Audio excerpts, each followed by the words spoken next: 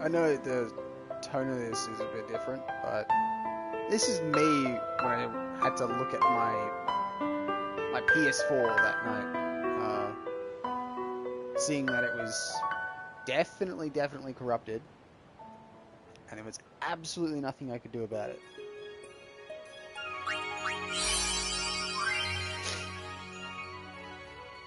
So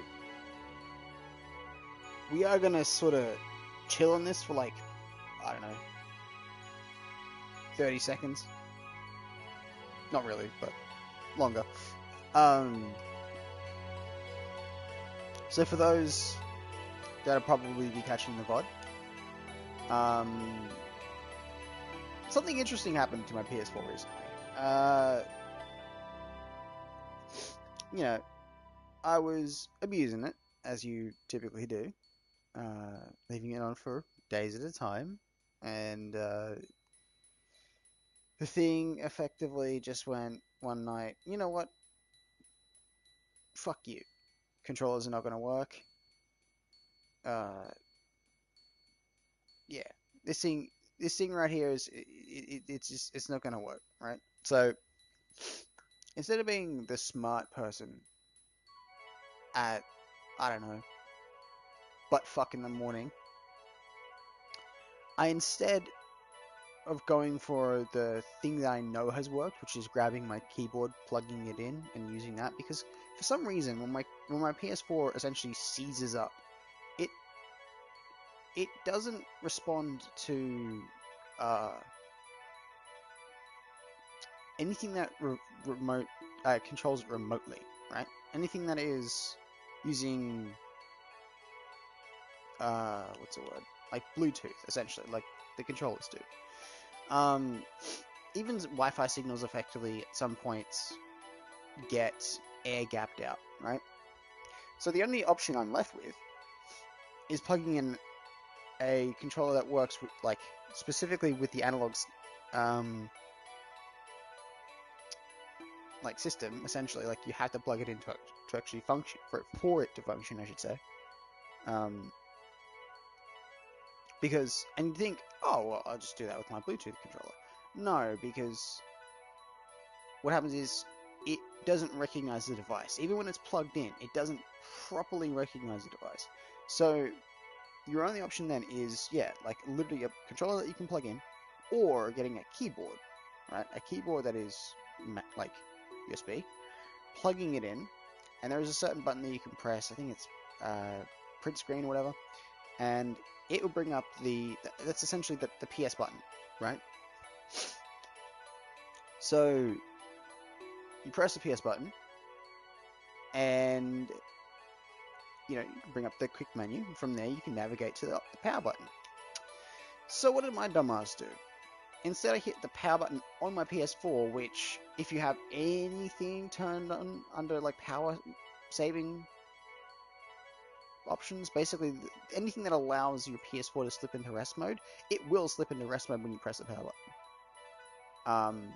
On it, like the manual power button, which is fucking stupid. But yeah, it does that. And so I did that, and it slipped into rest mode. And then the thing is, when it's in rest mode, it's unrecoverable. You can't bring it out of rest mode. You can't do anything, at least mine is. You can't really do anything to bring it out of rest mode. You can't hit that button again and won't do anything. The only option that I saw was either A, unplug the console, or B, hold the power button down, and what that does is it like force turns off the PS4, right?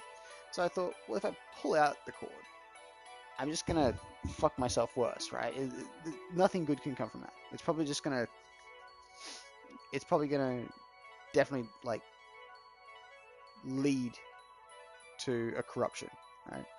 So I thought, turning it off this way is probably better, because it's a built-in factory designed thing to turn it off, like as a guaranteed like hard stop, turn off. Well, but guess what was behind both of those doors, ladies and gentlemen? Guaranteed corruption. So when I started up my PS4 instead, what did I get greeted with? the the normal safe mode data like checking of everything, and then it gets to 25%, and then it will go, uh, turn on plug in a controller or whatever. It'll say that I need to install a new what's the word? Essentially, I need to reinstall the operating system. Essentially, it says that I need to update it or something like that. But believe me, I tried that. I tried doing updates over the internet. Like I plugged in my Ethernet cable, tried doing that. Tried doing literally every single option that was available to me before doing the nuclear option. I tried it like several times. Tried it in different orientations. Tried every single possible way to salvage the PS4. No. So yeah, my only option then was to get a USB. Thankfully, one I already had was formatted to FAT32, which was fucking excellent. And yeah, just installed the downloaded the PlayStation, whatever you want to call it, essentially the firmware, and yeah, got my PlayStation to do a full reinitialization and reinstallation of that. And when I turned on my PS4, let me just say that I was I'd come to terms with it, but I was pretty fucking livid when I went to go and have a look at my cloud saves and realized that the only saves that I had for this were from 2017, 2018, I think. And I was I was speechless when I saw that, because for some reason the game, well, sorry, no, PlayStation just won't replace data. So if I've got previously data for this in my cloud saves, even up to 192 or some shit, it won't see it as a new valid slot, right? Until I surpass it, I guess. And so it won't upload it. And so I don't know what I don't know what save file I was up to, whether I'd reached into the 200s or whatever. But yeah, it didn't save new ones. And it doesn't keep all of them. It only saves the last X amount.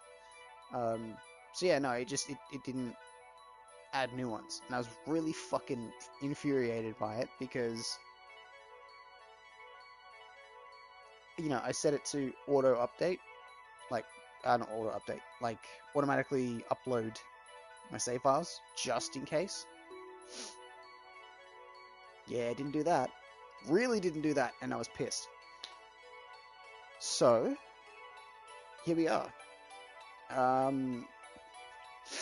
So yeah, this is perfect percent.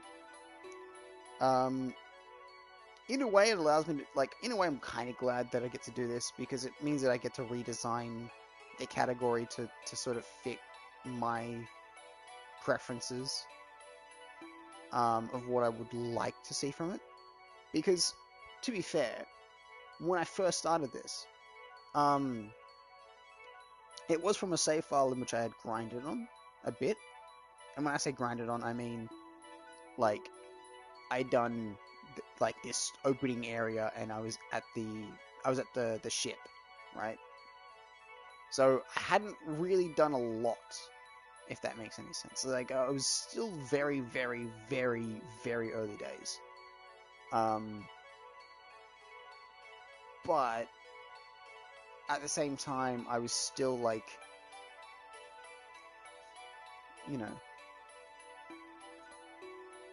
I felt like I always felt like a little bit of a pain that I was like, didn't get to stream the very, very start of it.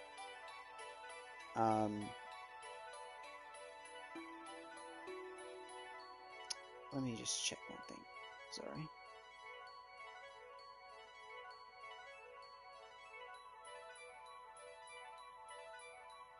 Okay. Sorry, I'm just grabbing my stream, sharing it into my Discord thing because I don't have a stream bot yet, but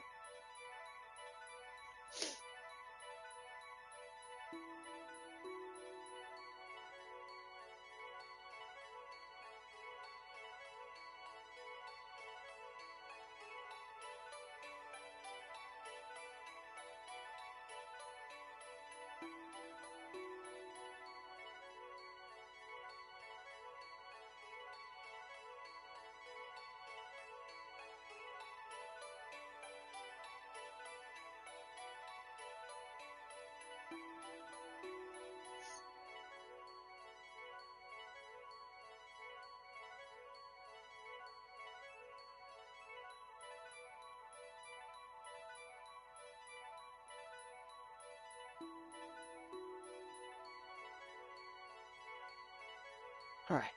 Yeah, sorry about that. That was kind of lame of me to take that time, but I just, you know, wanted to put that into my stream. Sorry, into my Discord server because some people have been wanting to watch my stream. Yeah, anyways. I have been, I guess you could sort of say I've been gifted with a fresh start. What this means is that I'll be able to do certain things here that I wasn't able to do in the beginning because I didn't really do it from the jump. But I don't know. I do have an other save file on here. It's a shit save. I even took the expert sphere grid, so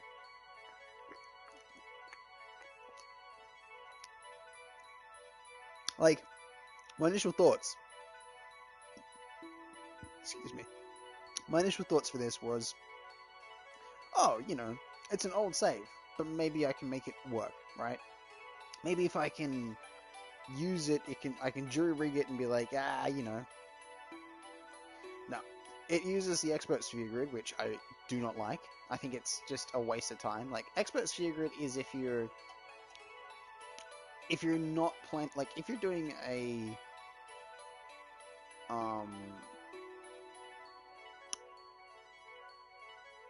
if you're doing somewhat of a speed run, I think the expert sphere grid might be better.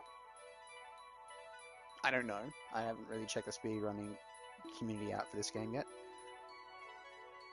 But I feel like it probably would be better because then that means, you know, you can go through each other's different things. Like you might not really decide that you want like white mage, you know. You might decide, fuck it, 2 black mages is better, right? 2 combat rolls, why not?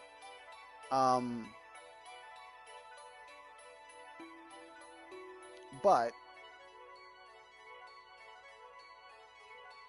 long term, it's not good because you get less nodes. You get less total nodes, I'm pretty sure, than the standard.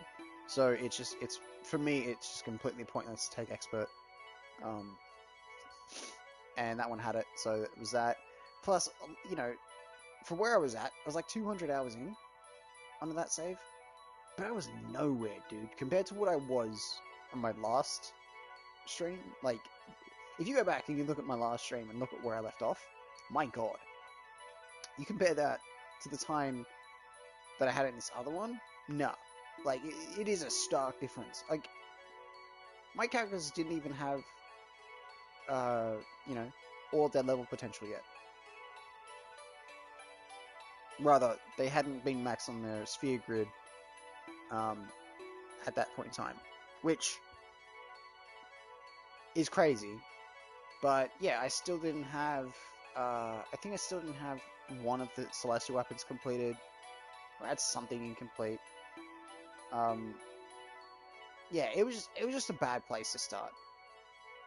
It was a bad place to start because it meant that I'd have to do a lot of grinding. I'd have to unlock a lot of new shit, and I wasn't here for it, man. I really, really wasn't. So, yeah, I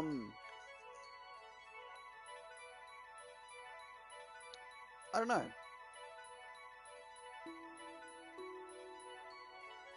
I'll say this: I'm pretty excited about like playing this and going further with it, because there's a lot of new stuff and a lot of new tech that I haven't done yet, that I am pretty excited to do. So yeah, this stream is probably going to consist of me grinding the fuck out of those little whatever the hell they're called, like little sin spawn fish. I'm gonna be grinding the shit out of those. What I usually do is, like, as a good marker, I usually go until you get haste.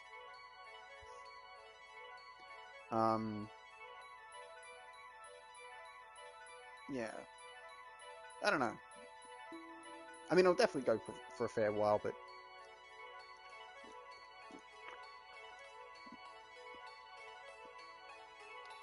yeah. Alright, so... it basically covers story time. Jesus Christ, man. Like, I had zero idea that something like this would happen. I mean, you know, I've had my PS4 corrupt once before. And for the most part, I had safeguards against, like, to prevent against a lot of things. Like, a lot of the data that I lost originally was really just, like, video clips and shit like that. This time I did lose a lot of video clips, and I'm still kind of peeved about that. But for the most part, man, like, it wasn't anything too significant. It wasn't anything that was, like, really worth being mad about. So yeah, the only thing that really miffed me was losing the original save file for this. So yeah.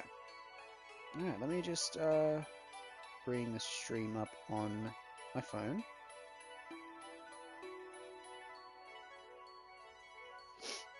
Cool. That way I can see chat. Just in case.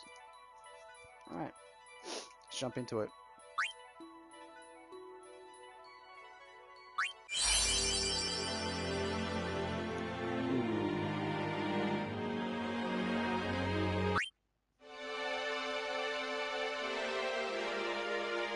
I'm still gonna go with arranged. Pretty sure you can change it if you want to, but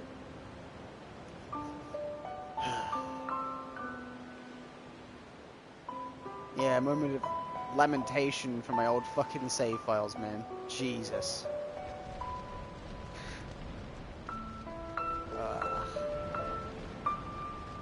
This moment is supposed to be like a point of reflection of, like, the journey of, like, we've come so far, but we still have so far yet to go, even though, you know, it's just right there, the last few seconds. Just, when you get to this point, you're essentially, like, 90% done with the game.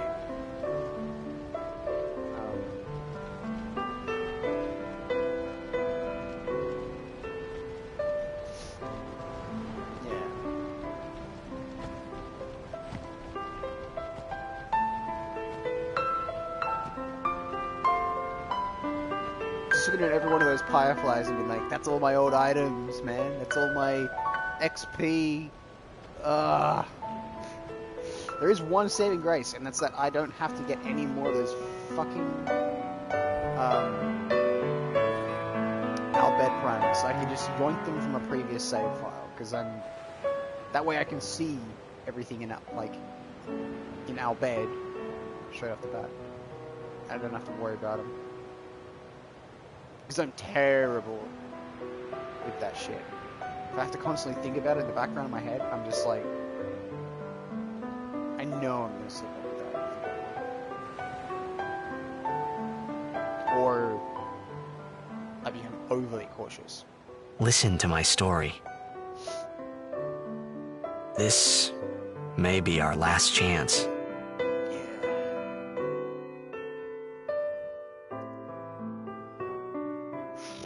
This would be my last chance of doing this fucking perfect percent, I'll tell you that.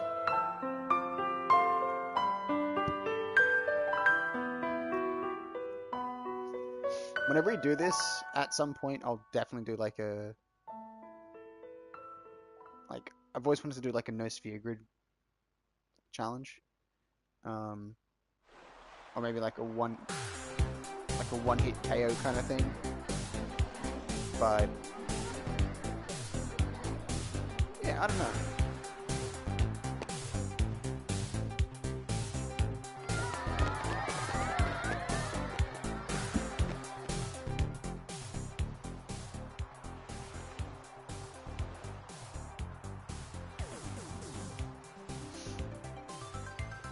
Yeah, well, I'm Australian, Sarah. It's in my culture. We swear a lot, so.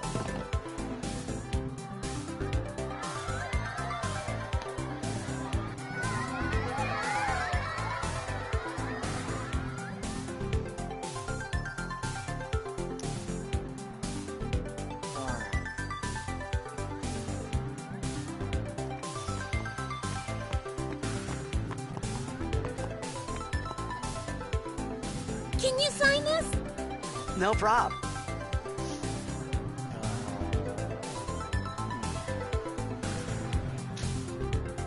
Should I go with a stupid name? Nah, I don't want to go with a stupid name, because then I'm going to be locked in with that, and that's going to be a fucking nightmare. Please? Alrighty. Hey. Me too!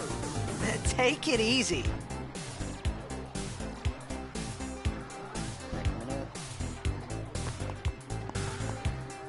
Can I have your autograph? Of course. Jesus. That line's really Good luck tonight! Nothing to worry about. Oh, if I score a goal, I'll, do this. That will mean it was for you, okay? What seat? East block in the front row! Fifth from the right! Got it.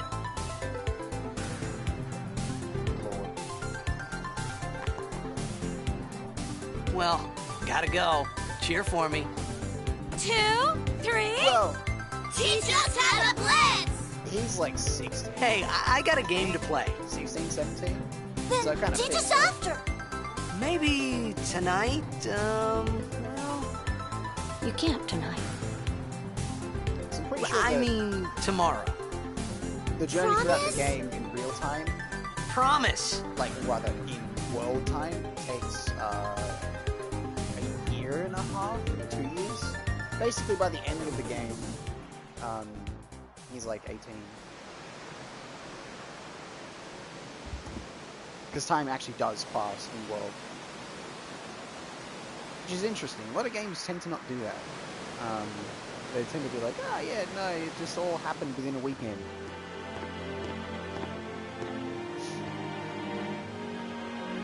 But it makes sense though when you consider like the voyages actually take like many days when you go from place to place on a ship.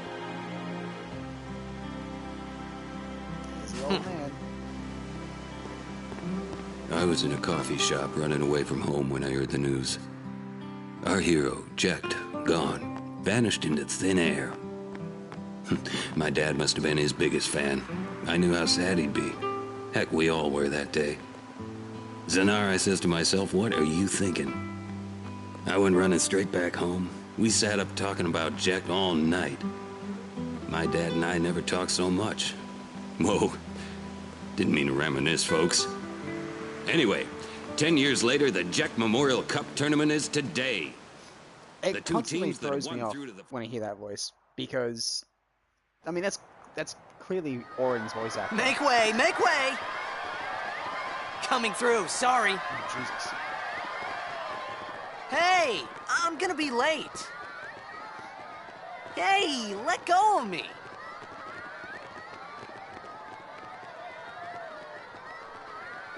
Yeah, there is. There is a battle on the bridge. I think even that building that he looks up at, pretty sure it comes down and like crashes into the bridge, and you have to like run across it. Well, you don't. The cutscene plays where you do, but yeah, I'm pretty sure it's the same bridge.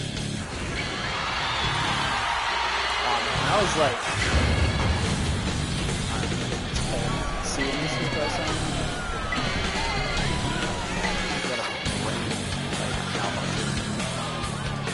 This is hype as shit when it's good.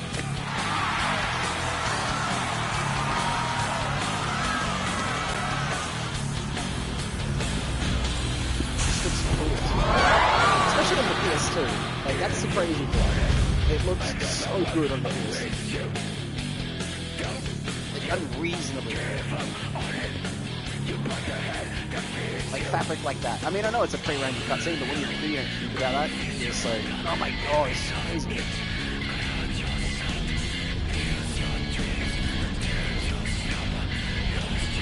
He's literally pouring one out for his homie.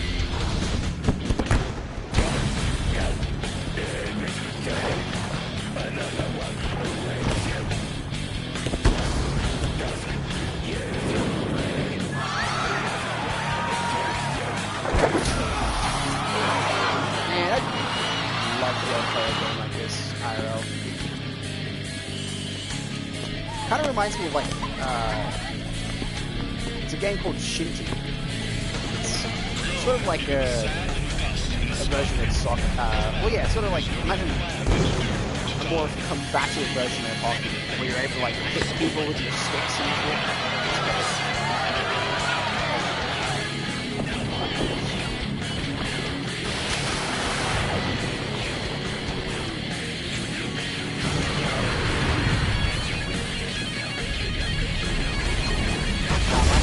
For this is that Jack saw Titus using his move and was like, nah, gotta fucking bring it down, gotta put into this. Just like any parent, come in and ruin your fucking dream. Good morning, just wake your ass up.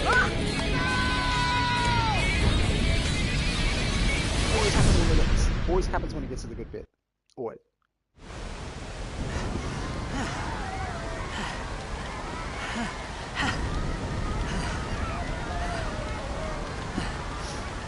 Alright.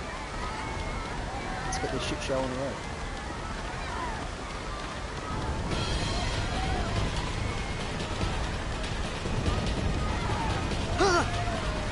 Orin! What are you doing here? I was waiting for you. What are you talking about?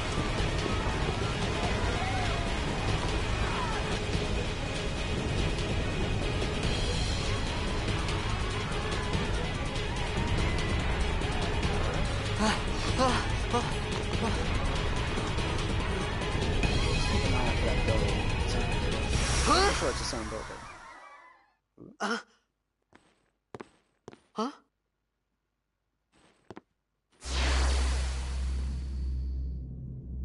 It begins. What? Don't cry. They're just so out of pocket for saying that shit.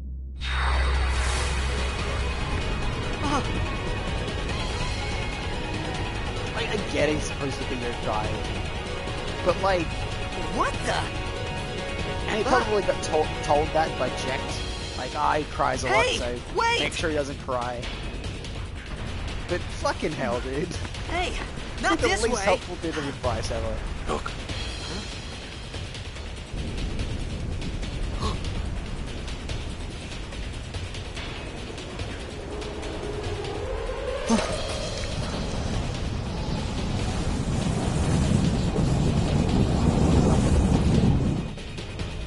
If I We saw that call shit, it I'd just sin.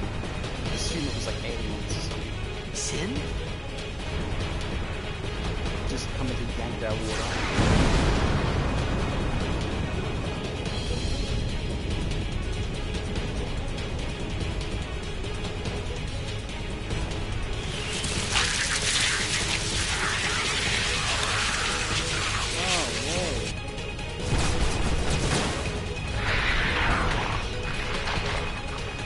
Fuck, I'm not looking forward to this. Not this bit, but there's a... These little bastards have a, Take it. have a theme in the future that I'm doing. Not these ones, specifically, but the ones that appear on the SS Leaky. I tried doing a 50-hour stream My old man? way back in the day with these, but so I'm gonna try a 24-hour stream and see if that won't shit fed I hope you know how to use it. like dragons.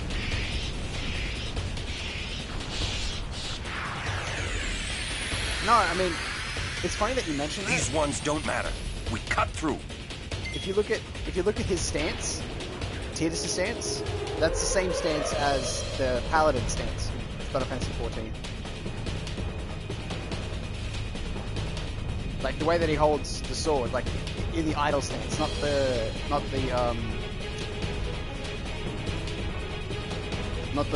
one that it sort of defaults to after a while. If you leave it idle, it's the same stance. It might just be for male Paladin, but it might also be for female Paladin. I don't know, never played female Paladin. But if you see you can't see his left arm from this angle, and obviously it's a fixed camera so I can't show it. But his left arm essentially normally has a buckler on it, and a buckler is essentially a shield. So,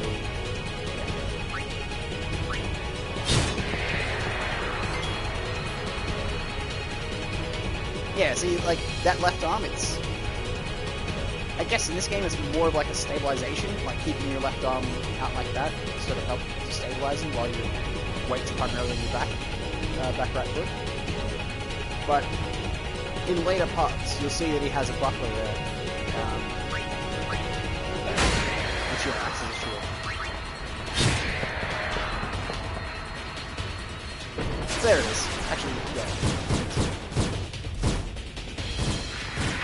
Probably the least effective shield, but it's only really effective. Don't bother going after all of them. Cut the ones that matter and run. Like a direct parry.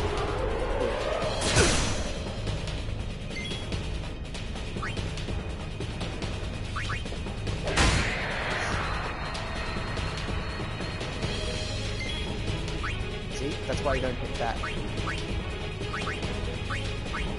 Weird that that's considered C.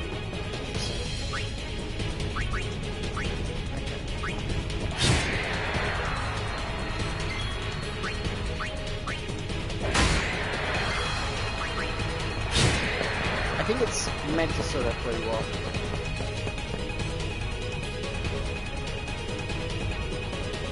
But yeah, there's no material benefit to grind on those. You don't get any kind of experience on them. You don't get any extra materials, which kind of sucks because it would be good to just grind on them.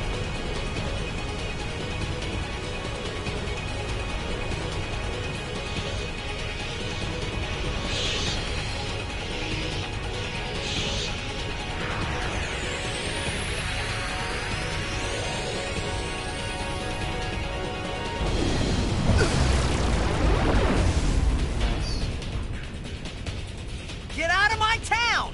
Some can't wait to die.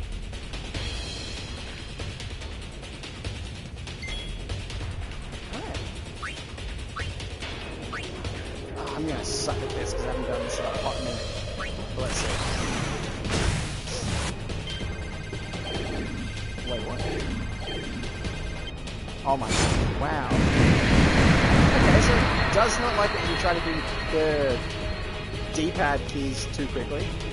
Fuck me.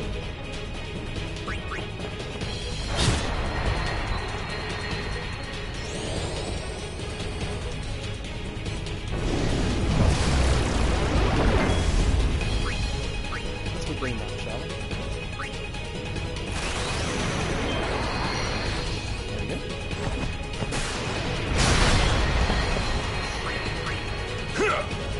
There's quite literally a quick zone there.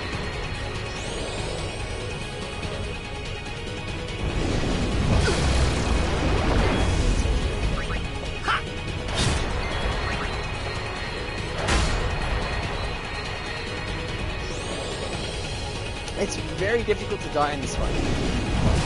Like, extremely difficult, because all that this move does, the move Demi, that's using, it reduces your HP by 1/4 of its current percentage.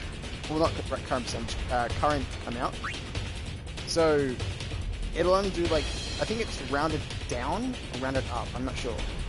So if it hits Tidus again, which it probably will, then it will be 35 damage. 36. Okay, so it is rounded down. 35 damage. So it'd be like 26. And it'll probably be 20.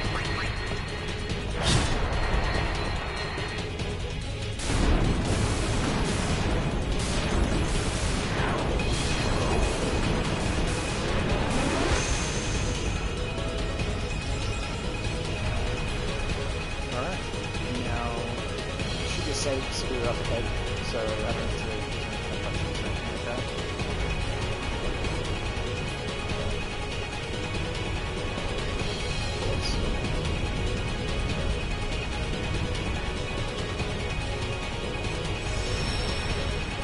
Alright, so you will see like a blue screen for a second, but that's because, for whatever reason, PlayStation likes to do its thing, and not allow me to show my save points. As if it's like some kind of... What are you laughing at, old man? risk. Lauren, let's get out of here! We're expected. Like you're gonna name your save files fucking... Give me a break, man!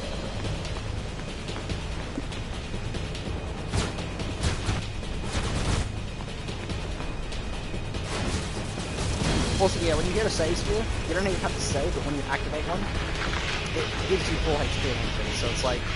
And they are littered throughout the game, so you don't even have to use potions to save ever, except in combat. I guess one of the target yet.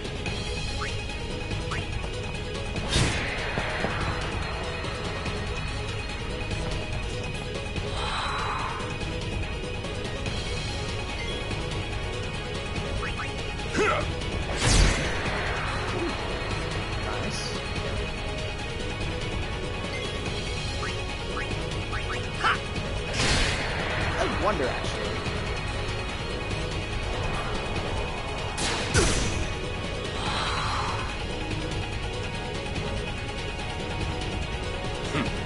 This could be bad.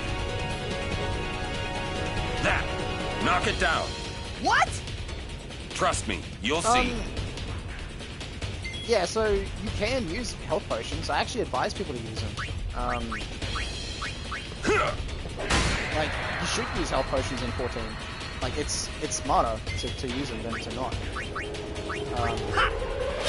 Especially in, like, times where you need to clutch.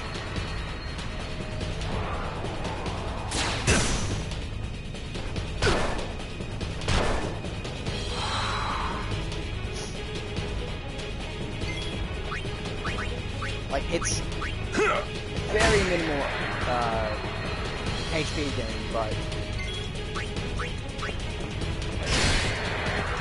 if you don't do it,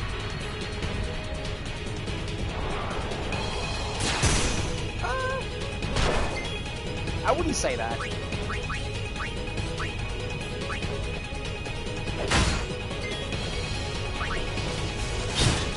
I've never been killed because I've used a potion. In most cases, like, potions have saved my life.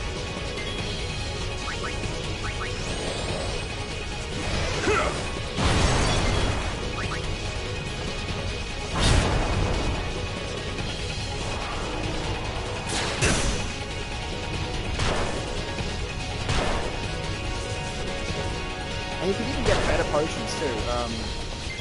I think they only come from Rico's. So yeah, they're like really powerful potions. They can be like 1,000 HP. Like I'm pretty sure they're better than anything in craft. Might be wrong, but Go. you have to check.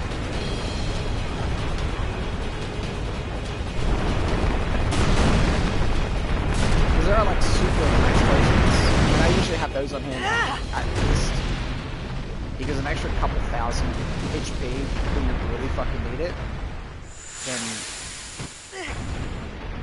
more often than not, people are just gonna complete wipe and not. I suppose it just helps you heal her out sometimes too, when shit's going down. Popping a heal, like a healer out there can, they can res somebody else or put out more heals as opposed to popping healing.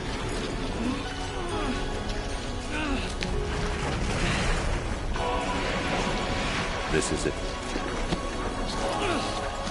Well, This is your story. yeah, I mean, that is a theory. It all begins here.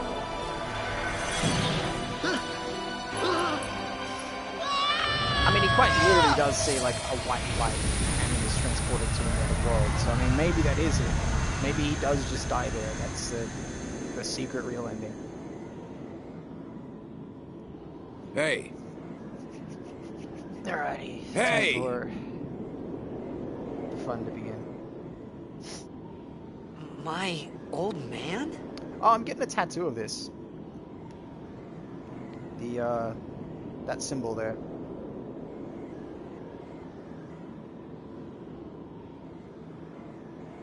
Not sure when I'm gonna get it, but I'm gonna get it in the classic style that Jack has on his chest. Jack meaning this guy here. I thought about a lot of things. Like Yes, where I exactly was, that exactly. what I got myself into. I started to feel lightheaded, and then sleepy. I think I had a dream of being alone. I wanted someone, anyone beside me, so I didn't have to feel alone anymore.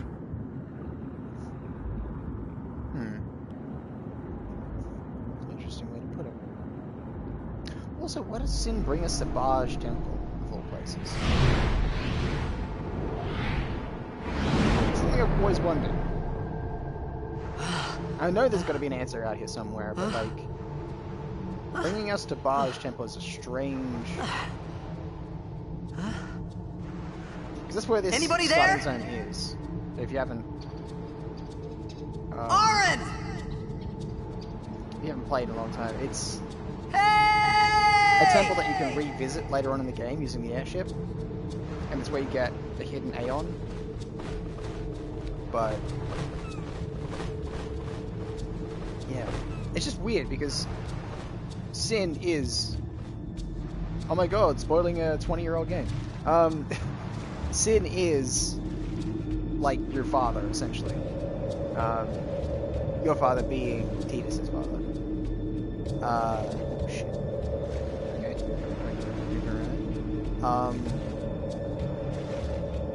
And Sin deliberately brings you to this world. So.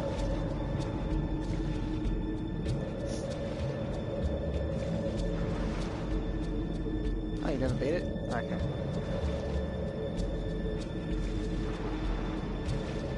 Yeah, so I mean, it's kind of said reasonably early on, like in the first quarter of the game. So it's not like a late game reveal, like, oh my god, Sin, blah blah blah. Nah, it's a pretty early revelation. Ooh, okay. Let's see if I can remember this. Edra Frana Ulfmekred Nisahida Dra Emilga. So, in the land where bolts of light illuminate the blackest night, with Makalania behind, the first pillar you sight, look not to the left, but to the right. I mean, look, hey guys, I'm back. Alright, I'm back. What do we have here? Nope. Can't read it. Secret genius, everybody. Secret genius. No, really, what it is I remember this fucking thing like the back of my hand, because what this is, like, it's obviously it's a I think it's called a replacement cipher. So a lot of puzzles do this, where it's essentially just a replacement for an existing letter in the alphabet, and they just sort of replace. So E is I, H is N. So like what you're seeing right now, the blue letters, that's alphabet. When they become sort of pinky magenta, that's when it's in English. So all of that is currently alphabet. So E is I, H is N, D is T, R is H, A is E, yada yada. So yeah, in the land where bolts of light illuminate the blackest night, with Makalania behind, the first pillar you sight. See, BEMMIN, PILLAR. We is YOU. Sight, and then yeah, look not to the left but to the right. So this is just telling you about hidden treasure later on in the game. And like I actually kind of reverse engineered part of the language back when I used to play this. Like this is how obsessed I was with this game when I was a kid, because I literally sat there and I used old code breaking techniques that I learned from watching like history documentaries with my dad and shit about like World War II and how they like cracked the what the fuck's the code? The Enigma code back in the day in World War II. So there was a like one of the techniques that they said to look for was like if you're trying to crack a code like this, you need to look at words that appear the most frequently, right? And you look at the list of words that are used the most commonly, and the is the most common, right? And what that gives you is if you can find something that looks like the word the in like the way it's phrasing, then what that gives you is T, H, and E in that cipher. Or rather in that language. So if you understand what T, H, and E is, those are the three of the most commonly used letters in the entire English alphabet. That is, again, if you're assuming that it's in English, right? So yeah, THE is a great springboard to start from, and then everything else you can kind of work, like chisel away at piece by piece. And a lot of it, you know, I got through in-game stuff. Like I didn't just start with absolutely nothing. Had to do with certain someone who's a very bad person. Yeah. Yeah, well, the Enigma code was what it was called. But basically, I did have like bits and pieces, and because at the time I didn't really have the internet. I mean, I kind of did, but not really. So instead, oh, do they not have it? It might be here. I might be misremembering, because I swore there was like a little blue disc that you could interact with, and it allowed you to import the outbad shit from an old save file. I might be misremembering. But yeah, what I did have at that point in time was outbad primers, and I didn't know where to find all of them. But you know, at that point I still had some, right? So what I was trying to do was piece together the gaps in what I didn't like in the some stuff that I didn't have, right? So I didn't have access to some of them, and I didn't know where to get them. So I was like, oh, okay, well, I'll try and reverse engineer it. And, you know, I did. I mean, for the most part, I got like... Oh, here it is. Okay. Let's see.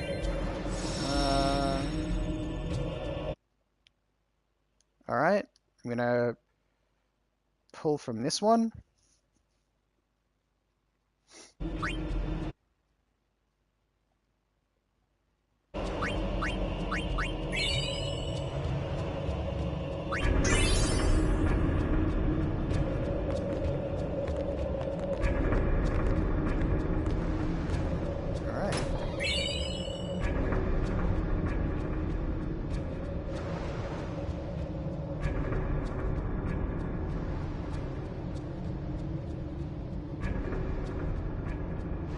No. I do have an old save file. Like I had old save files from my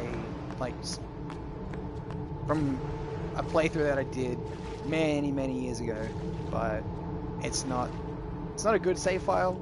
It's just one that I know has a bunch of stuff on it.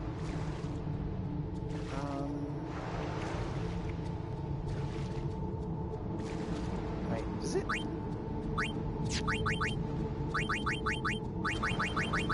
Okay, so wait a gosh dang minute. Hold up. Why did it only give me one outbed primer?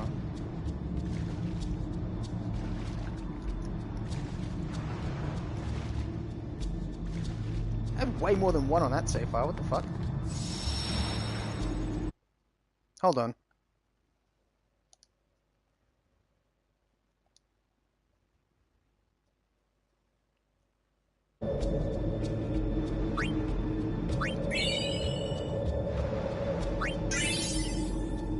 Ah, okay, so I have to do it multiple times.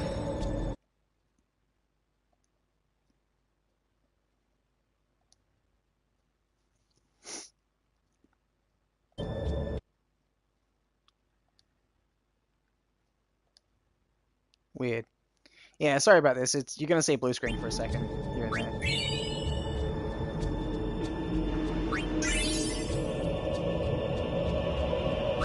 Alright, so... Okay, there we go. Hey! Cheats! Not really cheats, but kind of. It's basically just a...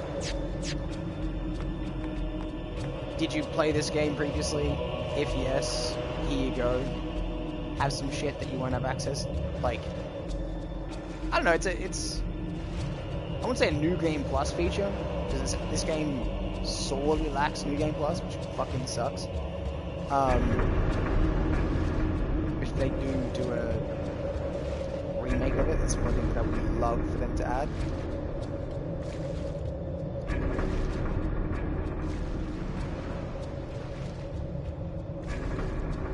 Oh, good, nice. Good, nice.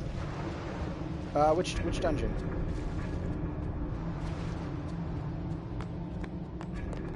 Oh, by the way, here we go. So you'll be able to see what I can see, right? In the land where bolts of light illuminate the blackest night, with Makalani behind, fourth pillar that you say, my bad. Look, not on the left, but on the right. So yeah, I mean, I was misremembering a couple words here and there. But you know, I had the gist of it.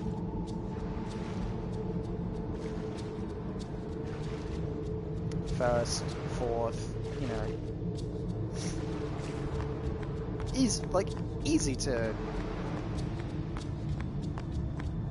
misremember. You know, those two words they both start with F, right? Damn, it's easy, very easy to misremember.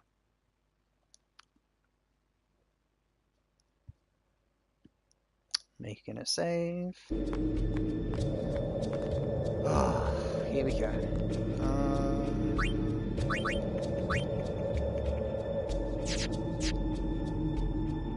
Ah, nice.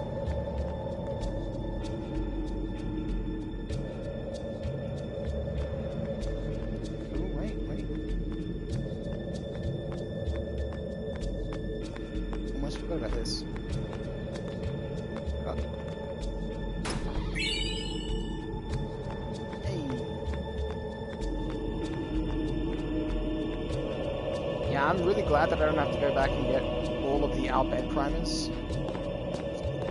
I can just forget about them now. Alrighty. Ah!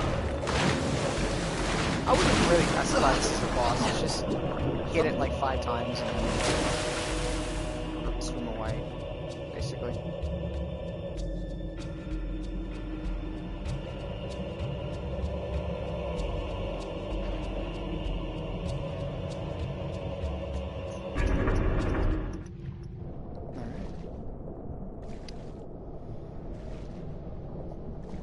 Let's get down to business.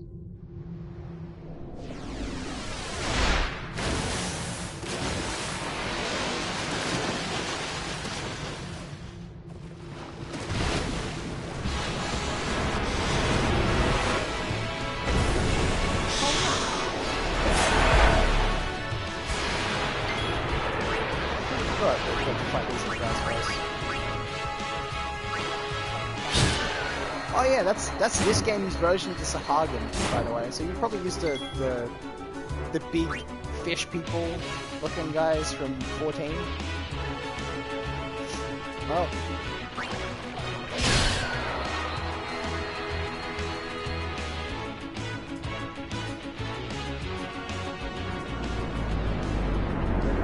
This guy's about to get chomped on.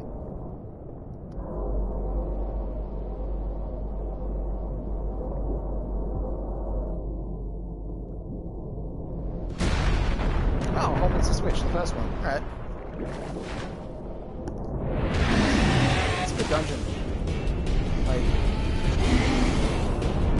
I have really fun memories of doing it the first time. The shit was great.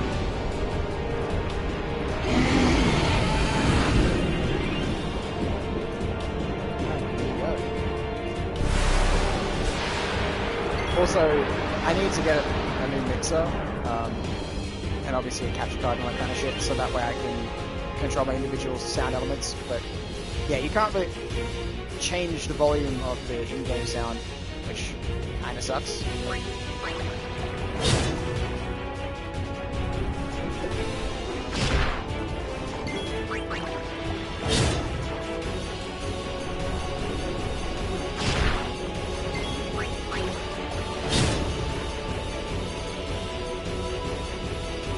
Never mind, let's get it 3 times.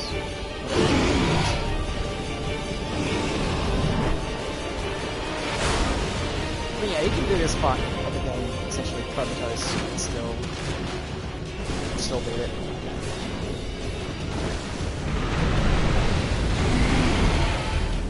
Uh-oh.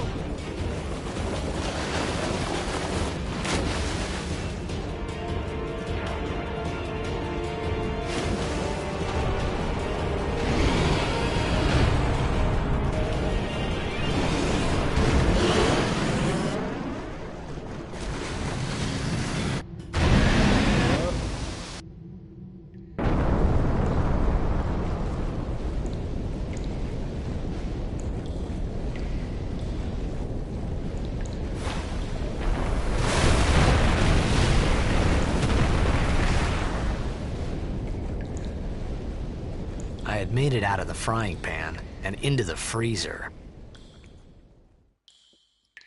I thought I was gonna die in this place. I don't think that's how that tenor phrase works, but sure, we'll go with that.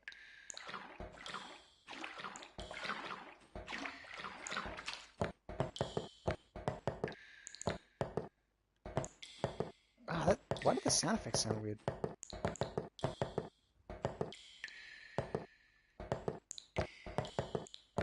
Like that, it feels like they were just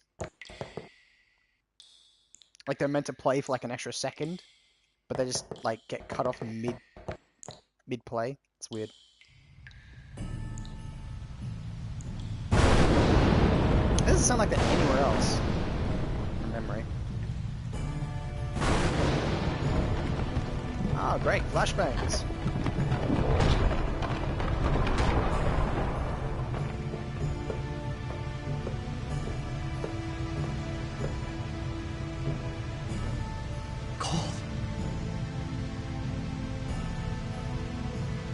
need fire. Then just cast fire, dummy. Jeez.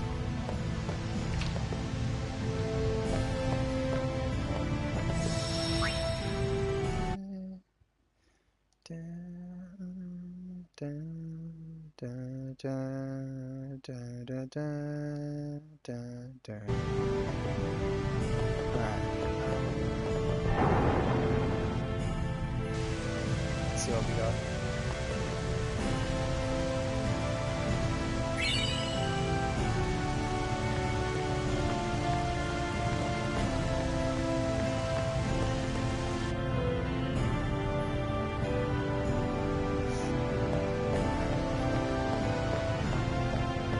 Got some flint.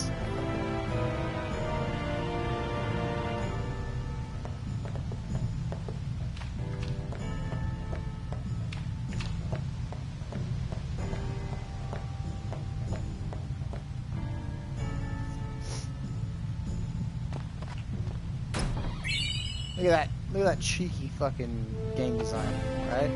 They make you think, oh yeah, there's nothing here. Like, look at the map. There's gotta be nothing here, right? But right there. Like 2 steps out of frame.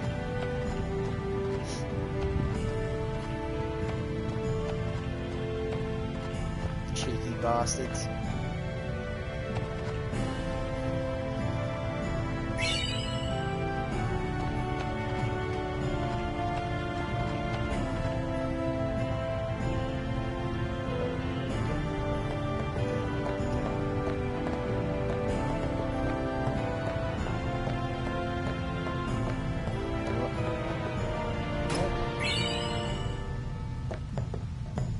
I wonder what they would do if they did a remake of this.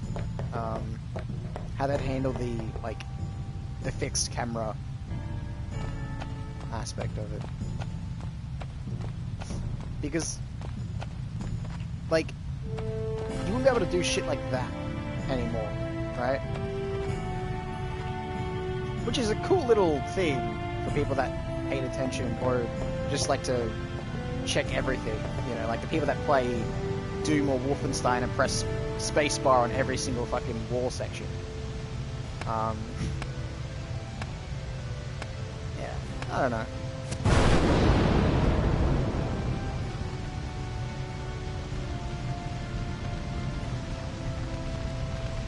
It'd be interesting to see how they change it. I don't think it'll stay like this. I mean, I'd heavily doubt it.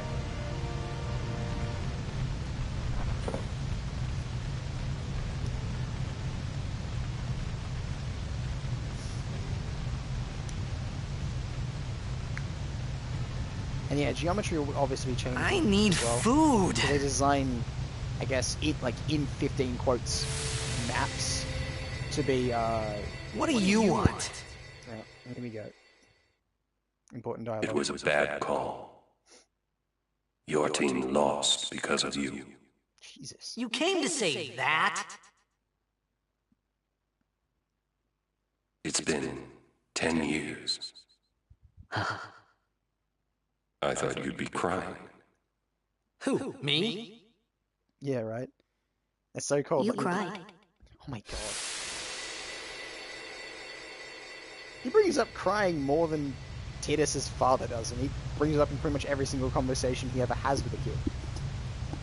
Jesus.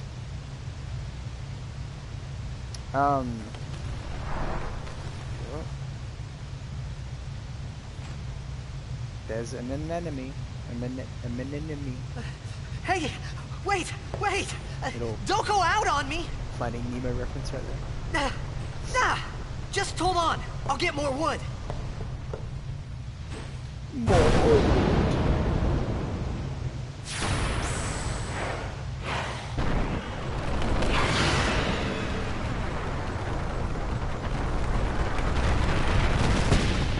Oh, cool. It gets worse. Give me a break!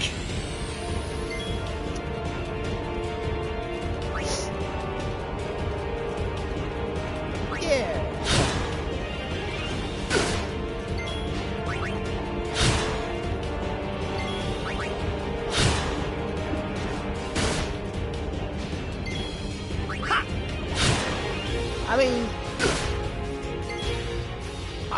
it's a good idea to eat this.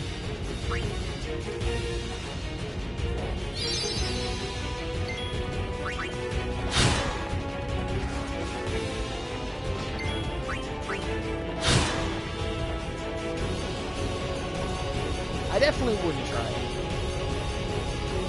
I mean, look at it. It looks very spindly. Like the meat on that doesn't look like it's going to be meat.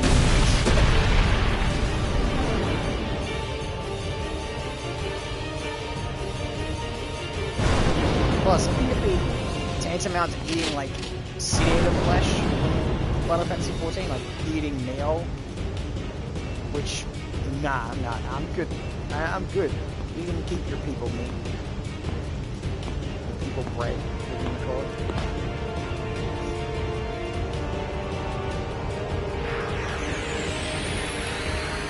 it? You on my side? Cool!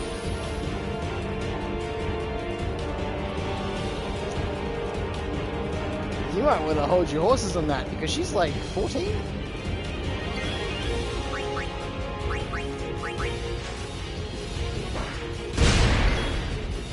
That just looks like a swimming outfit to me. Well, sorta. Yeah, but you are ogling them, so calm down. Alright.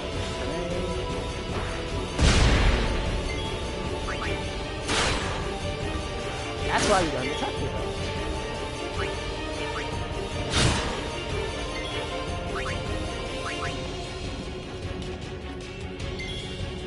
Checks out.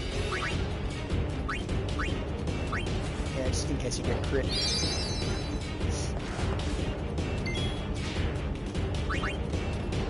That could have gone a bad way.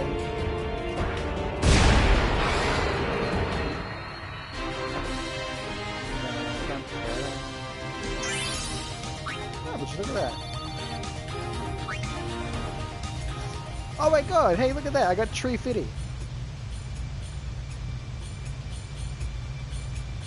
Hey, everybody knows that monsters have loot deep inside their guts, okay? That's all I was trying to do, is yank the fucking loot from their guts. Before they died, you know? Why not? Phew.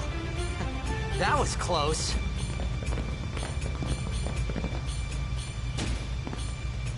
Hey, let me go! Oh, you know what's cool? Since I got the Albed primers, yes, I can pause cutscenes to eat shit. Since I got the Arbed primers, you'll be able to understand what they're fucking saying. Redux Drak! Ifin, Irisa, Tekiaka! Wag, Edeku! Gemed?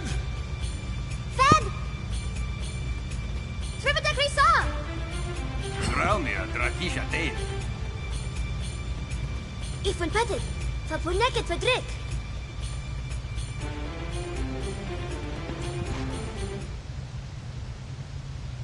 Kuno. I mean, yes, you're right, but having said that, this was sort of aimed at like a teen audience, so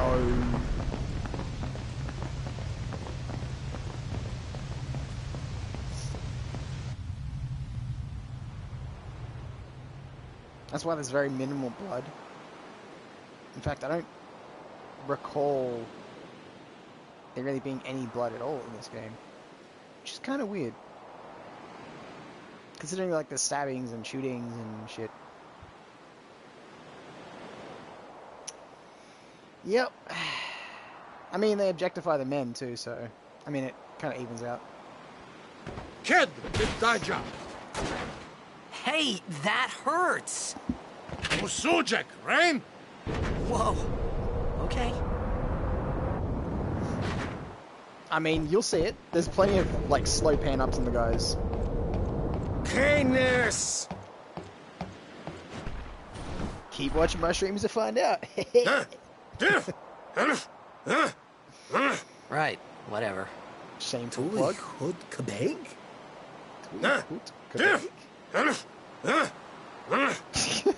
I said I don't understand.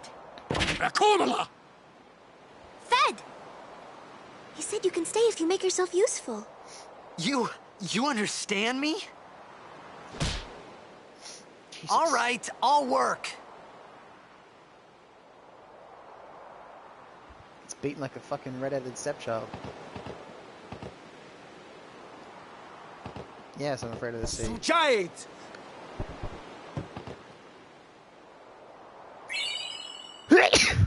Ugh. Lovely. What everybody wants. Very loud sneeze. You're welcome for that.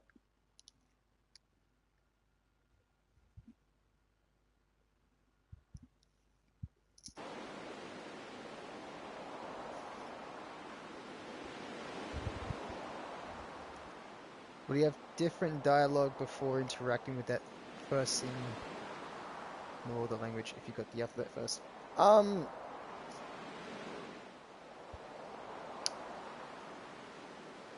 No. No, it doesn't change. He still doesn't understand it. They never really accounted for it, I guess. They just sort of go like, oh, what's his... I mean, it's even if he can understand it, he wouldn't... Like, he would just understand it, if that makes sense. Like, when you're a native speaker of a different language, you don't think about like, oh, I understand this language. Right? You just understand the language. So even if he reads it, to him, it's like... If you've ever seen Harry Potter and the Chamber of Secrets, like Harry Potter doesn't recognize that he's speaking Parseltongue. Like he just thought he was just talking to the snake, right? But to everybody else, they're hearing him speaking Parseltongue. So there is some internal logic where it's like the dialogue doesn't change because even to his eyes, he'd be reading it like as if it was, you know, him just reading English. He just wouldn't recognize it as a different language in a sense because he can understand it. So yeah, he'd still be mystified by the fact that the object itself is different because like he's still looking at it like, what's this? We don't have these things on the walls like they do here. It's weird. Oh, almost forgot. Oh, lovely. Interesting. Yes. Teach me how to use a sphere grid. I have no idea.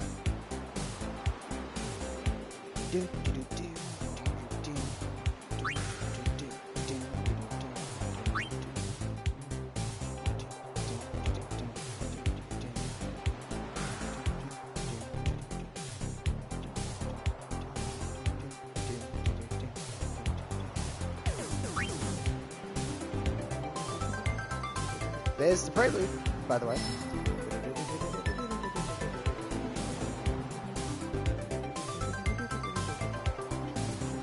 For all those that are like, there's no... What's it called? There's no prelude in Final Fantasy X, therefore it's not really a Final Fantasy game. Exhibit A. Show me you haven't played the game more than 5 hours without showing me you haven't played the game more than 5 hours. Well, technically, like, it's in the first hour, really.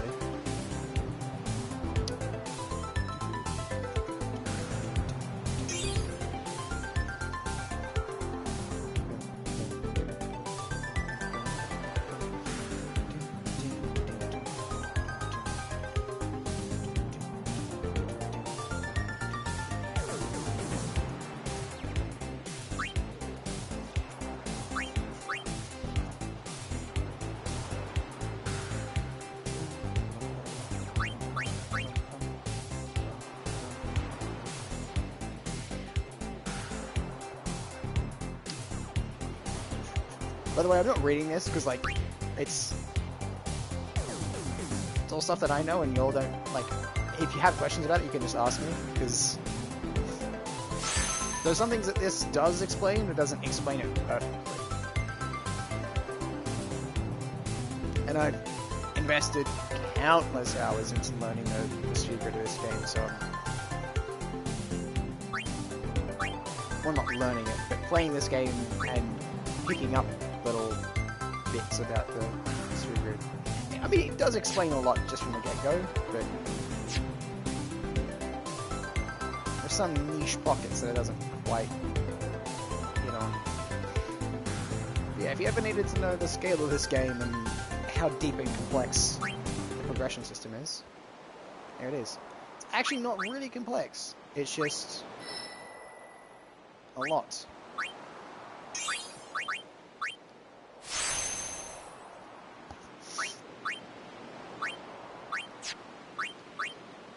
Alright.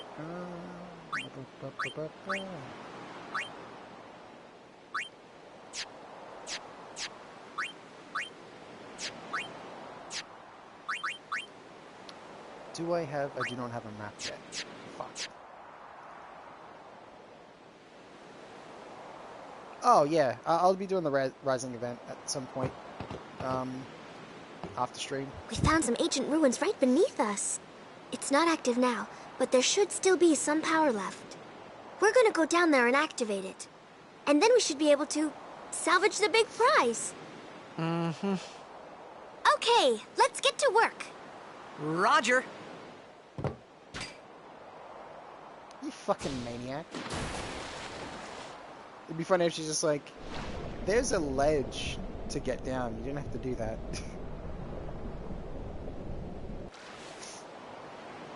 Just goes full himbo and fucking hits himself onto like some metal. Massive gash in his head. Bleeding.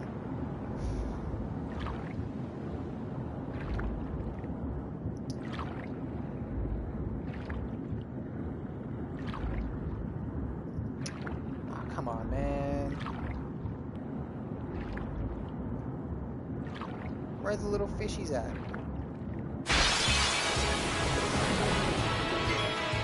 Oh, sweet.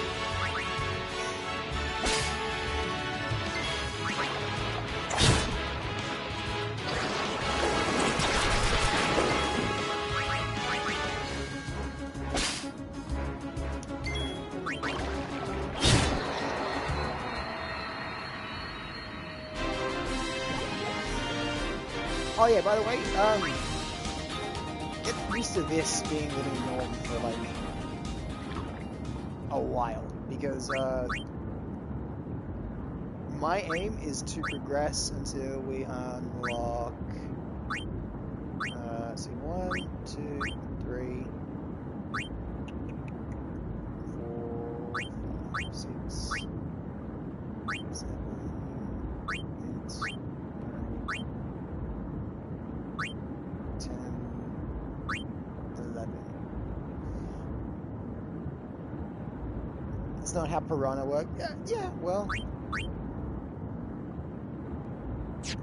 Wait, is it piranha or piranhas as a plural?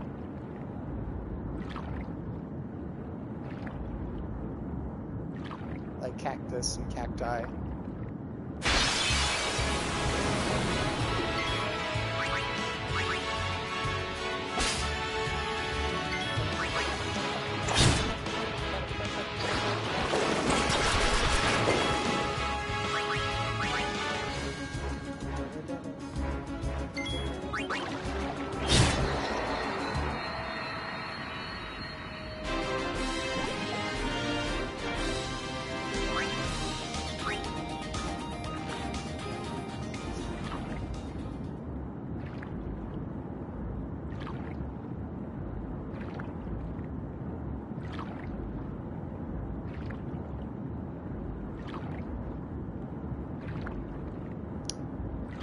Come on.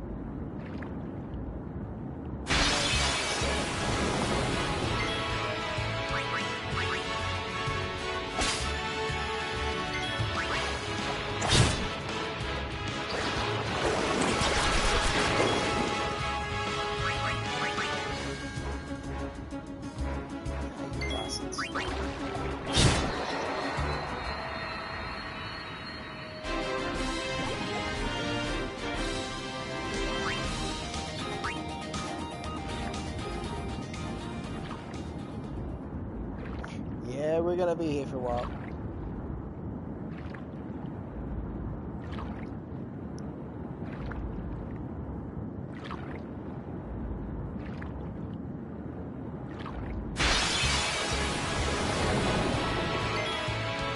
Wait, what?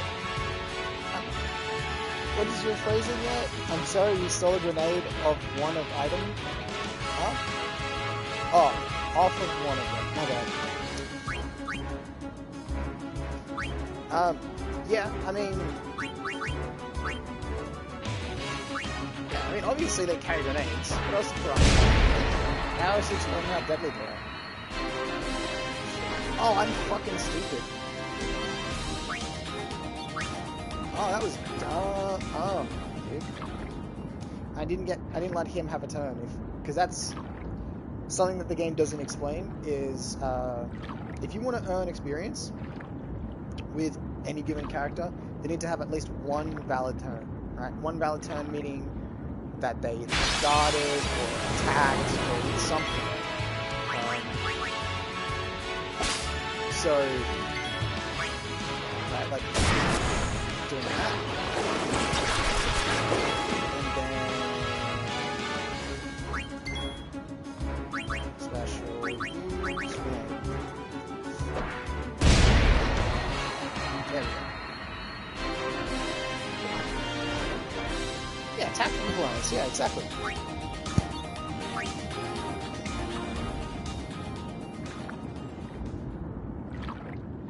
I mean, obviously they're tactical piranhas. Didn't you see their like little camo vests and everything? It's crazy talk. I mean, if they're not wearing camo vests, then like where would they keep their grenades? Right? See?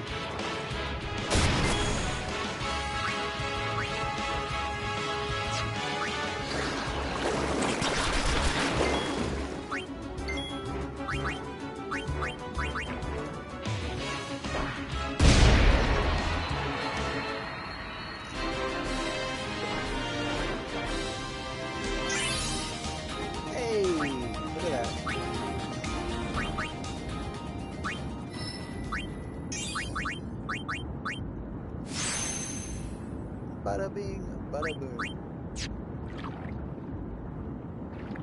Yeah, by the way, don't do this. Don't do what I'm doing. Only stupid people do what I'm doing. Stupid people that have committed to a perfect percent run because they like to torture themselves with like 500 hour long playthroughs of the game. Nah, it's not torture. I love the game, so.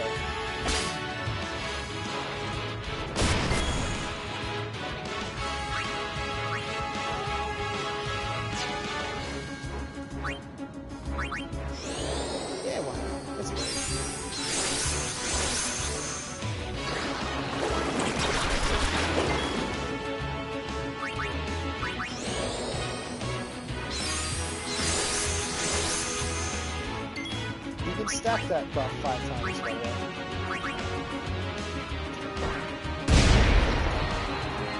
So why I'm going for the overkill is because by overkilling them, they give a little extra. They give a little extra experience. So, yeah, little known fact.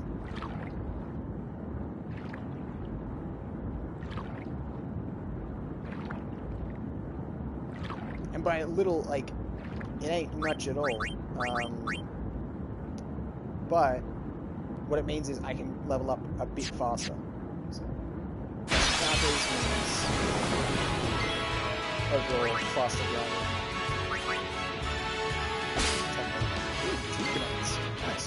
Really lucky there.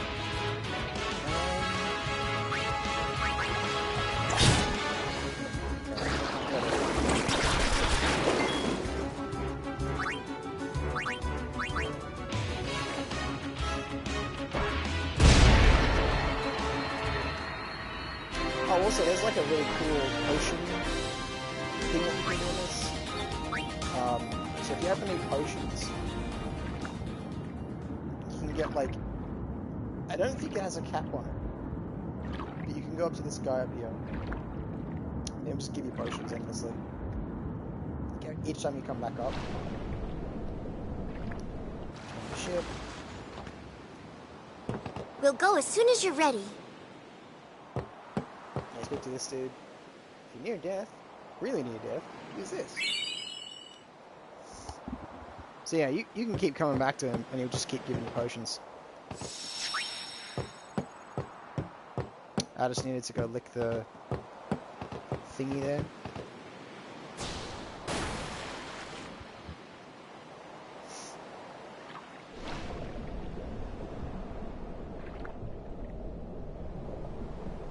Yeah, no, he'll just keep giving you potions. So, I mean, if you really wanted to...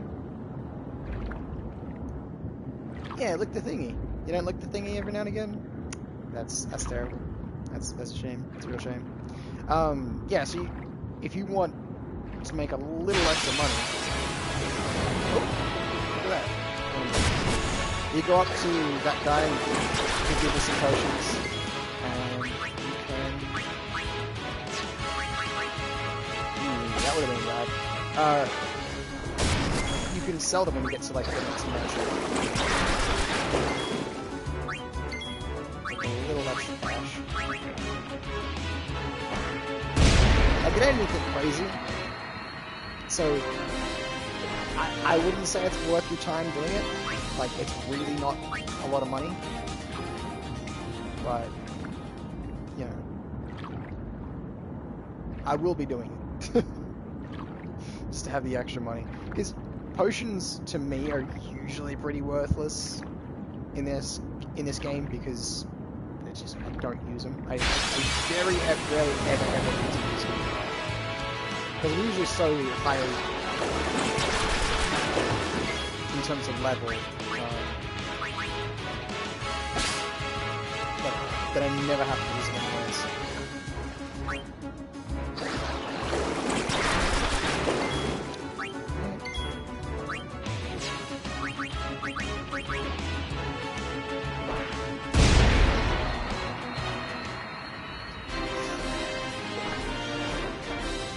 Also, yes, I say high in level, but level doesn't actually mean anything. Like, there is no quote-unquote levels in this game.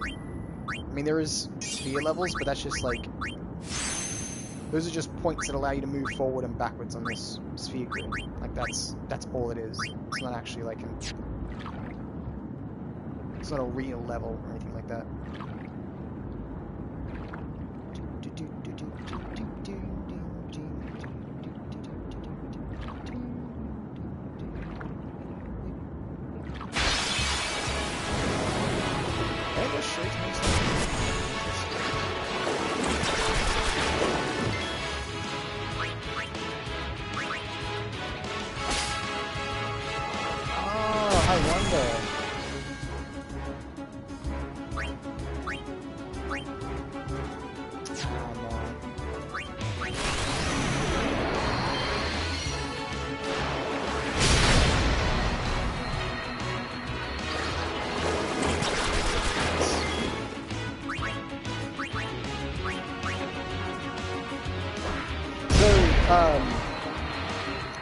Why I use that overdrive there is because the more you use overdrives with Tidus, the more of them he unlocks.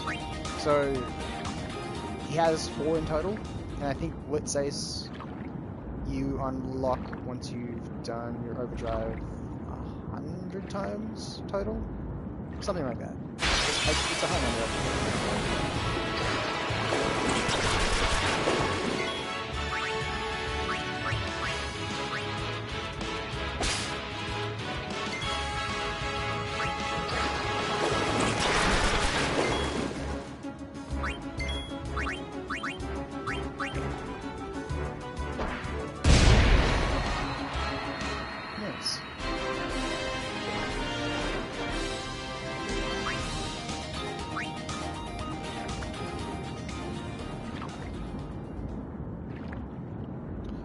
But yeah, his later overdrives are pretty overpowered. Blitz Ace is phenomenal because it hits multiple times in like a single instance, and those are actually like the most overpowered overdrives because the game has 2 damage caps. At the soft cap,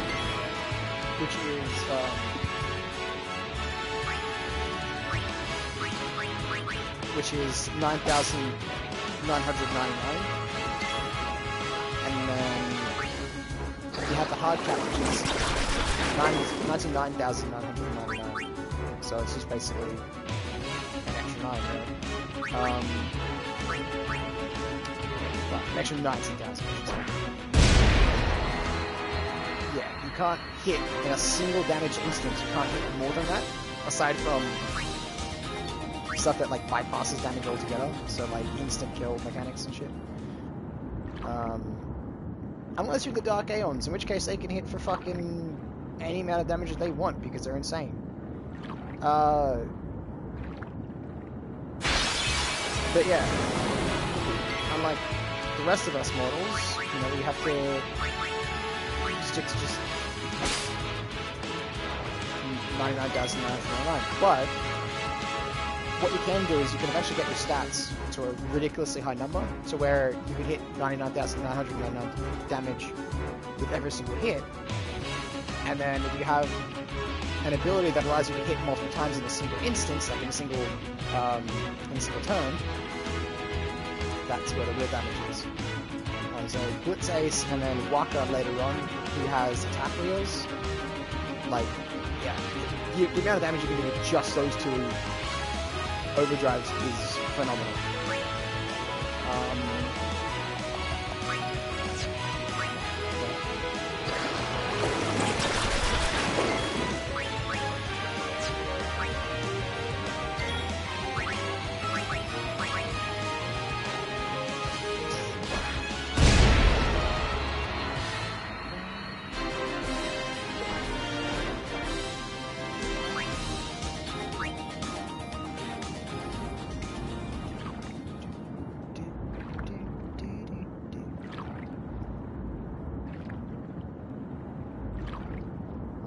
Sneeze, something fierce. Hang on, I'll spay the damage to your ears.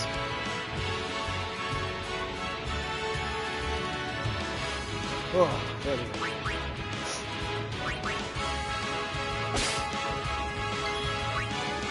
Lord.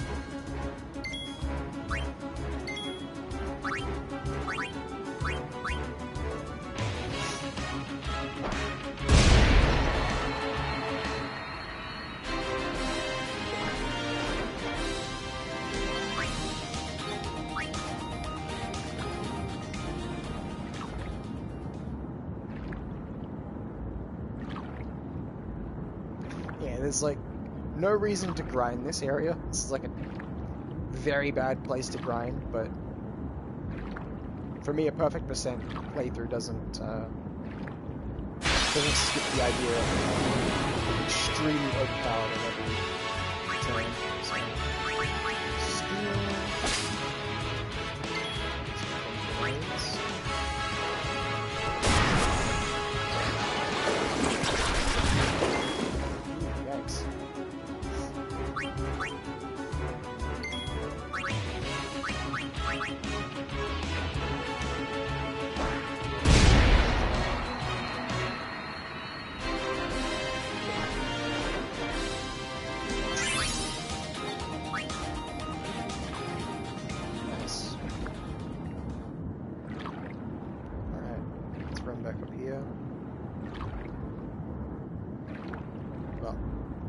swim, not run.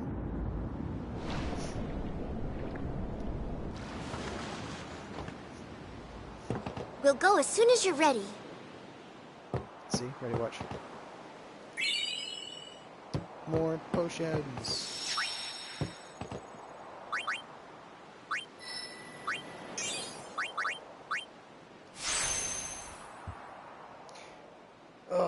Just seeing Flea reminds me of...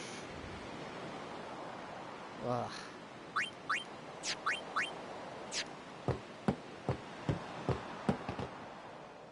There's a special overdrive that you unlock. Well, not overdrive, overdrive mode. So, overdrive modes and overdrives are different. So, the overdrive itself is the, like, you know, the special ability / action that you can execute. But the overdrive mode is the way in which it charges. So, like, at the moment, the one that you have unlocked at base is Stoic. so it generates more than you take damage.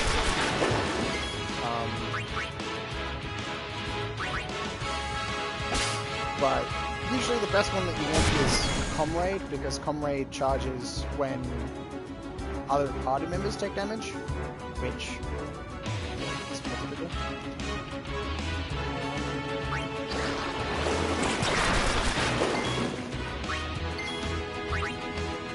But there is one called Coward that you unlock from fleeing from a certain amount of battles. Now, when these different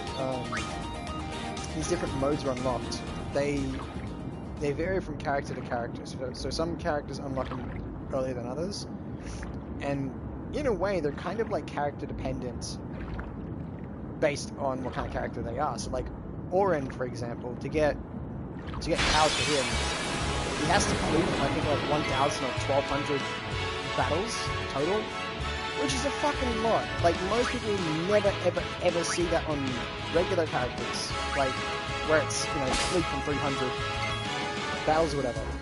But you'll like, even if you're a Giga Sweat, you probably still never see that. Like, it's insane. I think it was meant to be like a bit of a chide at the player by the developer. Just being like, ah, such shit, here you go, have this for running from your battles. But still, I mean, like, goddamn.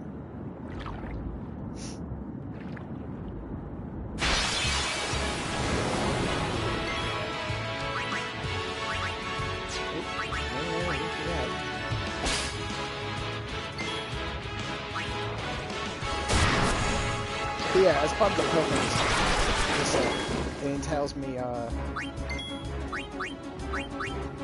unlocking every single mode for every single character. So that will take a bit.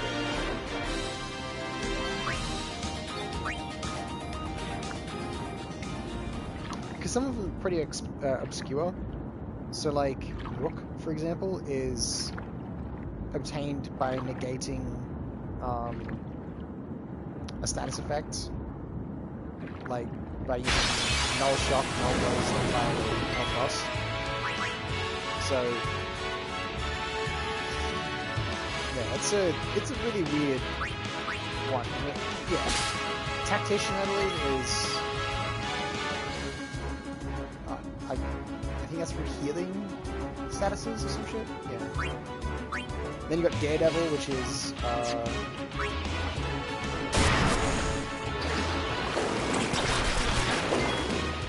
low health, I believe, like taking multiple turns while at low health. Multiple being 100 or something. Depends on the character again.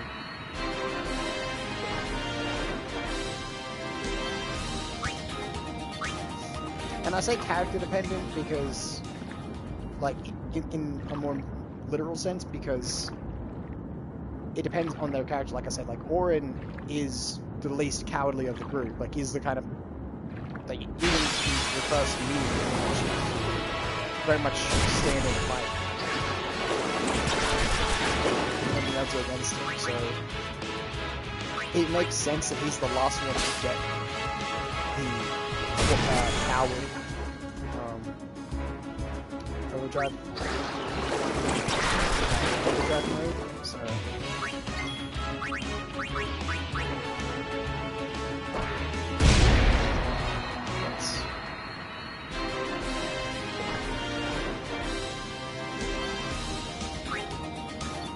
yeah, they're essentially all like that.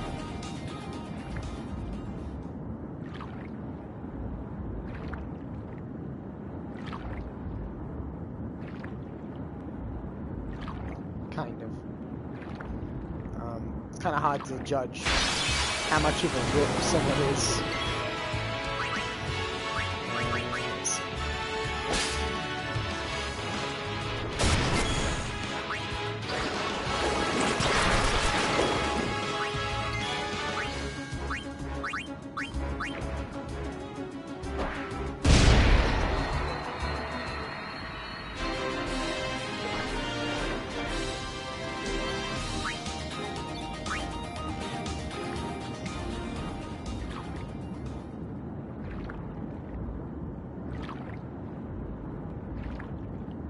then yeah, you've got like a few obscure ones. Like loner. Loner is when you take actions whilst everybody else in the party is incapacitated or like they've escaped from battle. So.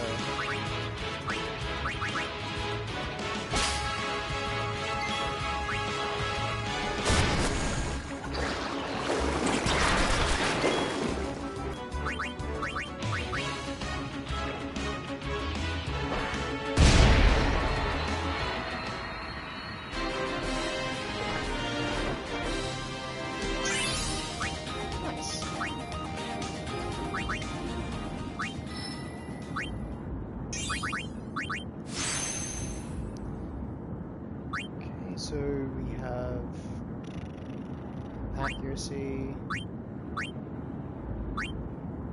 extract speed, mana, strength. Alright. Yeah, these starting nodes are really shit. And I'll give you an example why.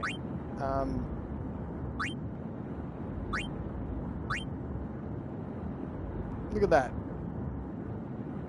Increases strength by 4 points versus these starting ones by 1 point.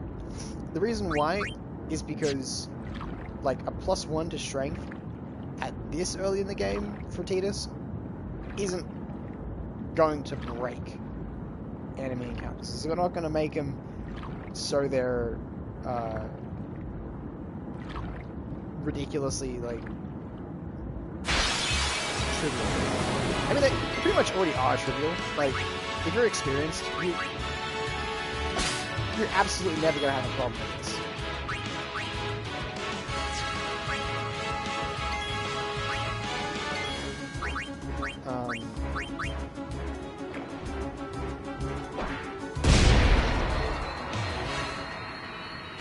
But yeah, like getting a +4 in strength.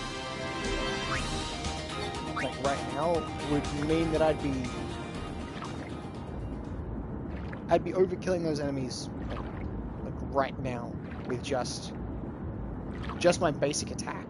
Nothing like a grenade or whatever, like just my basic attack, which is really overpowered this area.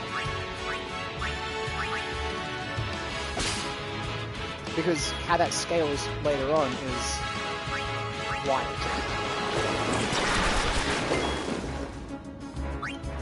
Oh. Ooh. Okay.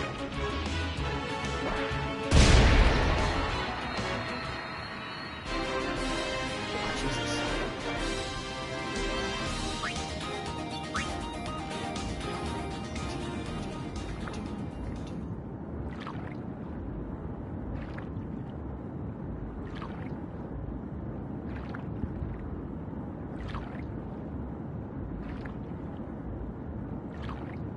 Yeah, depending on how many of these I defeat.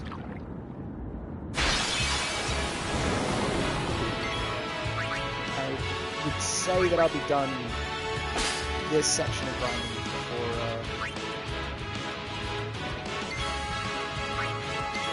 before the stream ends. Because I've still got another 2 hours and 10 minutes of streaming left. So, still sticking to 4-hour streams. Peace.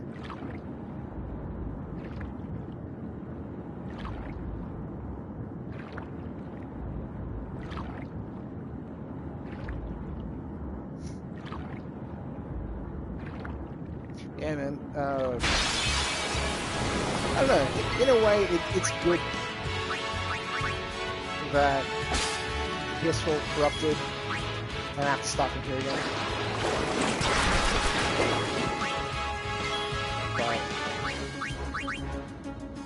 But that's me saying this now. Later me that has to do with the whole speed, grid, grind, and all that shit all over again. Yeah, I'm not gonna feel the same way. I'm gonna be like, this fucking sucks, and I hate it. Because if you go back, you can see that those streams were like 20 hours total. So yeah, nah. Probably more than that, I don't know. It was a fucking lot of time, so yeah, you know.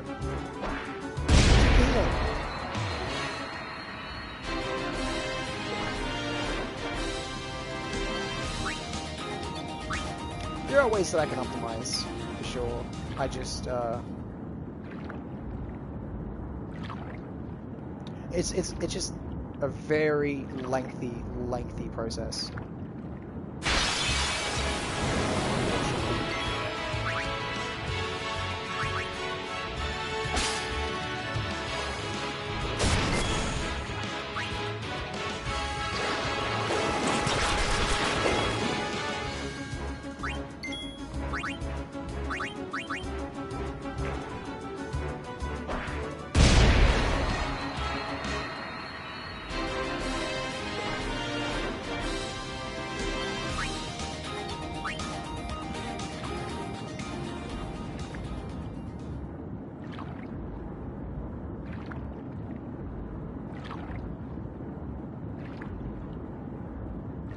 Yeah, I'll be planning out some things ahead of time.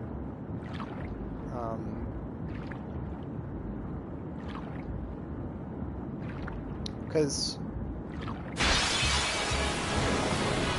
one thing I want to do better with this playthrough is actually have different like segments. This make a whole lot of sense right now, but so one of those being that when you get to different areas, I want to be, I guess, I want to see how overpowered I can get in each area, as opposed to what I did last time, which was sort of racing until I get to the Calmlands in certain parts. Like I just kind of skipped over Beaconell Island a bit. I mean, not entirely. Like I spent a bit of time in Beaconell Island, but I skipped over it because I was like, I'll just get to the Calmlands and that's where I'll do my real time. But it's like, it kind of defeats the spirit of it, you know? So...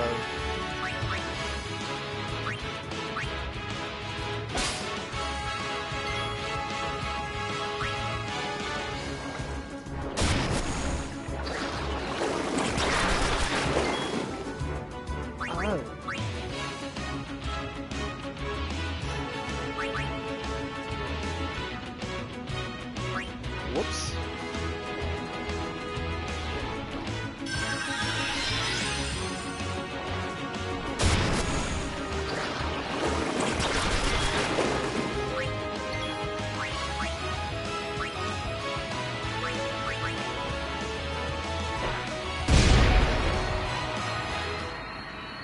Don't worry, you'll see something pretty cool coming up.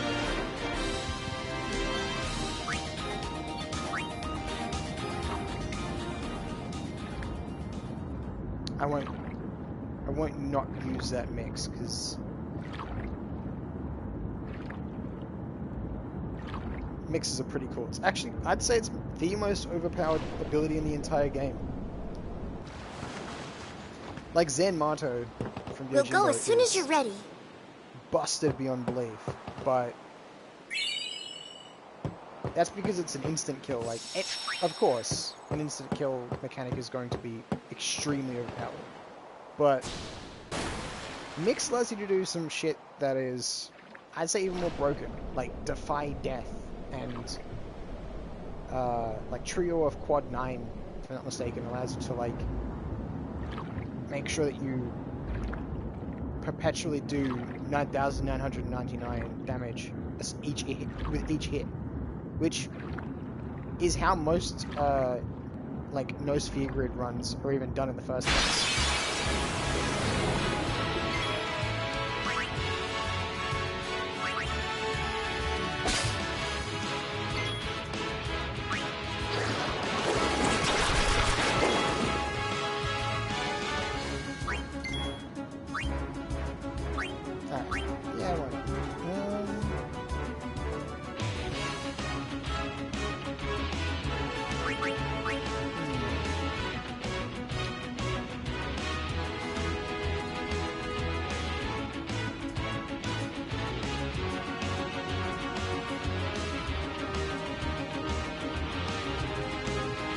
have a look at some mixes.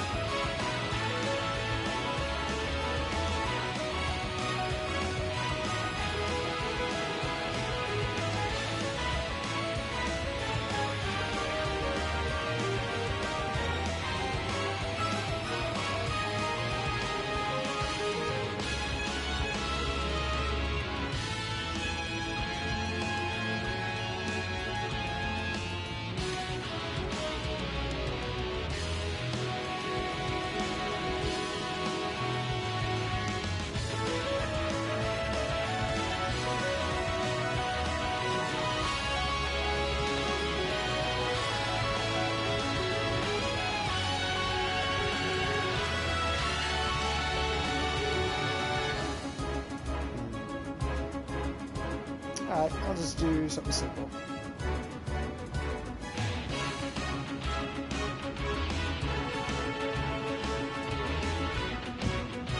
See, this right here is what makes it so overpowered.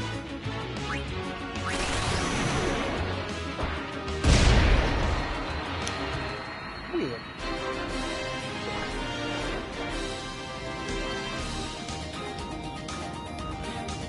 I thought it was power speed plus power speed and release speed.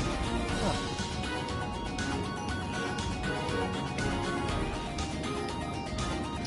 That wasn't right.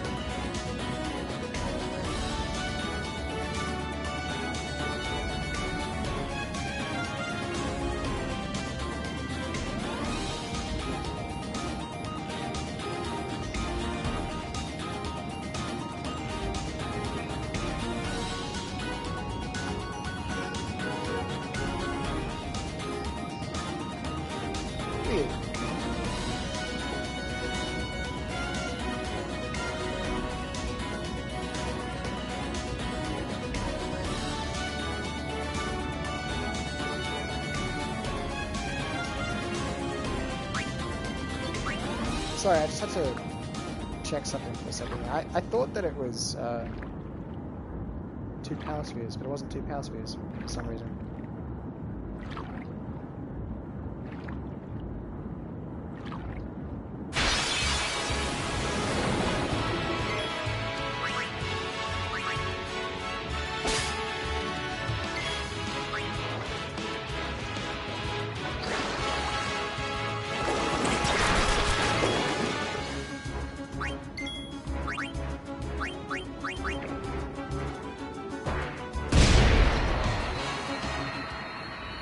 So it's kind of anticlimactic that I show you that, like, oh, this is how overpowered this thing is. Yeah, what I did was not overpowered. Fragmentation grenades are not in any way overpowered. It's just a slight upgrade from the regular grenade, I think. Or I think frag grenades give you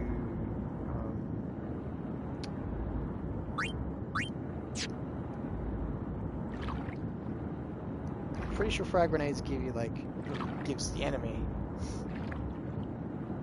like a power break, an armor break or something like that. So it just essentially means that they're less effective if it doesn't immediately kill them.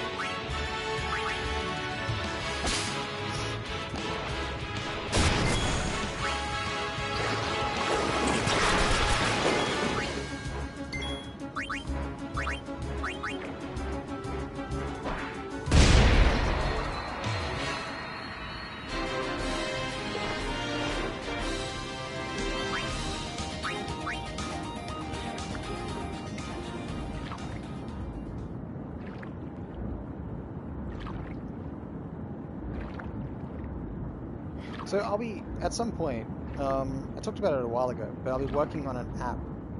I'm learning some new coding stuff.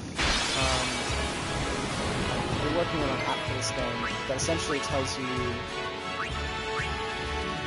like what mixes you have available by feeding it like data. So yeah, you can essentially like it's going to be a pretty rudimentary app. So how to function is it'll function based on like tags, I guess.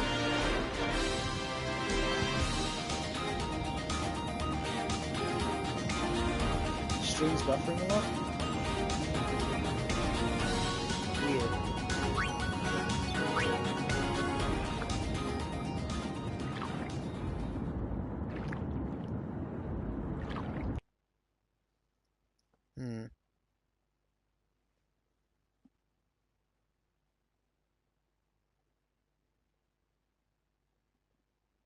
Is it cool now? Has it stopped buffering as much?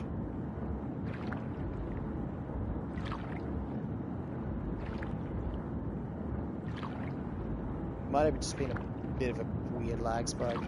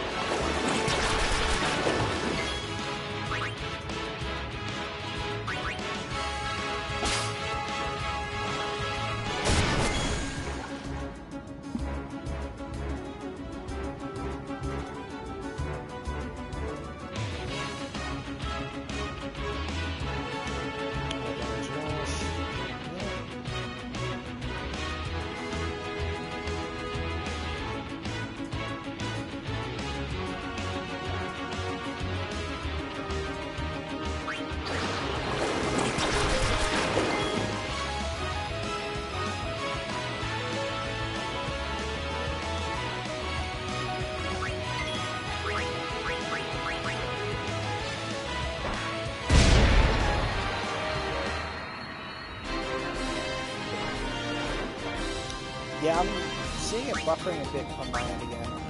I'm not sure what's going on. Let me just check something. Yeah, I don't have anything.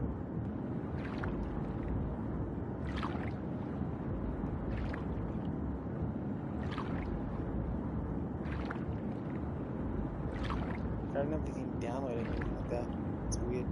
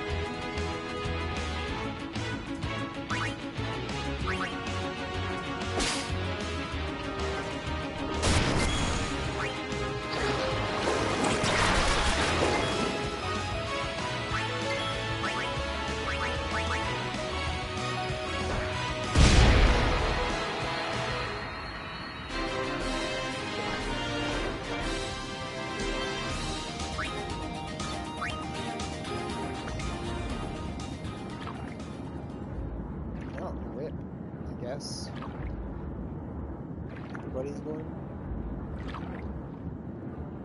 Turn straight. Yep.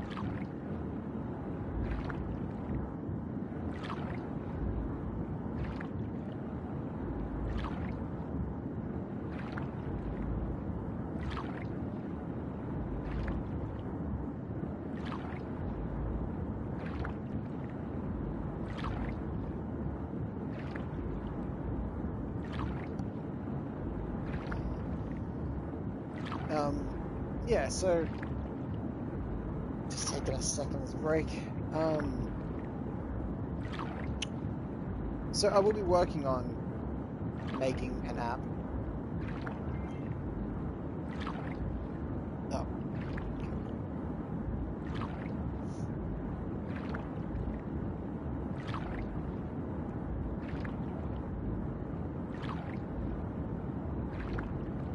One second.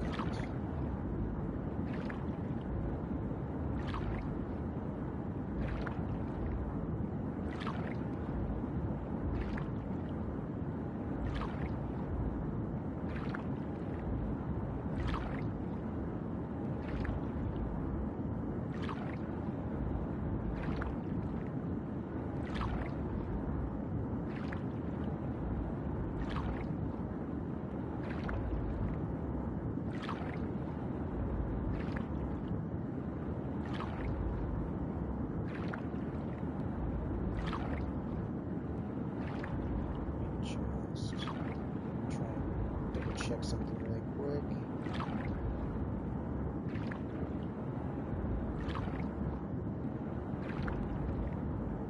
Oh. There we go.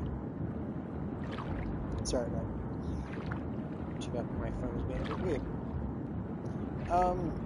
Yeah, so really quick, I'm going to be making an app that essentially allows you to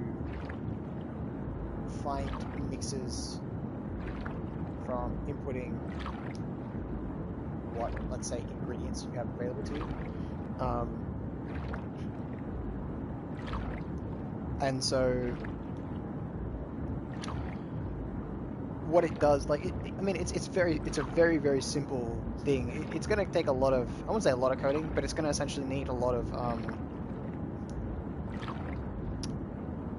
I guess, I have to like assign a bunch of different things to each item to sort of say, well,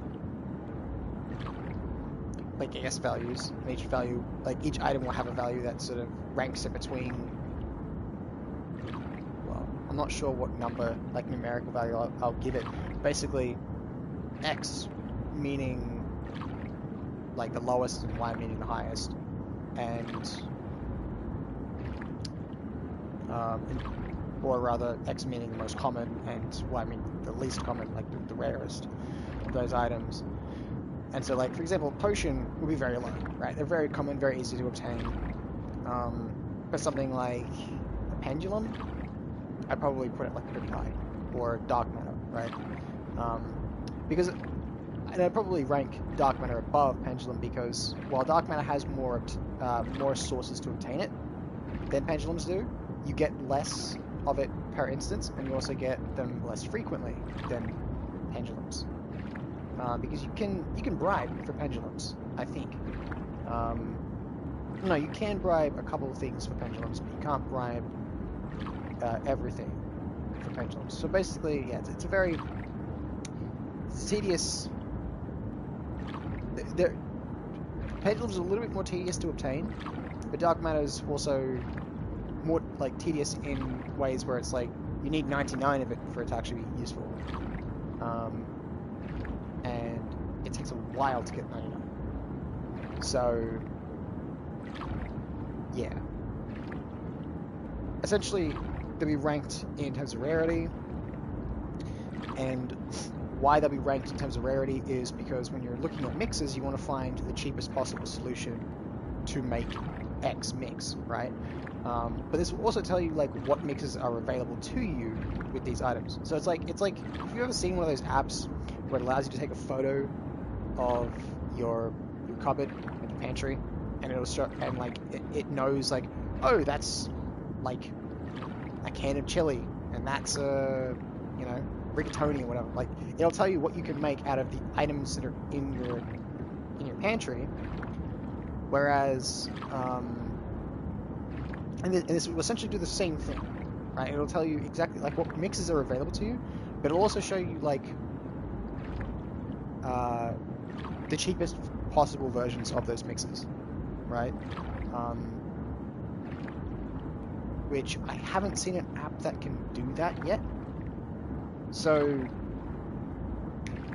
this, or rather the cheapest possible versions of that mix that is available to you, right? So like, let's say it's the cheapest, like maybe you don't have the items available to make the cheapest one, but you have maybe, you know, a couple grades down in terms of like, you know, let's say pricage, right?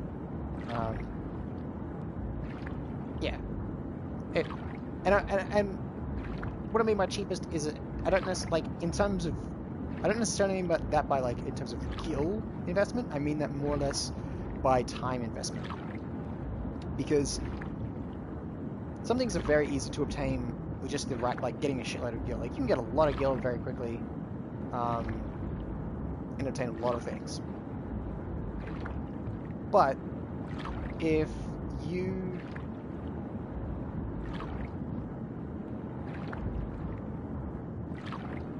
one second.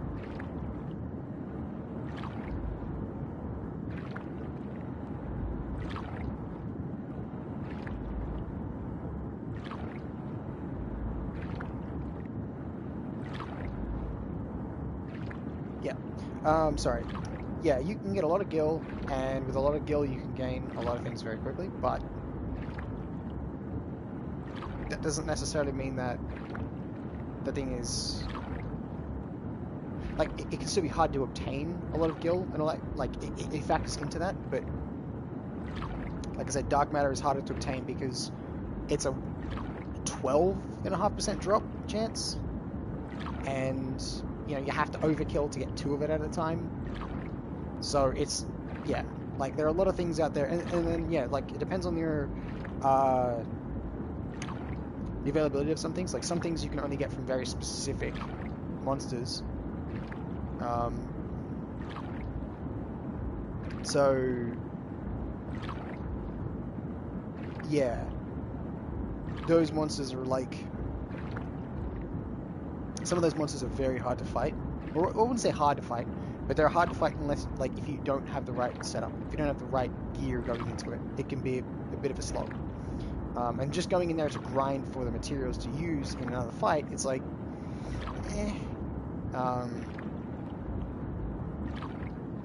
So yeah, like, there was something that where if you combine 2 maps, I can't remember what, I think it was a pineapple. If you combine 2 maps together, you get a pineapple, and a pineapple sounds stupid, but it's a bomb, and does a lot of damage, like when you do mixes, and it's actually very good for fighting, what's that fiend, Spheromorph, because I don't think it's like aspected damage. I don't think it actually is damage based off, like, it's not fire, water, like, or physical damage or anything like that, so it does a pretty solid amount of damage being non-elemental, and I think you can one-hit KO it. Well, no, it won't one-hit KO, but it will give you a guaranteed overkill condition, because an overkill doesn't mean killing it in one hit. Overkill just means doing a certain amount of damage above a specific threshold. Some enemies have lower overkill thresholds, some enemies have higher overkill thresholds.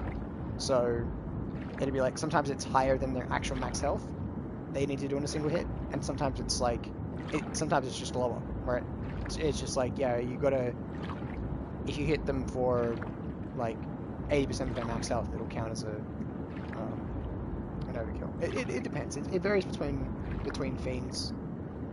But yeah, that's how I cheesed Spheromorph to get like a specific drop and get 2 of it.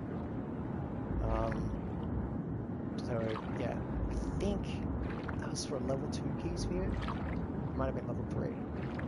I don't know. Memory's not the best with that kind of stuff, but yeah, that's essentially what my app is supposed to be for. It's to find the cheapest, most frugal mixes available to you,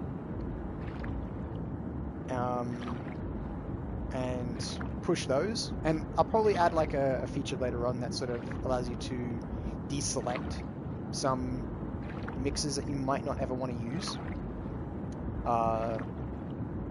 because there are some mixes that are just completely pointless. Like, there's no need to use some of the ones that are like some of the higher damaging ones. There's really no need to use them when you can, because they use a lot of rare materials typically. So instead, what you could then do is, and they don't do a lot of damage. That's another thing. They don't do like a crazy amount of damage. They do a decent amount, but not a lot. So yeah, you can instead just go for a trio of 9999, and that guarantees 9,999 per hit. And if you're doing an attack, you could just get an ability that does multiple attacks per instance. So it goes like it hits multiple per usage. But when I say ability, I mean a mix. And you guarantee that it's going to hit 9,999 each hit, right? Yeah, like that's good for NSG runs. NSG meaning no sphere grid. So yeah, it's better than having like a fucking Excel spreadsheet. Essentially, it just means that you can type in, you can add it up, like you can type in like what stuff you have, right? Or rather, I probably won't even have that. I probably won't have it so it's type in. You can just select, like it'll have every item in the game, and it'll have like a button where you can just toggle it, and you toggle it, and then you can type in like how much you have, right? So let's say you have 99 power spheres and all that shit. You can select every item that you have in the game, and then toggle how much you have, and then yeah, you can hit a button that says, you know, show me what mixes are available. But I might even have like, yeah, qualifiers that sort of say like enchanting mixes, like healing mixes. So you can already filter out, like you can filter before you even press the calculate button, like what exactly you're going for. Like, are you going for a damage mix? Are you going for a thing? And you don't have to select all of them each time. It's sort of like it stores the memory. Like you can manually update it as you go. But yeah, that's sort of my goal. It's not too ambitious of an app. Like realistically, I don't see it being. It's not going to be a crazy game changer, but it's just going to be like a quality of life thing for a lot of people that play Final Fantasy X. And I think that with a decent amount of coding knowledge, like, it wouldn't take a crazy amount of time to develop something like that. So, I don't know. It's something that I've been wanting to do for a while, and I'll probably be working on it sometime next year.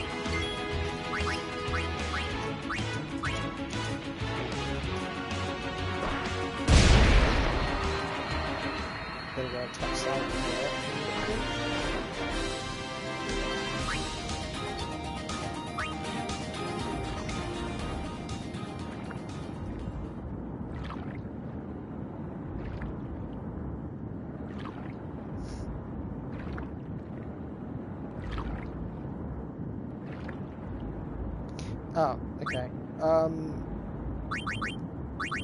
So mix is this, like it's Riku's Overdrive. You can't see her name because you don't technically know who the character is, but I mean, that's who she is. And these are her like mixes, so you discover them as you go along by using them for the first time.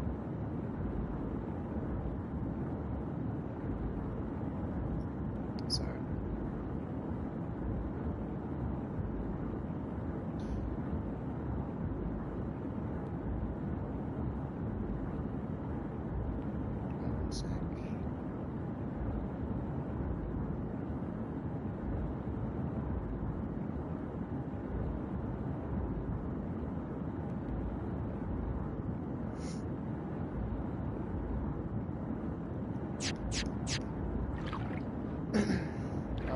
So, start an encounter. The one time they don't want one. There we go. Oh, weird. Okay. I guess it's not counting my We'll go as my phone. Weird.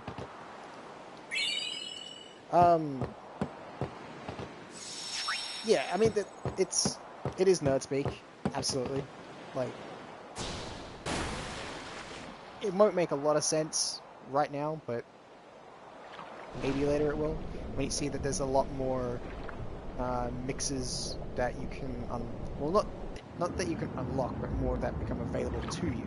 Because you don't really unlock them, they become available the more items you have. Like, your mixes are dependent on what items you have available to you, right? So, like, there's not a crazy amount that are available. I think there's only about, like, half a dozen or so that I can use currently because of the items that I have right here. But as you progress, you can steal different things that, like, some of them are damaging items, some of them, like, on their own, they can be useful, but in a mix, they become extremely good. And it's not so much that it, like, is additive, it's more so multiplicative.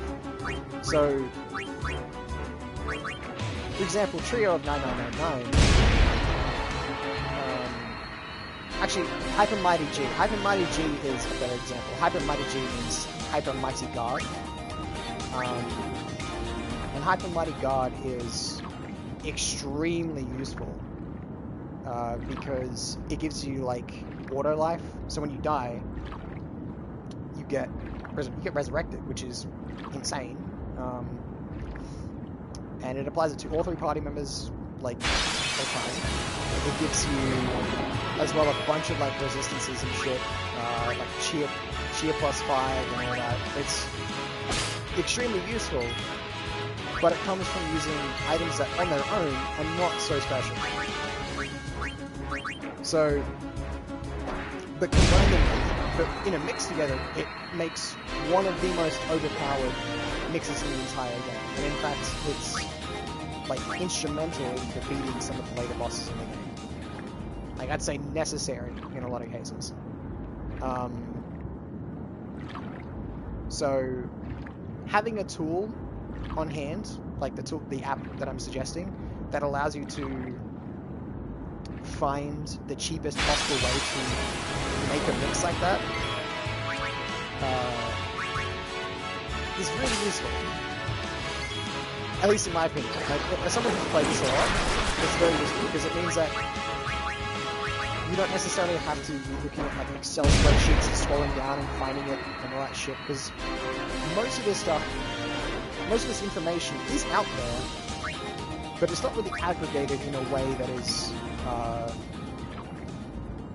like, goldfish memory friendly, let's say.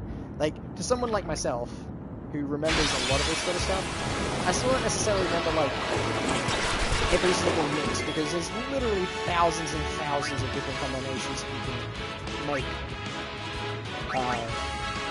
And in some cases, some mixes have, well, okay, there's not that many mixes, but there are that many combinations, if that makes sense. Because some mixes have multiple different combinations that result in that mix. Right?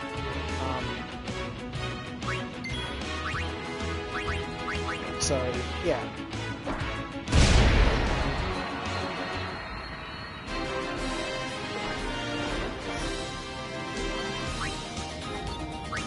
That's why I want to develop this as well, is because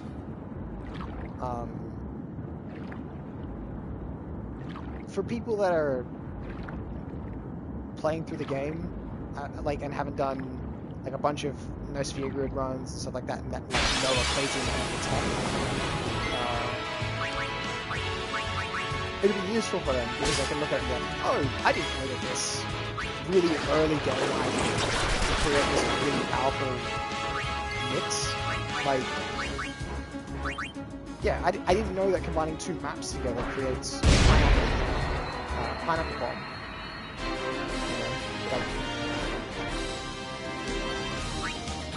I'd have never known that. unless I looked it up.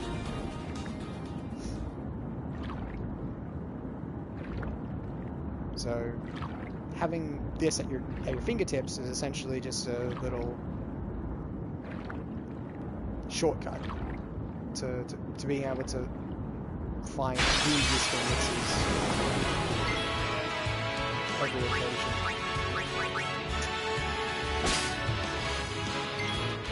Please, good.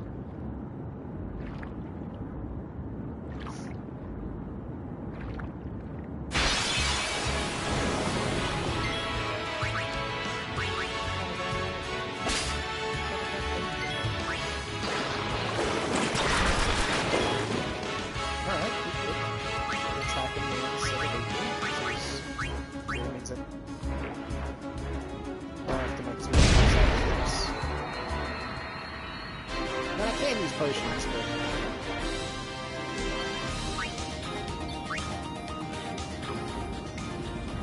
I do prefer not to.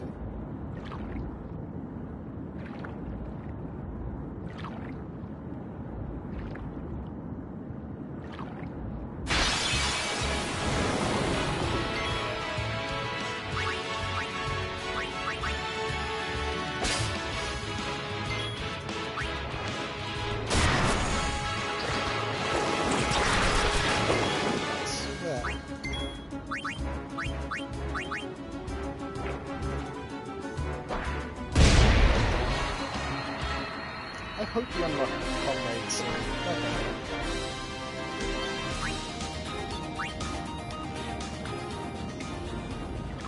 Because Stoic is such an annoying overdrive mode. It's kind of useless.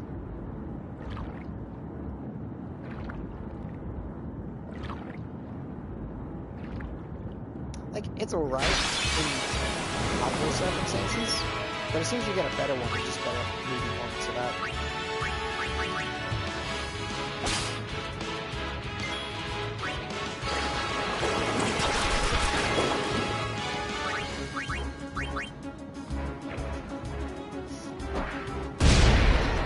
I'm gonna get. I want to get Victor soon, hopefully soonish. I forgot how many battles it is, but Victor essentially allows you to. It makes your overdrive gauge charge whenever you successfully win the fight. When you defeat the 4 enemies, essentially.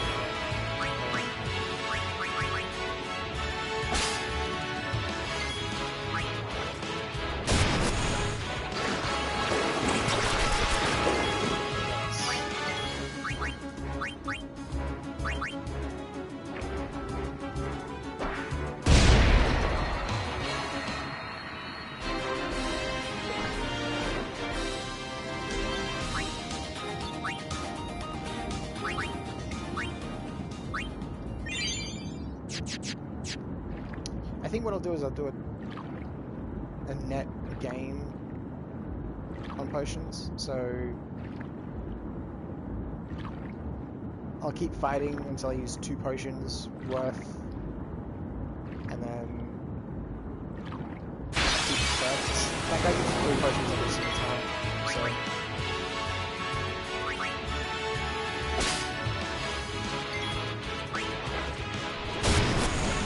it just means later on that I might essentially.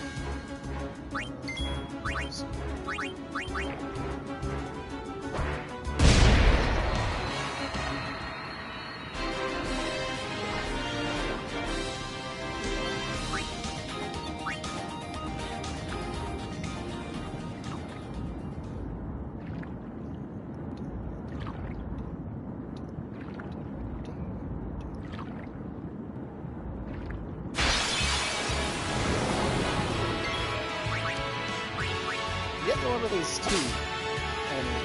Which is good. Because like I said earlier, overkills count as like they give you 1.5 times the experience. So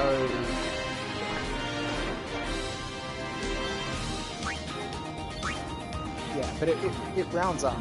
So half an experience point becomes 2 experience points. So normally when you kill them, if you were to just kill them normally, you'd only get like 1 AP per kill. But if you overkill them, you get 2 AP. So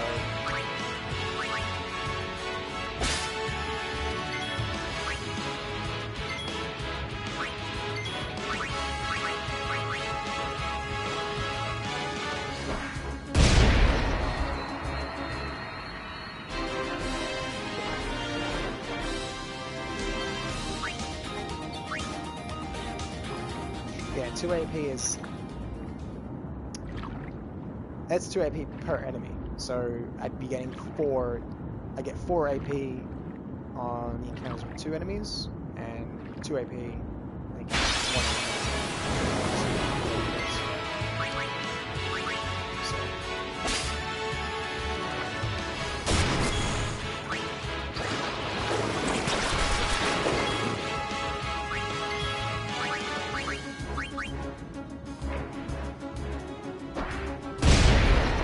Just essentially means half as many encounters, which kind of works in my favor in some ways and against me in others. Like, it means that because I'm doing it this way, it means that I won't get one of the things that I kind of like getting early on, which is having Blitz Ace before I leave this area.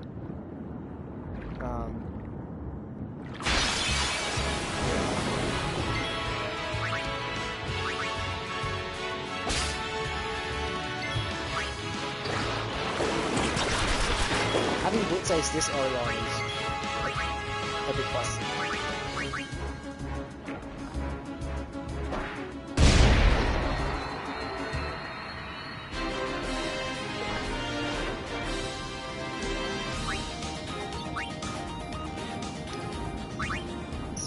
Just in case.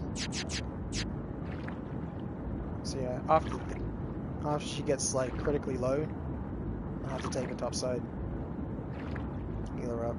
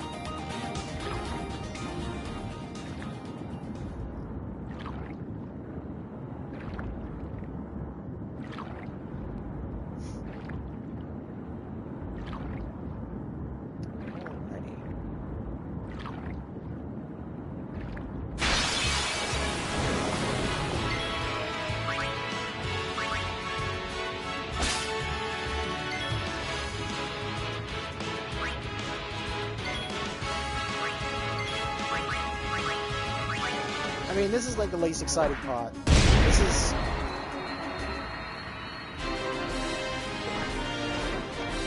This is going to be a lot of this playthrough, is just grinding in the stupidest areas possible, just to get, like, kind of small power gains.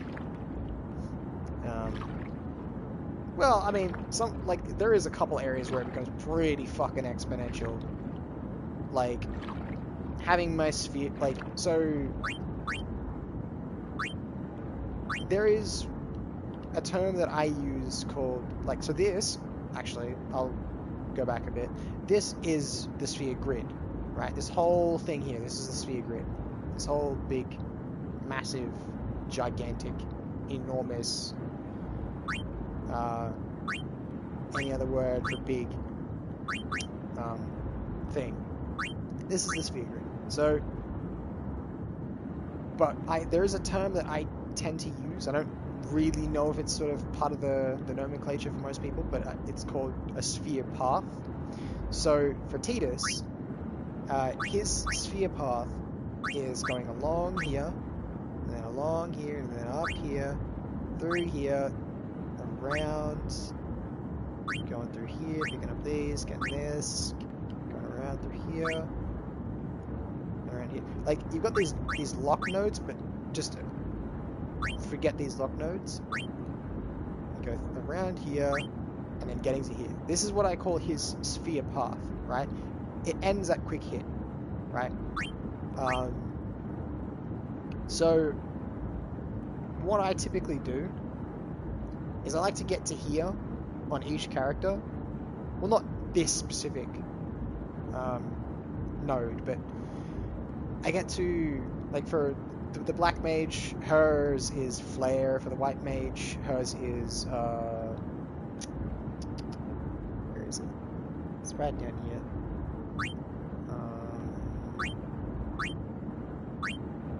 It's not right. It is.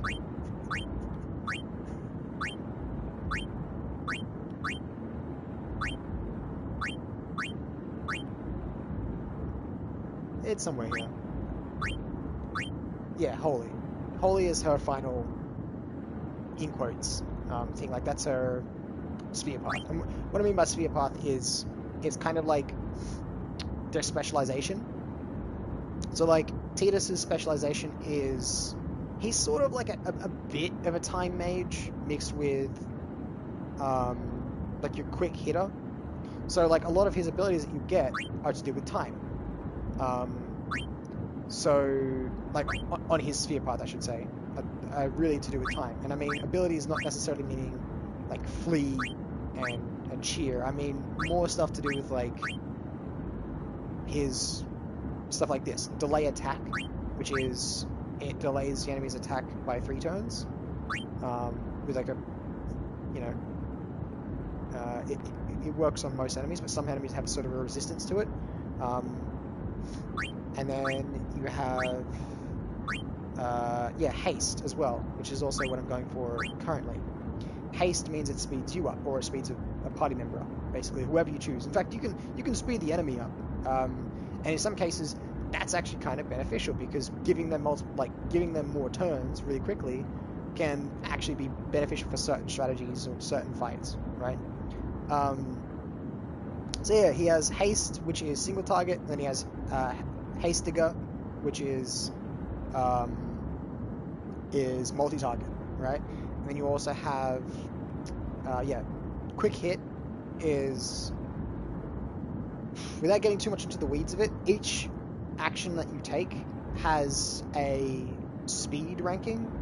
So, like, for example, doing the basic attack function, like the attack prompt, whenever I trigger that, that is what you'd call a level 3, like, that's like level 3. So level 3 being towards the lower end in terms of speed. Like, it's faster, right? So it's like the lower the rank, the faster it is. Whereas overdrives tend to be close towards 10. I'm not sure, like, it depends on the person using, like, the person's overdrive and all that kind of stuff. Aeon overdrives tend to be, I think, like 10s usually, depending on which Aeon which Aeon's overdrive it is specifically. But what that is, like, that ranking, so to speak, is essentially it's a modifier that gets applied that affects your turn order. So, like, and it's boosted by your agility. So the higher your agility and the lower rank turns you take, the more turns you essentially have. So how that translates with, like, quick hit, for example. Quick hit is technically I'm pretty sure it's a rank 2 attack. So all it does is, it simply is just it's no different to an attack, except that it's a rank 2 instead of a rank 3. And that doesn't sound like much, but quick hit is, like, when you're fighting some of the higher enemies, like the high level enemies and shit, that can mean the difference between getting 32 hits over the course of, you know, a certain amount of time versus getting 24 hits, right? Or something like that. I'm not sure of the exact details. It also depends on the enemy that you're fighting. But yeah, that's a whole thing. It's also it's also affected by haste. It's affected by a bunch of different modifiers.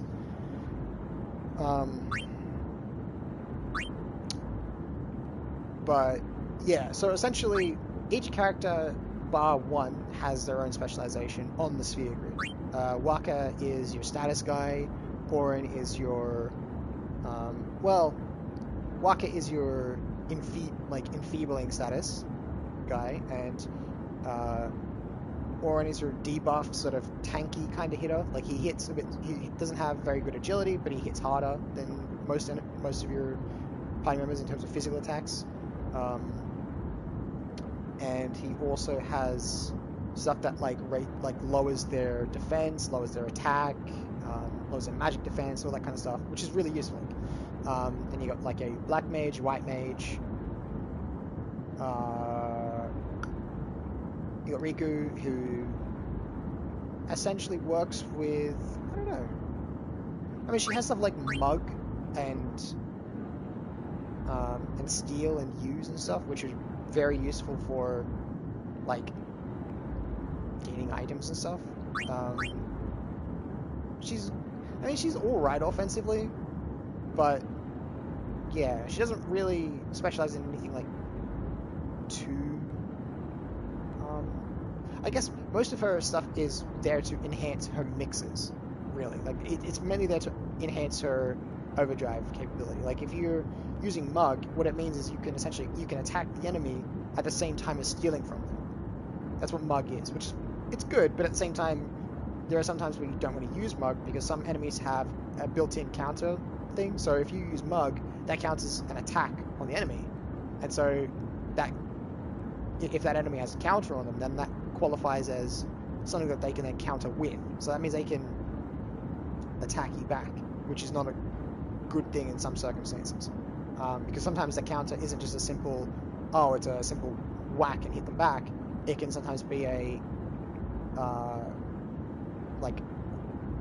group-wide attack or some shit like that.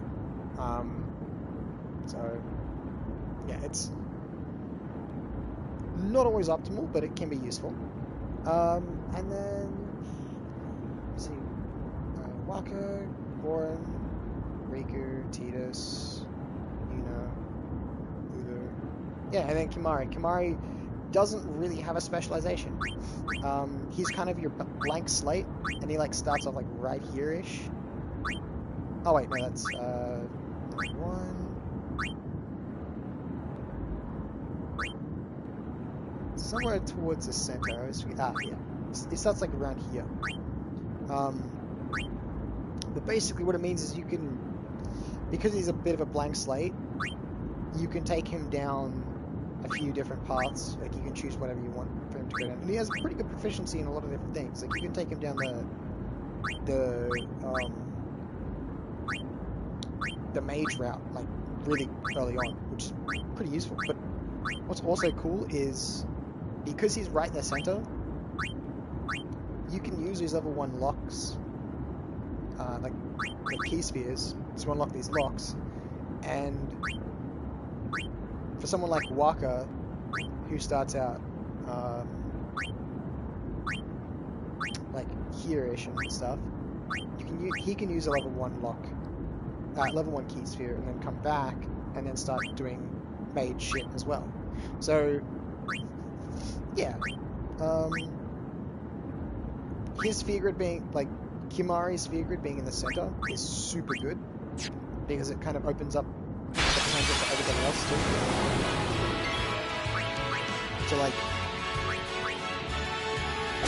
To specialize in other stuff once they've completed their own sphere path individually. So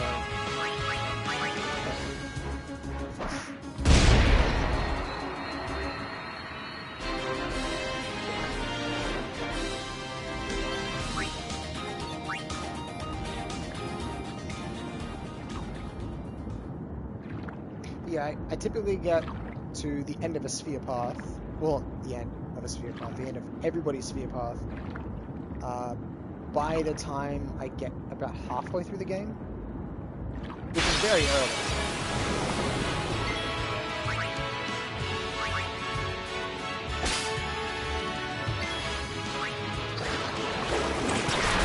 Like, most people don't get there until, I'd say, like 3/4 into the game. And that's barely getting there. Actually, I wouldn't even say that. Like, I wouldn't even say most people. Like, most people don't even get there until, like, towards the very end of the game, in fact.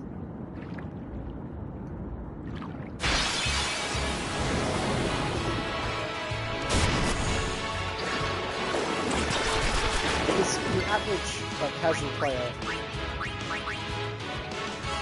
isn't going to grind a crazy amount.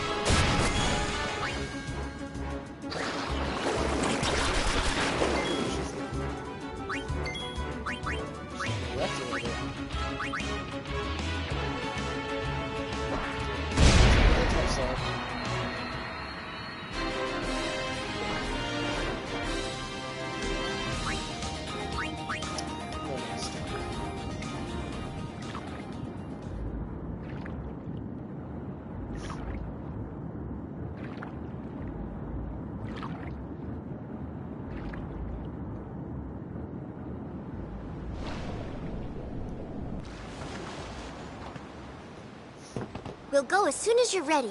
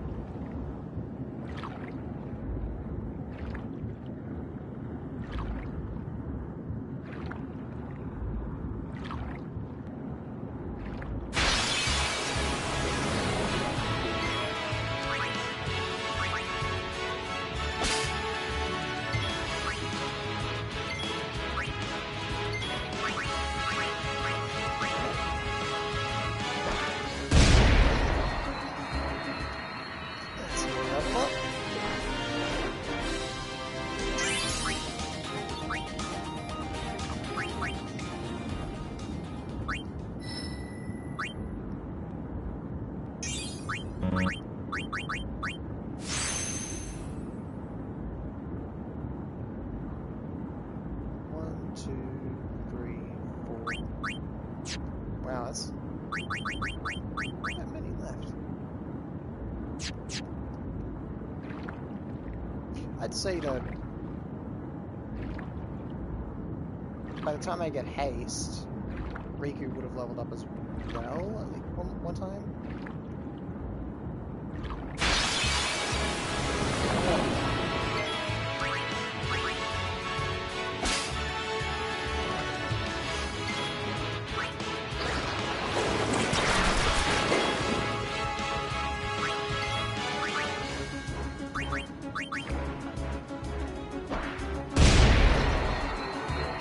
That will make a pretty dope place in the stream, actually.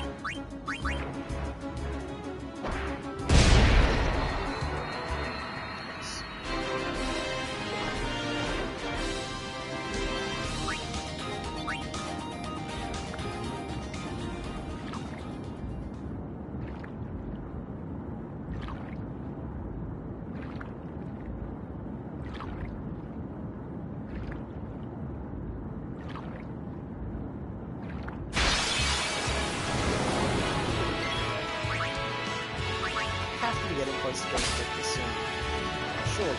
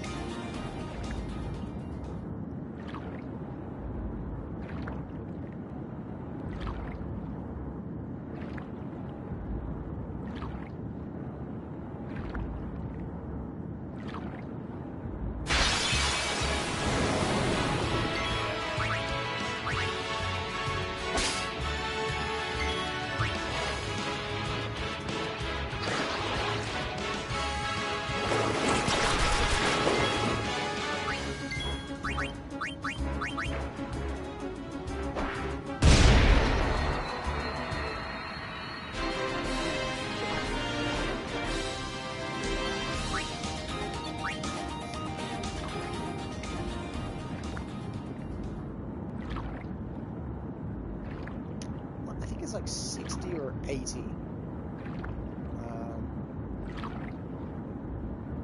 uses of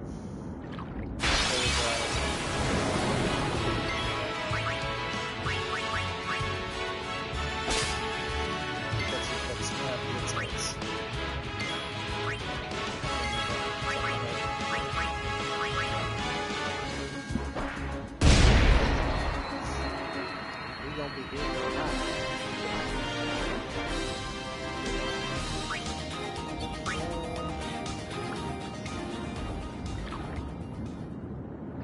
I mean, yeah, like that.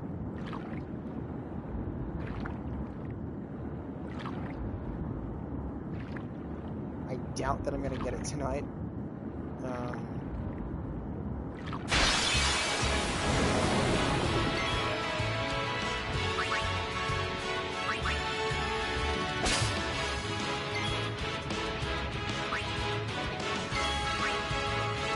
don't know. We'll see.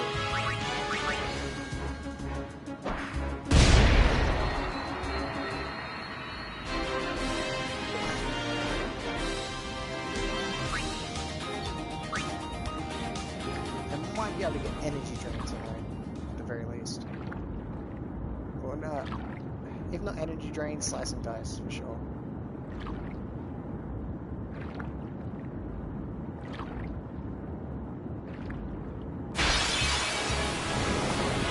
Slice and dice is like violent.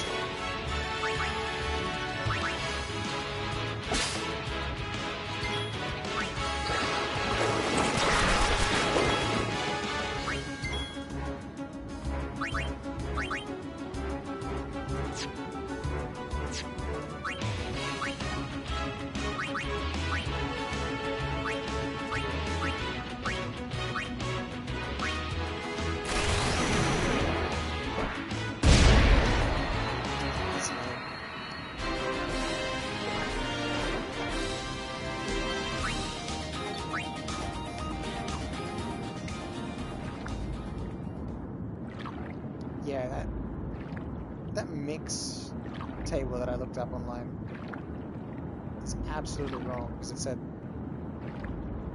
using those would work, but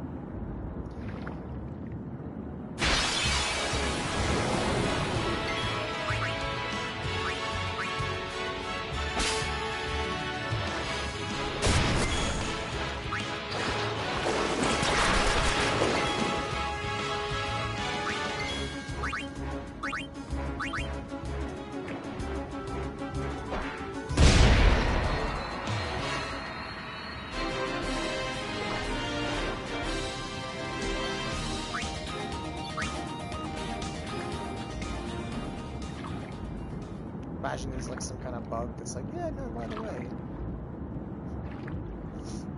you can't get any more overdrive modes. Fucking hate that.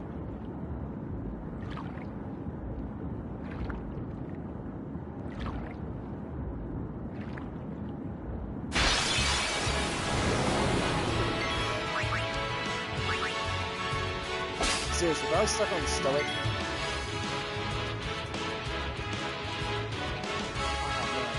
actually really, really fucking suck. Because, not just now, but much later on in the game.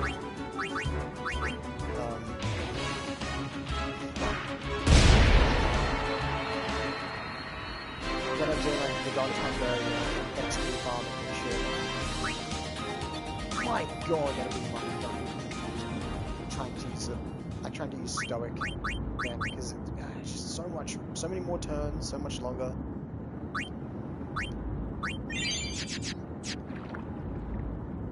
I fucking hate that.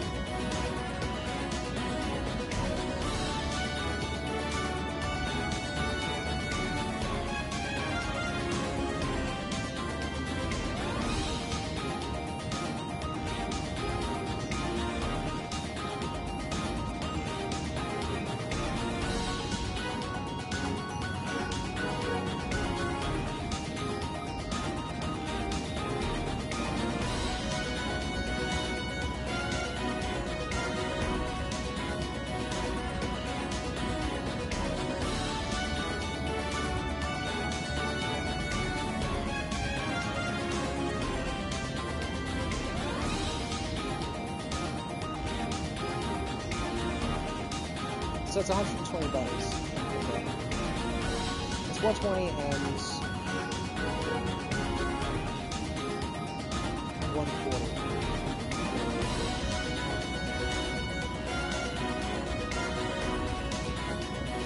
I just have to check that.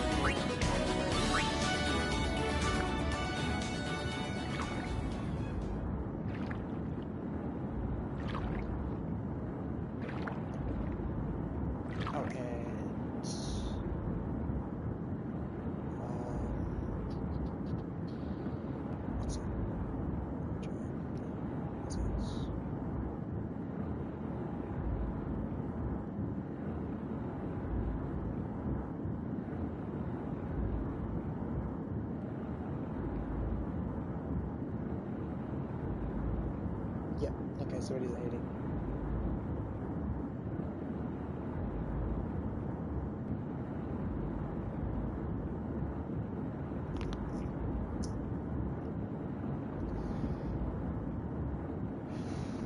Alright. So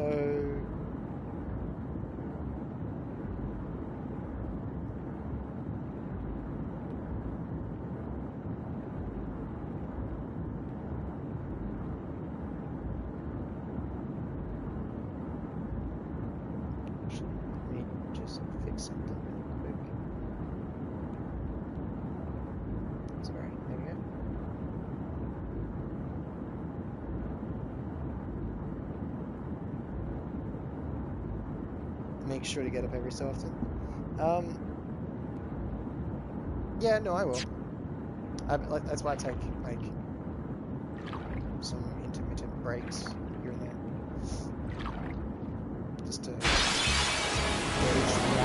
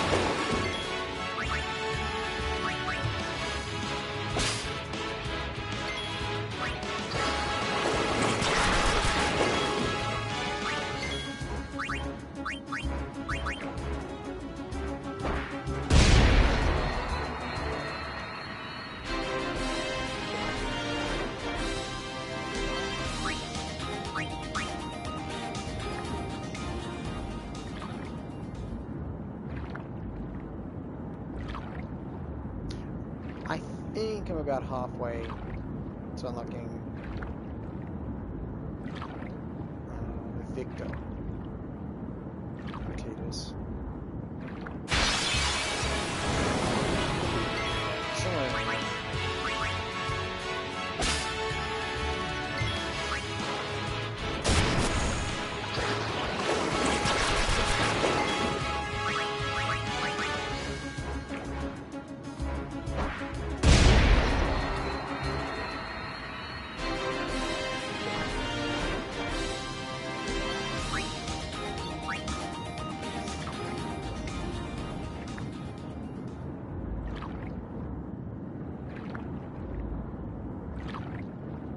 Yeah, 80 overdrives is something that I'll for sure get next stream. I think what I'm going to do is just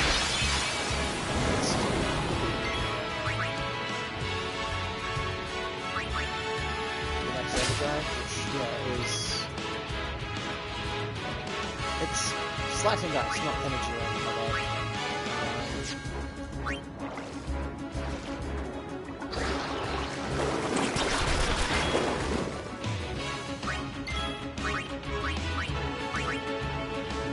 I think energy range, sorry, slice and dice is 10 and energy range is 30 uses of an overdrive. So yeah, if I can get Victor pretty soon, then I can get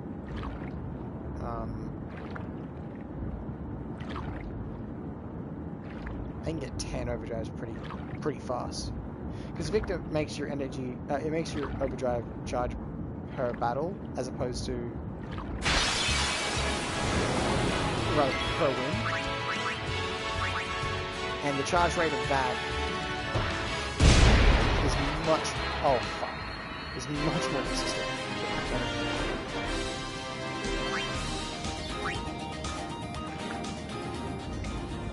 Yeah, the charge rate of that is much more consistent. And yeah, just faster across the board.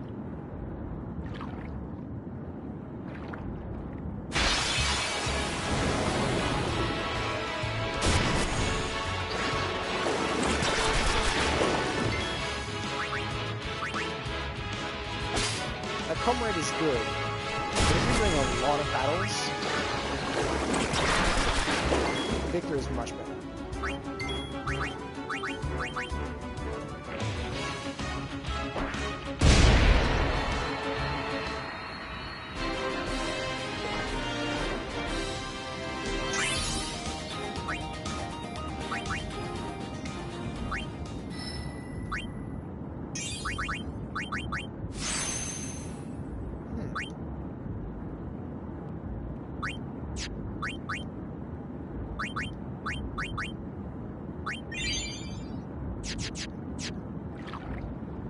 I might be able to score an overkill on these guys. I don't know. We'll see.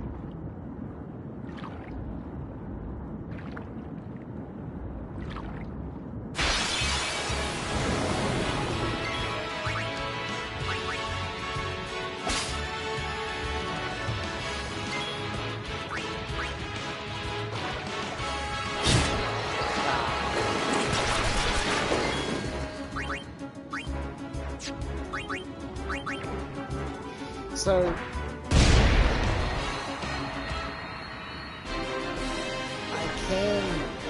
I can get overkills on those enemies. It's just that it's wildly inconsistent. Because I'd need to crit to get an overkill. I think my crit chance is like 10% or something like that.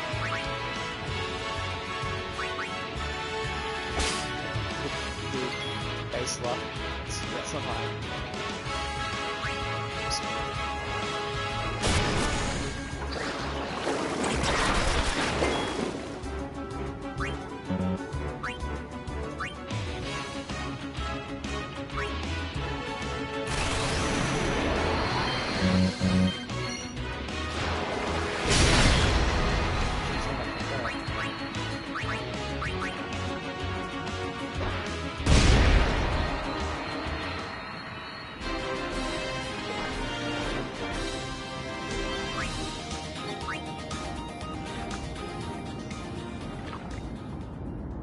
it's either the third or the fourth time I've used it. Because I know I used it once on, like, in the beginning stretch. And then... pretty sure that makes it the second time I've used it underwater.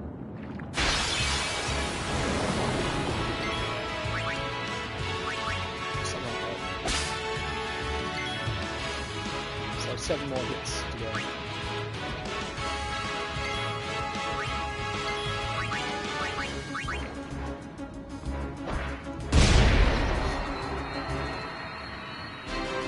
When I get a better overdrive, I can do a lot more frequently.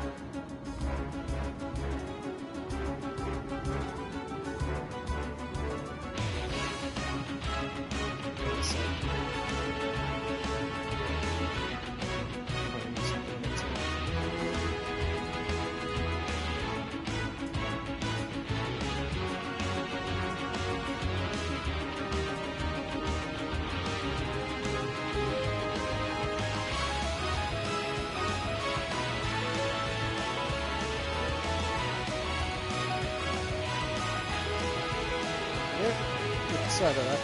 Don't know why the stream was like frozen.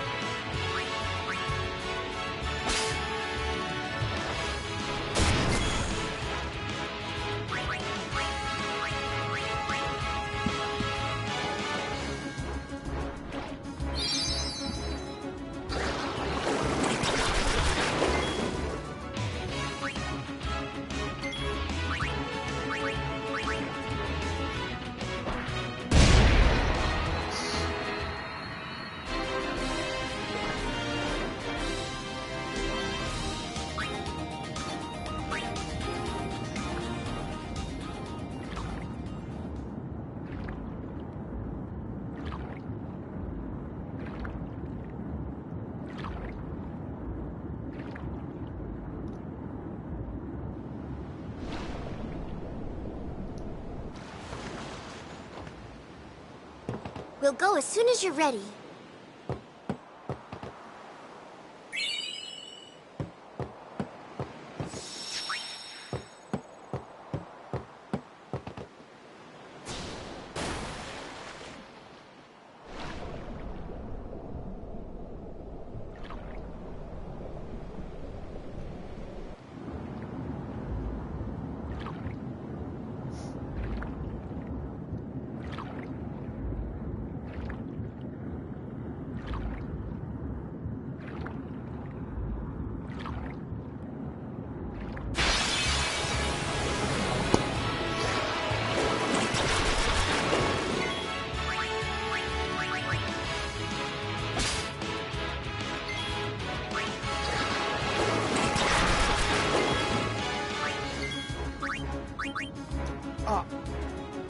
pressed across, man. Come on.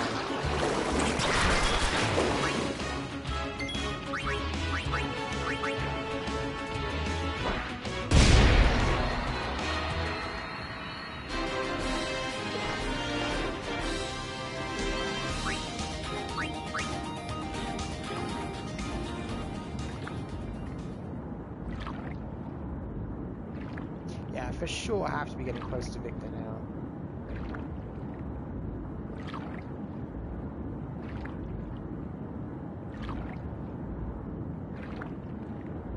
The thing that takes the longest, I think, is just the amount of like downtime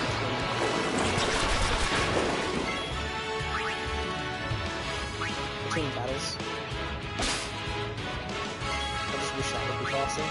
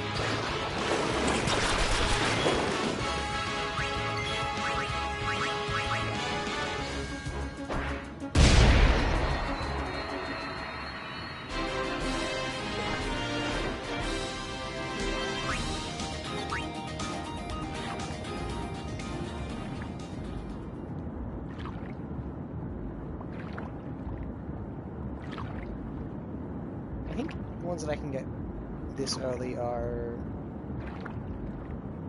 Lona,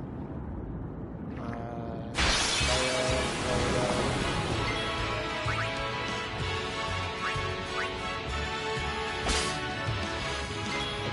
Yes, probably Hero.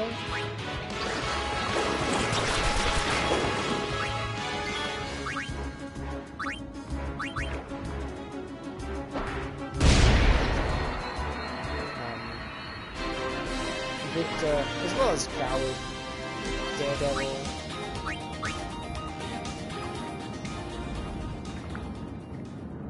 There are a few that I can get.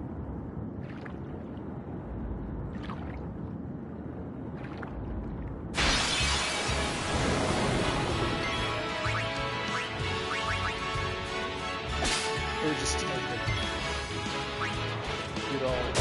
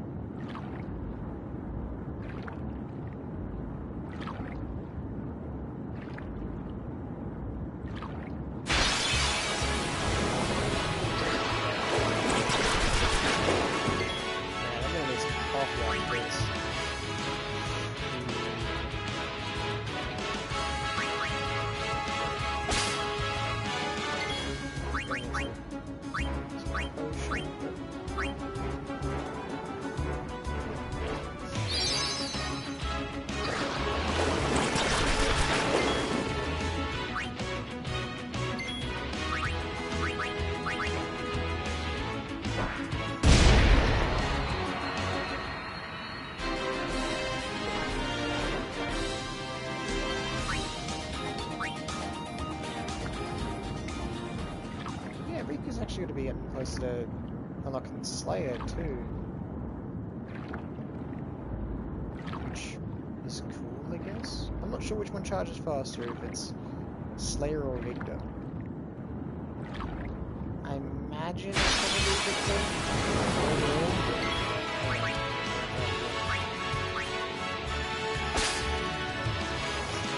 I think Slayer would work.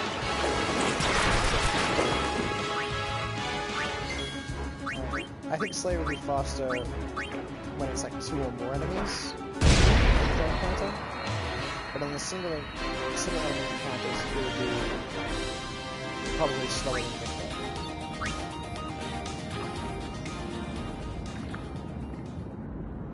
Considering it's about a 50-50 chance of getting either encounter.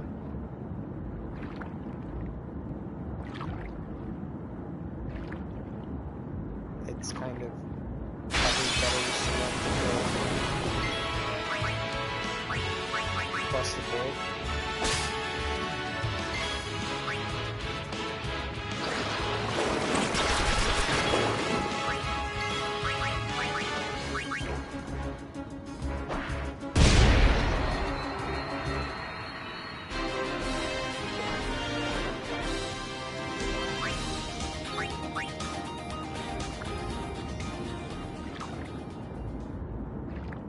Though that is just for Riku though, because I wouldn't run Slayer on Tidus. I mean, he can't, but I'm probably not going to unlock Tidus.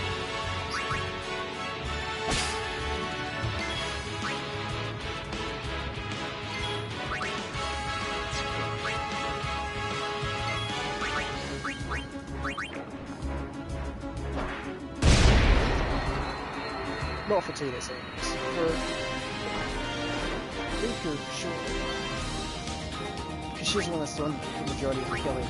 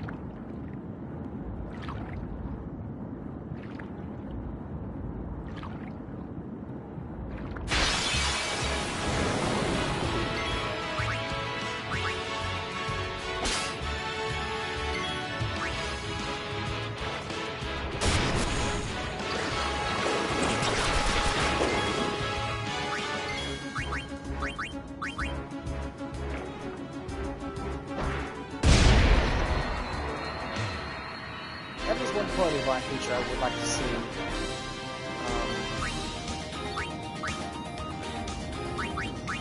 In like a revised version of this. Like trackers that can show you like how long it takes before you unlock certain overdrive modes and whatnot. Because, I don't know, some people probably would feel like, oh, why don't you just give us that from the get-go? But, I don't know. I like that you have to unlock them.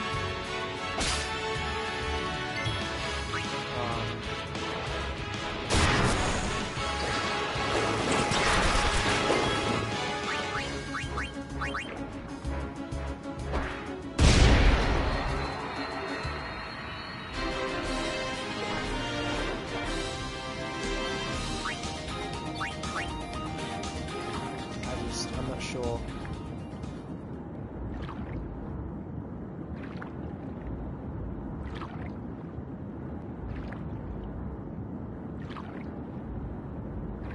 I'm not sure if it should be tweaked a little bit. Like how many encounters or whatever it takes to conditions need to be met to unlock these things. I guess not egregious, I don't feel like, but sometimes it does.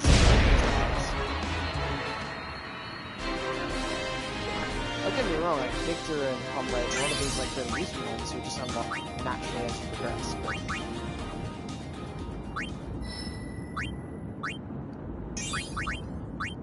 But it would be nice to have them early.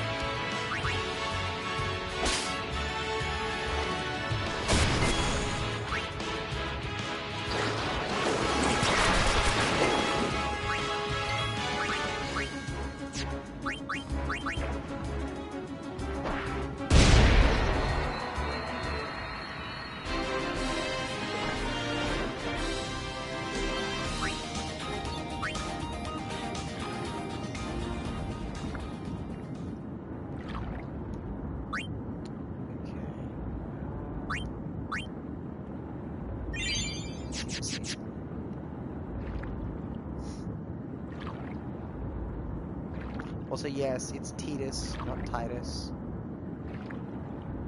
I know some people try to make the argument, oh, well, the game's very water-themed.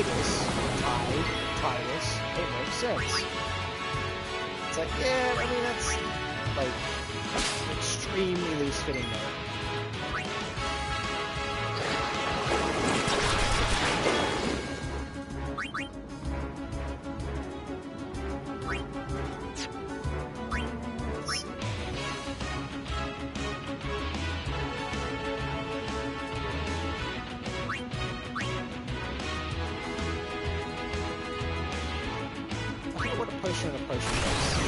Let's see.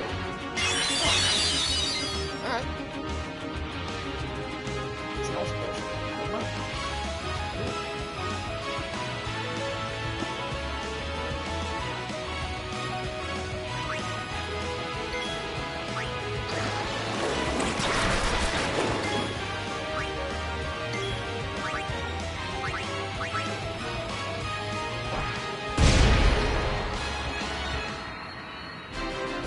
I mean, he has a lot of, like, water stuff themed around him. Like, he's a blitzball player, so he's, like, he spends a lot of time in water. His father, Sin, becomes, like, a water fiend. So his father becomes Sin, and Sin's incarnation in this version is,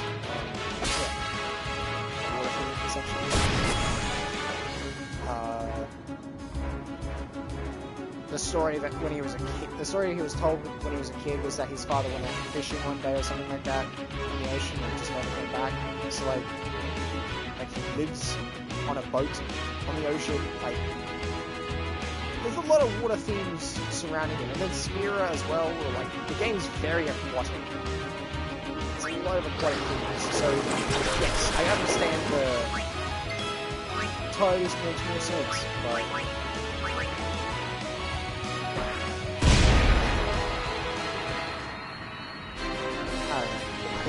it doesn't fit. Like it feels sort of more juxtaposed as opposed to actually feeling like it fits naturally, or rather like it was intended.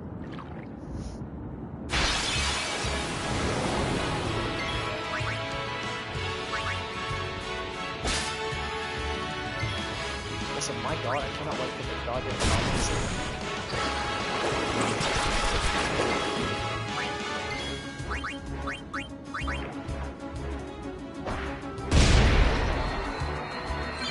There we go, Slayer! Hey! I think that's 100 enemies. So we're getting pretty close to getting Victor now, for sure. Actually, Let me double check.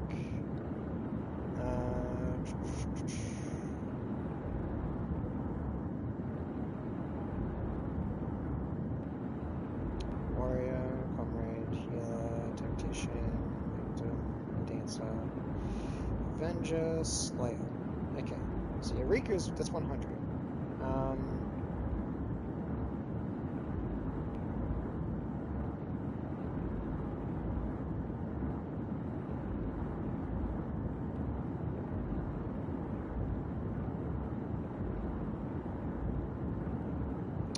What's Sufferer?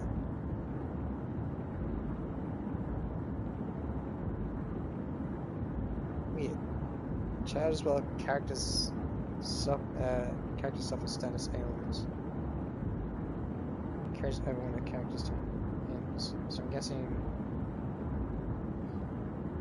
Okay. Lona.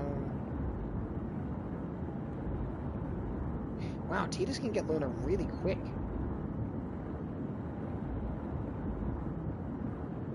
Interesting. Alright.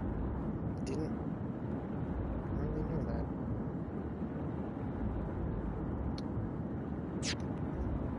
I mean, I did, I just couldn't remember it. Like 60, it's only 60 battles for him to get, well not 60 battles, 60 turns for him to get Lona, which is remarkably quick.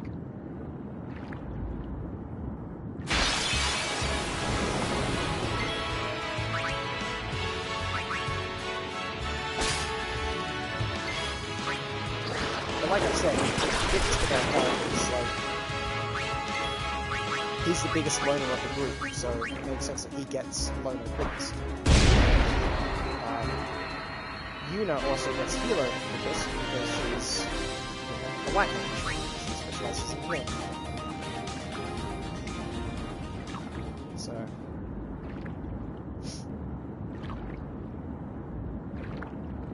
yeah, characters get their overdrive modes faster based off of, like, yeah, what kind of character they are, whatnot.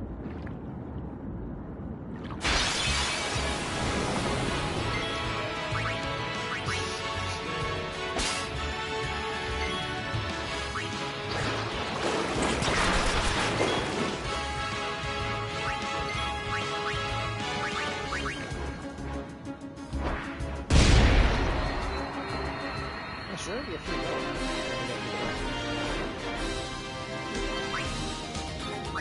For Titus first, I think.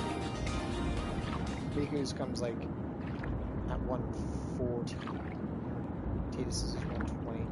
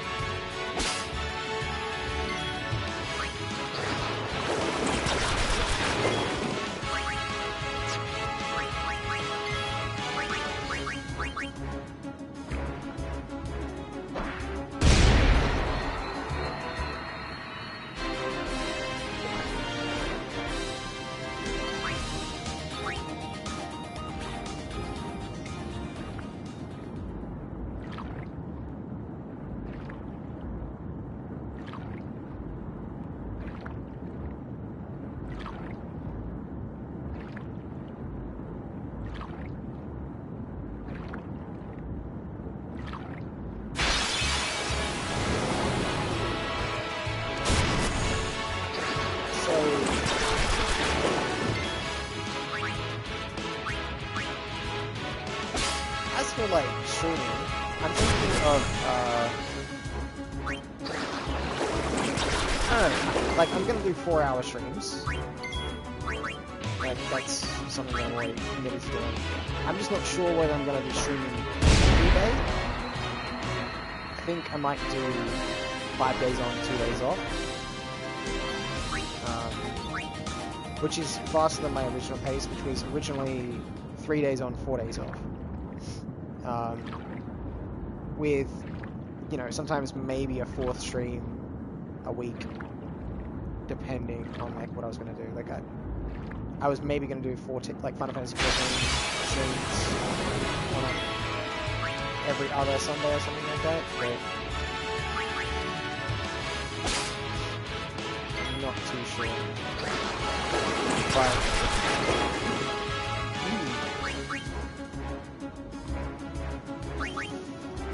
fuck it. I'll take the loss. That was stupid. I don't know why it wasn't being tracked back. Very, very stupid.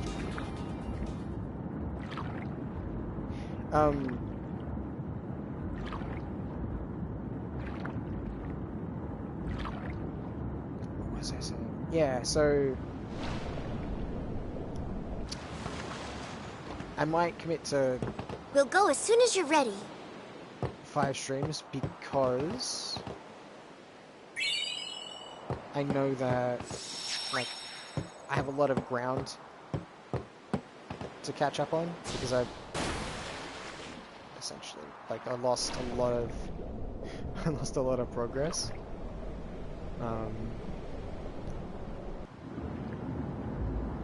And because I'm also doing 4-hour streams, when I first started doing these streams, I was, you know, sometimes doing 6-hour, 8-hour streams at once. So, yeah, by doing 4-hour streams, it's more consistent, and it also avoids the risk of, like, burnout and shit.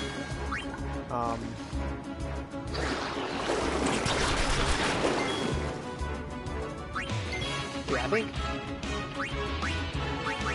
I think I'm gonna do streams through the week, and then weekends I'll have off. So that's my time as well.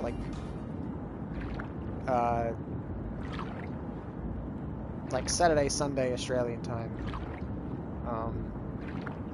These days that I'll have off. Technically, because I start my streams at midnight. Shit.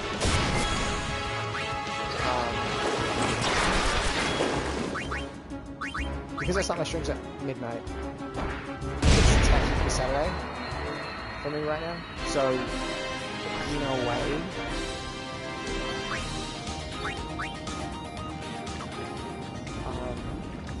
yeah. But I count it as a Friday night. So yeah.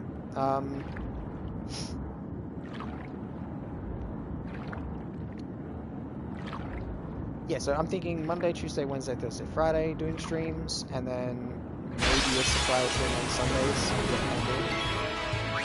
That'll sort of be impromptu. And I mean, it'll be decided towards the start of the week whether I'm going to do something on Sunday. Like, there'll be notice. It won't just be random if I feel like it, streams, but they'll usually be like 72 hours remote.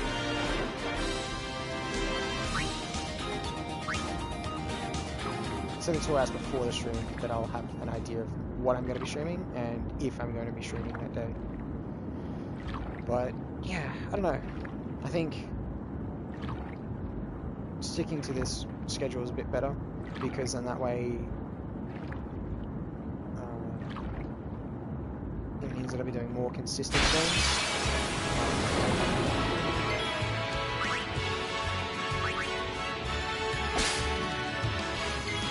And it means I'll be making more progress over a shorter time span.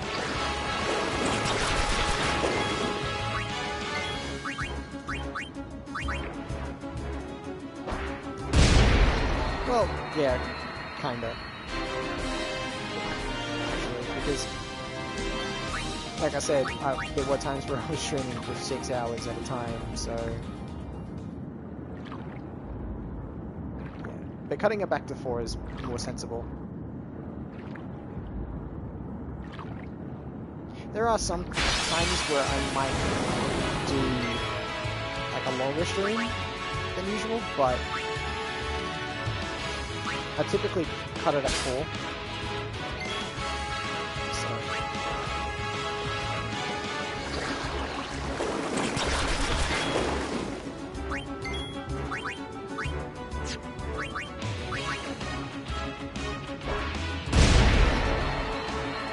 like the 24-hour stream that I'll be doing when I get to the rest of sleep,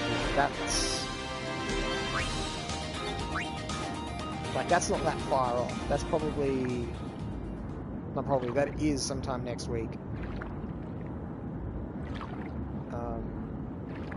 So that's gonna be a long one. I'll probably do that towards the end of the week.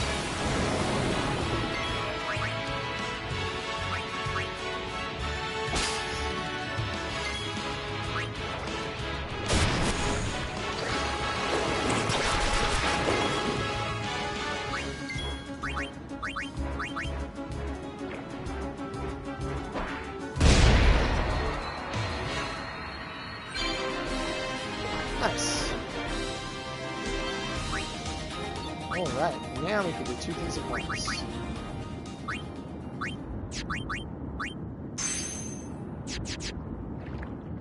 Cool. Alright, yeah, with the last 20 minutes of stream, let's see how many overdrives we can get.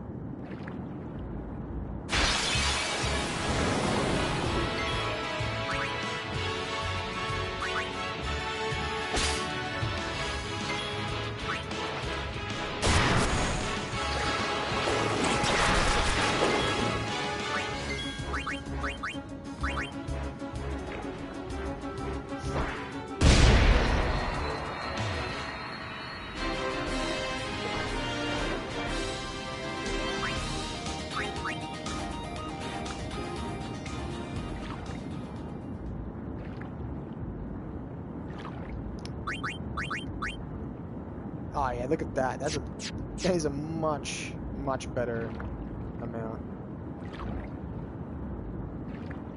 I think it's 20% per win.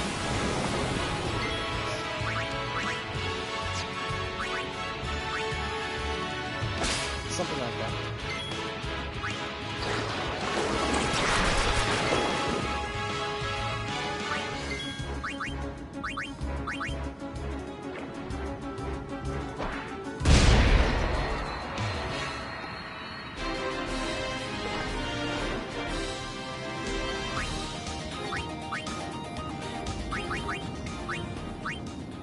Yeah, like look at that. That's much faster. Actually, who said has this? Yeah, fuck it, why not?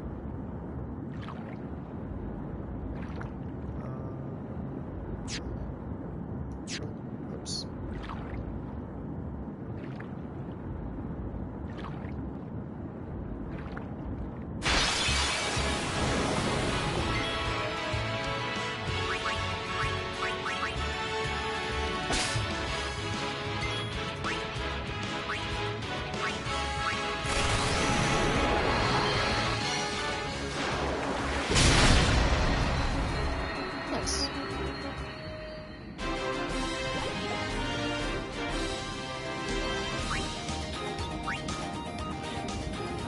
What's also cool is that generated a bit of extra there, so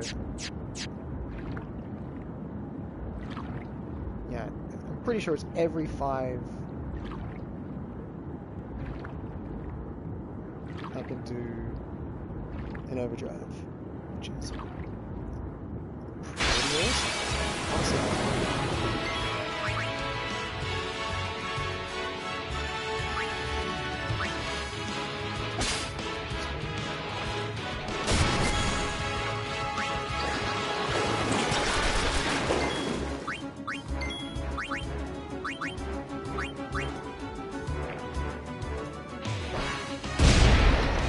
Yeah, like look how fast her overdrive went up. It's crazy.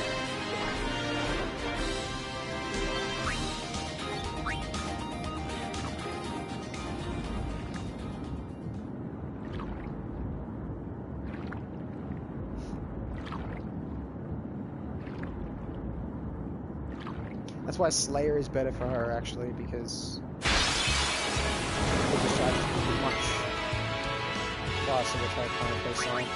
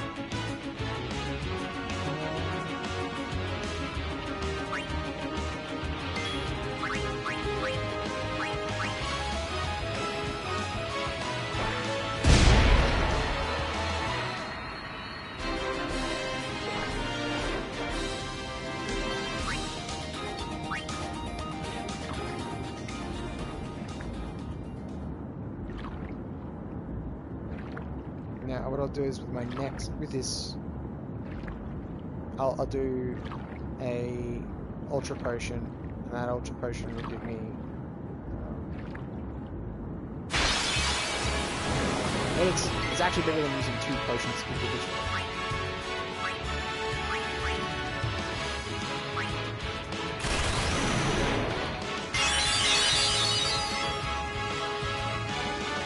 Because it heals us both to max HP. And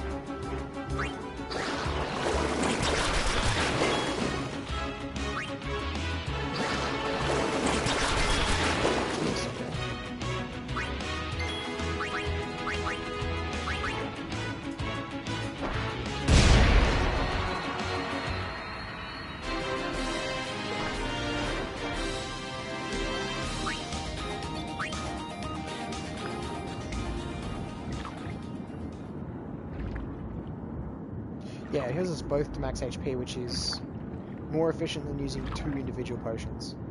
Like, well, 1 on each person, because it's only 200 HP.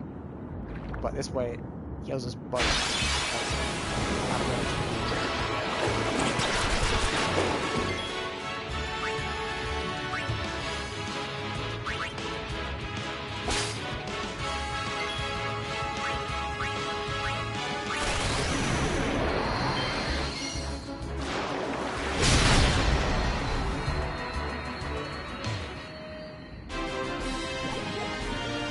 I think that's 5. So 5 more and he learns Slice and Dice.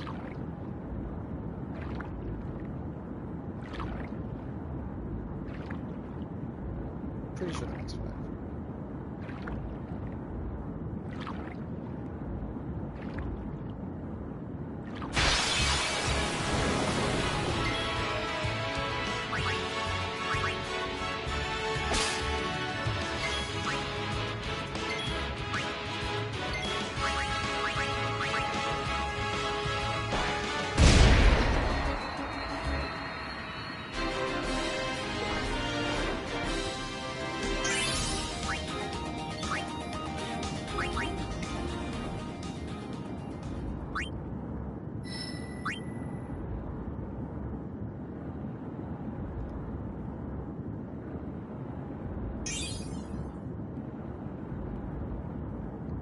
So 1 more and I have haste.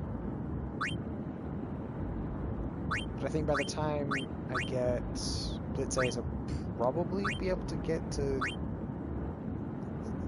here, maybe? I don't know, we'll see.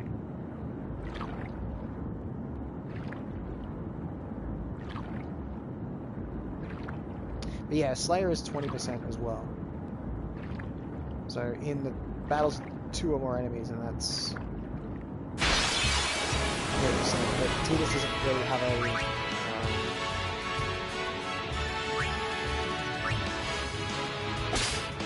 hit that can hit 2 enemies instead of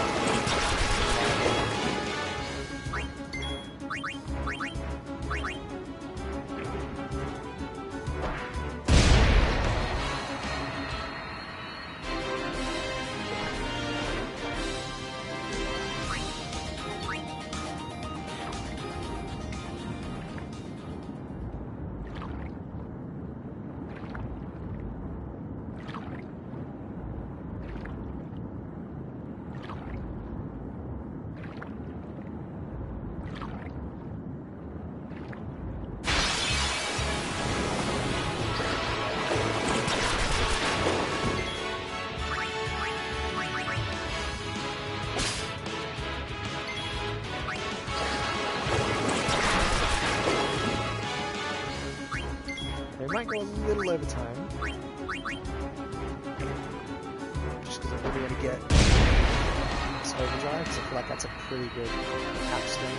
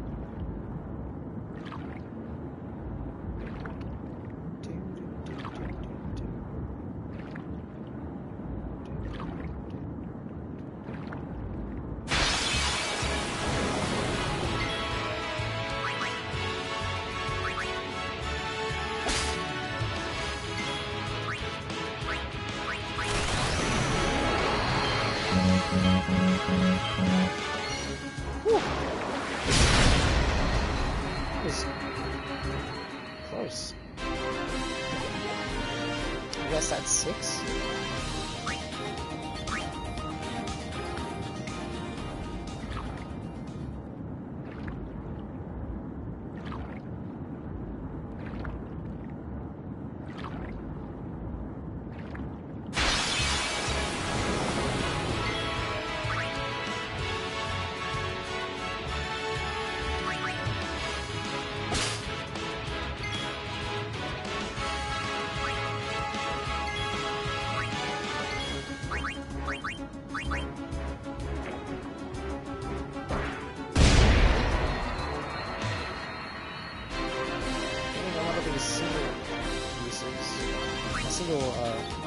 Enemy encounters, which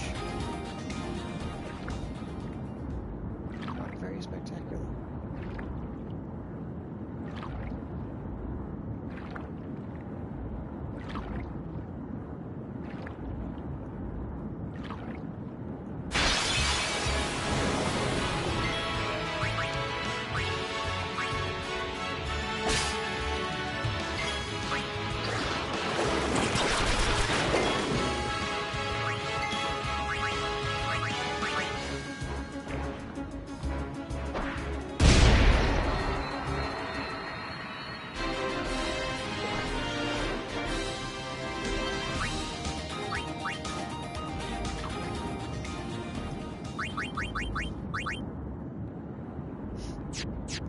Yeah, I should be getting her first level up. Oh yeah.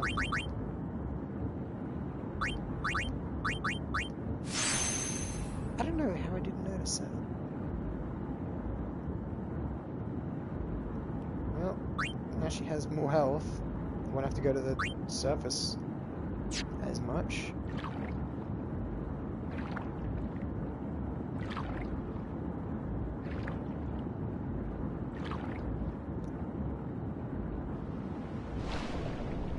Now using Ultra Potion is actually even more efficient. We'll go as soon as you're ready.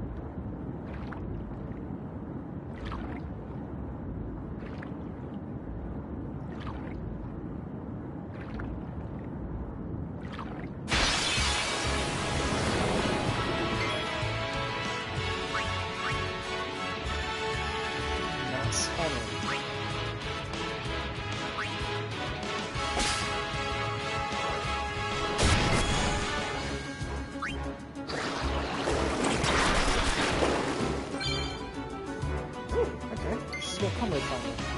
Okay. Is that more efficient? I don't think it is.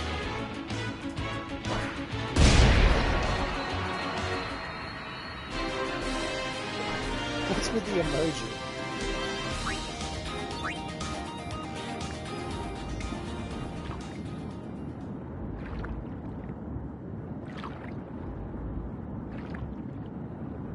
Just sending random emojis in the chat? Sure.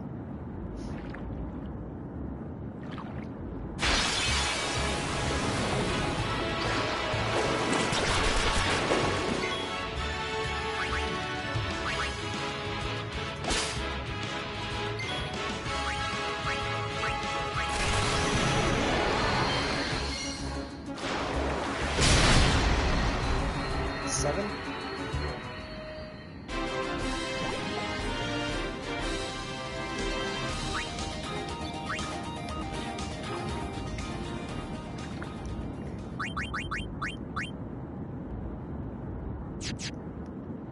Okay. A few more battles.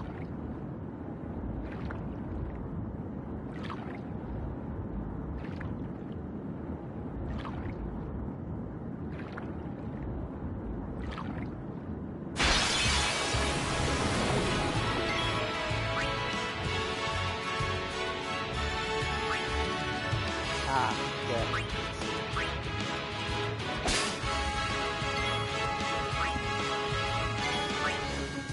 I mean, I'm almost done, actually. Well, almost done for this section. Which kind of passes out very well. Because if my calculations are correct, I only have 3 more overdrives to do until I get Slice and Dice for Tidus. And what that means is, well, I've done 2 battles of, actually, let me check something. Yeah, I've done 2 battles so far out of 15 necessary to unlock it, because I get 20% overdrive per win, so 3 times 5 is 15, like, you know, 20% divided by 100 is 5, 5 times 3 is 15. I've done 2 battles, so this and 12 more.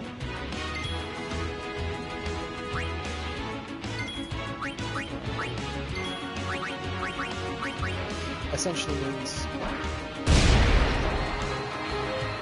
I'll have it, but I get 2 AP per on the smaller ones and 4 AP on the others, so that sort of gives me a median AP of 6, oh sorry, a median of 3, so 3 times 15 is 45, I have like 60 AP to go, so, you know.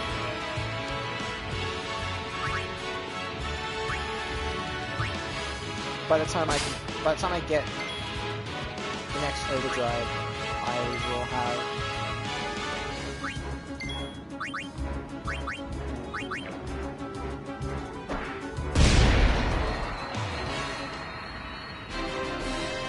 by the time I get the next overdrive, I'm very close to leveling up and getting haste as well for Tidus, which is really good.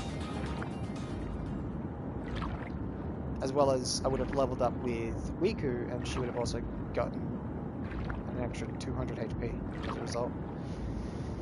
So it's pretty good, actually. Not just 200 HP, but 3 more agility, which is also really good.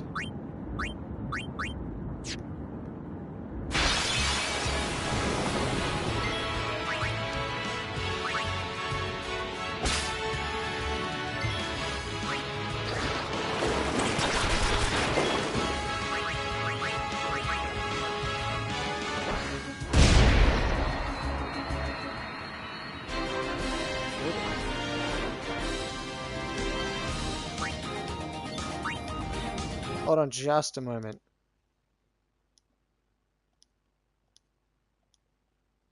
Sorry about that. I had a download just decide to automatically resume for absolutely no reason. Not sure why.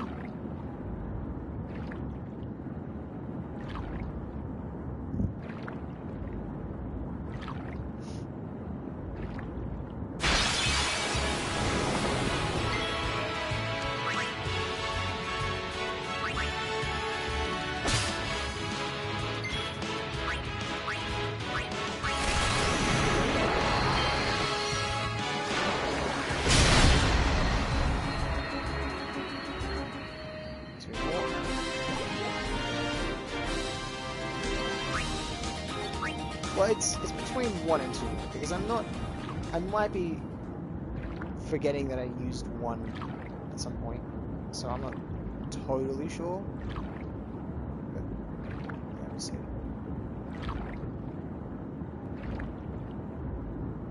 Because I know what you're trying to do. I'm sure.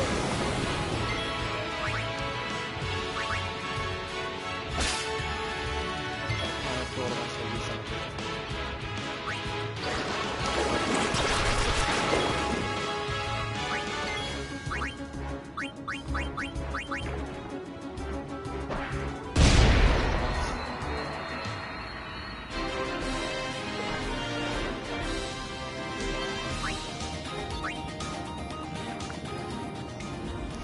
I really should have used the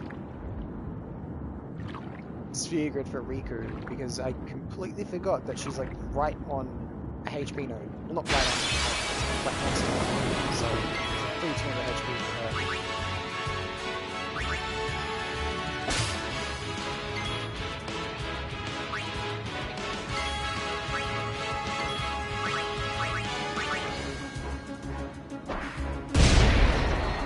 That would have made me have to do less trips.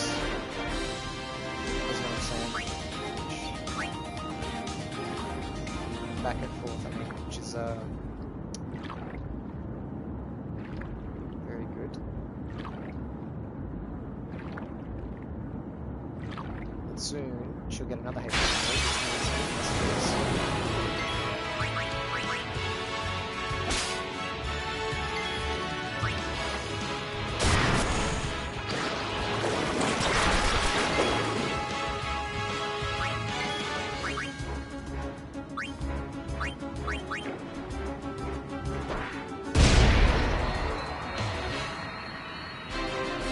Also, yeah, I'm not using her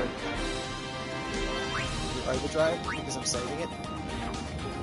I'm saving it for when I actually need to use it because unlike Tidus, her overdrives don't unlock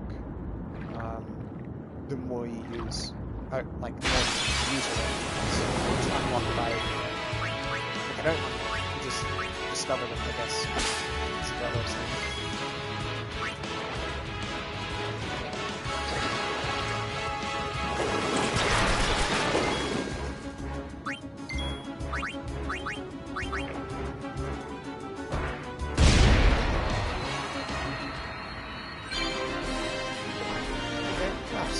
Got victory as well. This is a pretty good winding down point. I mean, once I get haste for Tidus, then yeah, I mean that's a good place to go.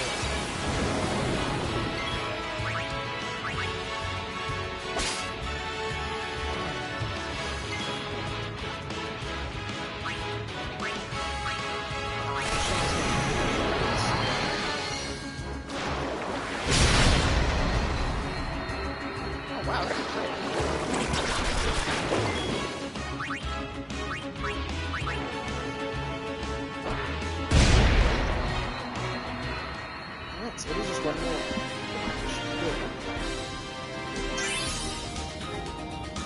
It's an extra 200 HP.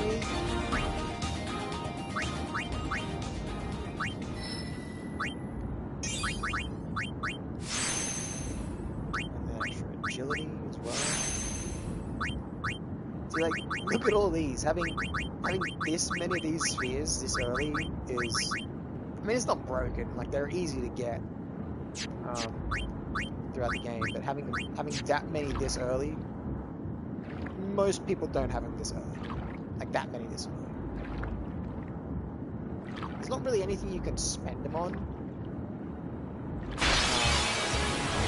mean, I guess you could sell them, but they don't sell very much either.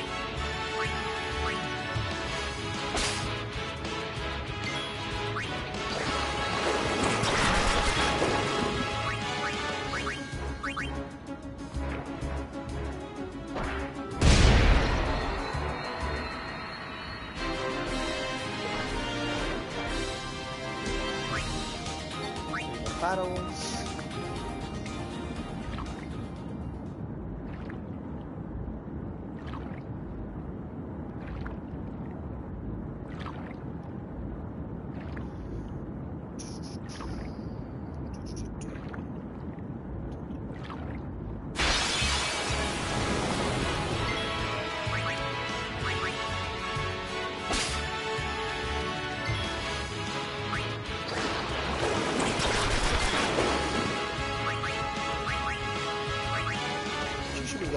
close to air damage.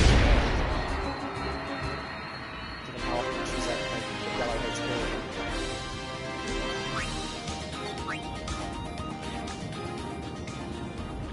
That's another good one to unlock. Very easily. Is you put haste on a character, you get into low HP. Oh, there we go. Daredevil, right there.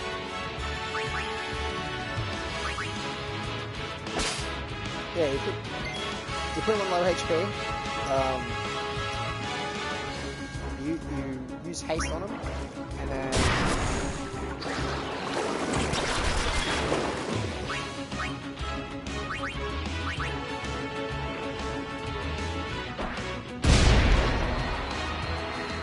yeah. Get him low HP, use haste on him, and then get everybody else to run in the battle. So it's just them. And if they don't have Daredevil and Loner, then they'll get Daredevil and Loner pretty quickly. Especially if they're fighting an enemy that has like a low agility. Because that means that your character, and if they're even better, if they're a high agility character, then they're going to get those overdraft rates pretty quickly.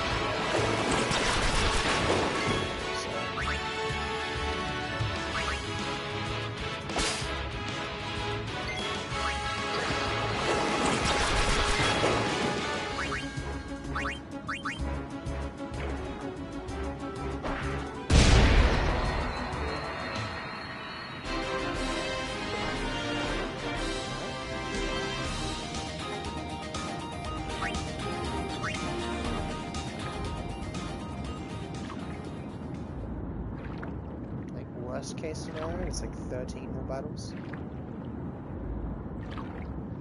13 or 14 more battles.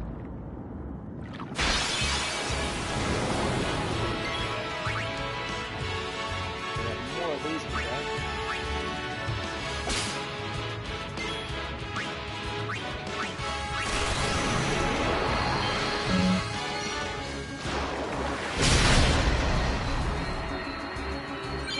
There it is.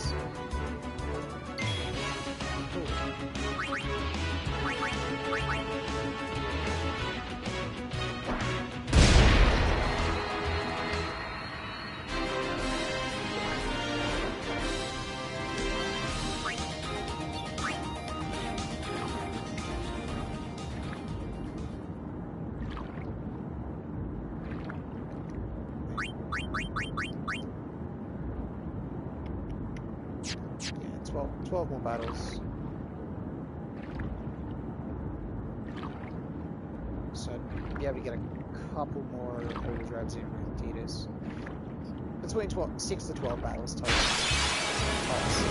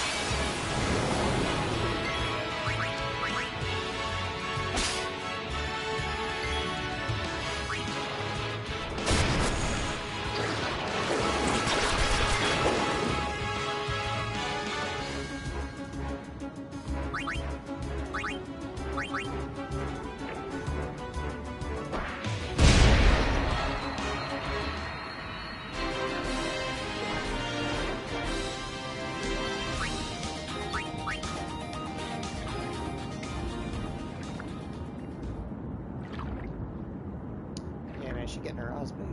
That's wild.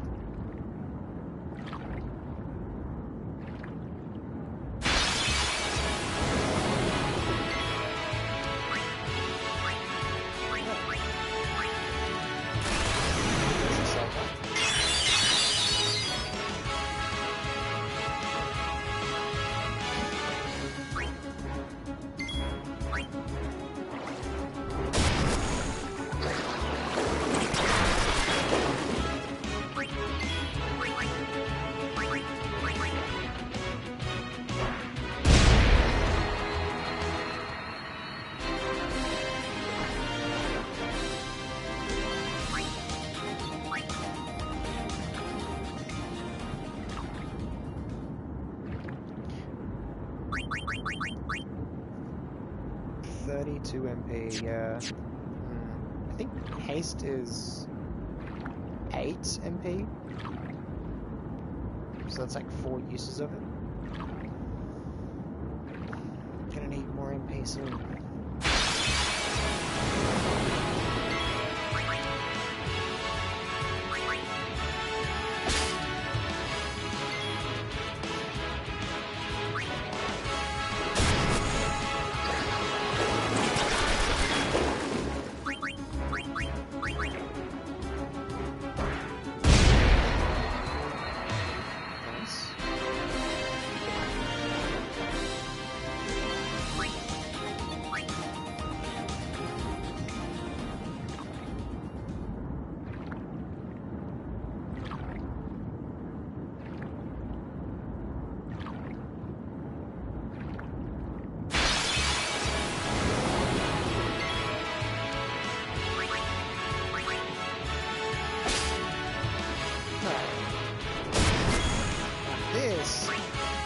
This is why I want to slice and dice.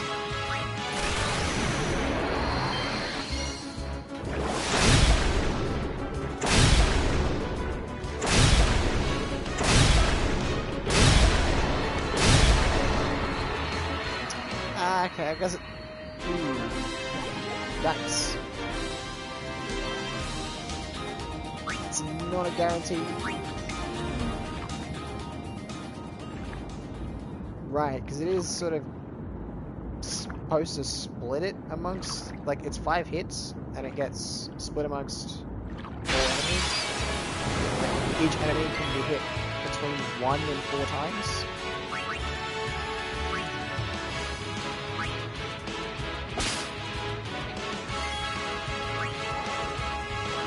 But it seems like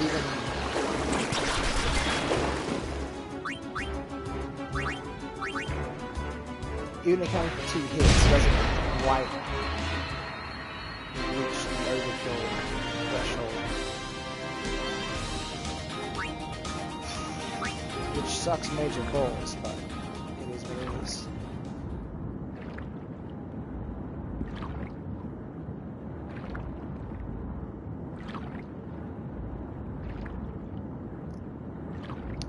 Well, I mean, it does take longer, you're right, in terms of animations. But the reason why I want to use it is because in that way it unlocks his other ones that are much more powerful, right? Like, this one's not that great, but energy, oh my god. His third one is stronger, and then the one like after that, Blitz Haste, is even stronger than that. So, like, those are the ones that I wanted. Like that's why I'm doing it multiple times, is because I'm not just using training token over.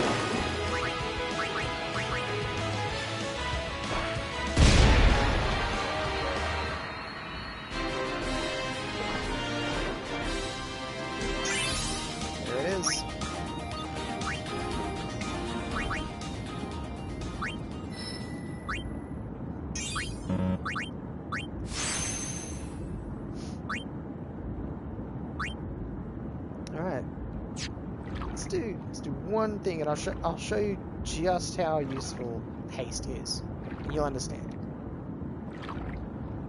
why it's so good. I mean, it probably won't be super useful right now because like agility stats for both of us are super high. It works better as like a multiplier rather than on its own, but this will give you an idea, at least. So, this would be the turn order.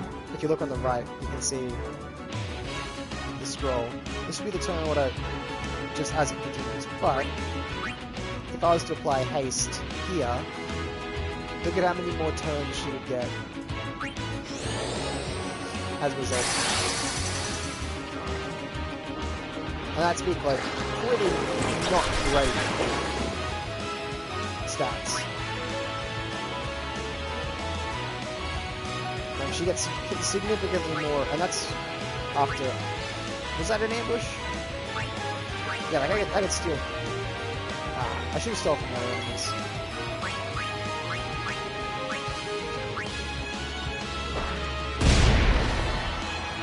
But yeah, haste makes a very, very big difference. Also, animation speeds are increased too, so it can look a little goofy at times. But yeah, faster animation speeds, yeah, essentially translates to faster attacks, but also more attacks. It doesn't persist between battles, it only persists during each battle. So...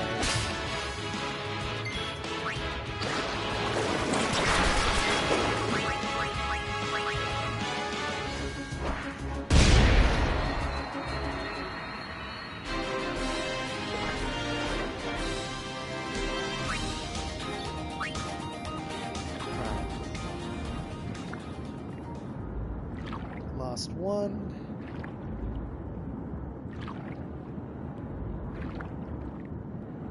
Also, yeah, that black box that shows up in stream every so often, that's like a notification. It's PlayStation's way of trying to hide notifications.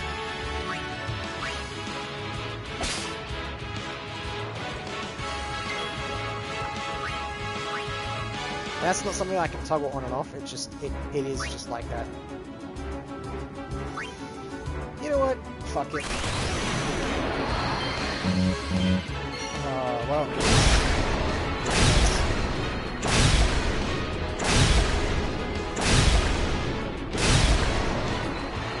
Yeah, so you hit that one guy one time.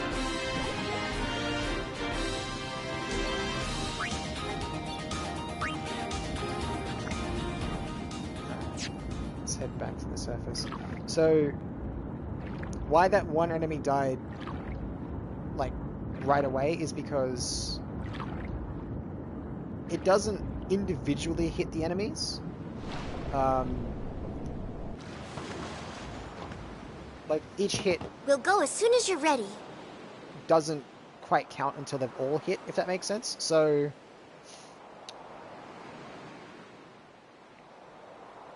that was going to be a 1 in 4 guaranteed, because you could see that, like, it died. It died in one hit. But if it, like... how do I describe it? Like, they both have the same amount of HP, even though it looks like, oh, well, there's 2 enemies in that second pack, it should have more HP. It actually doesn't. They both have equal amount of HP. So, it's not like, oh, the far one takes more hits to down. It's like, no, it's just, the game will randomly assign a certain amount of hits to each of the enemies with something like that. So, like, with a multi-hit attack. Which kind of sucks. It would be cool if you could decide, like, which one you want to hit most and the other one... because sometimes it'll do that. If you use Slice and Dice on some enemies, sometimes it'll hit the weakest one for the most amount of hits, and the one that you wanted to get the most hits on will get, like, hit once or twice. And it's like, that's fucking shit. But, yeah, that's just the nature of Slice and Dice. I was just hoping for, like, a 2-3 split, but you can't always guarantee that. But yeah, it doesn't take, like, the reason why I was doing it that, like, I was hoping to do the 2-3 split was because sometimes, not all the time, but sometimes, you know, you can crit during that, and I might have been able to surpass the overkill threshold. With 2 hits back to back, but because I kind of whiffed it with with landing it in the center, it should have like right away, because the faster you do that quick time event, the more damage the actual attack will do per attack as well. So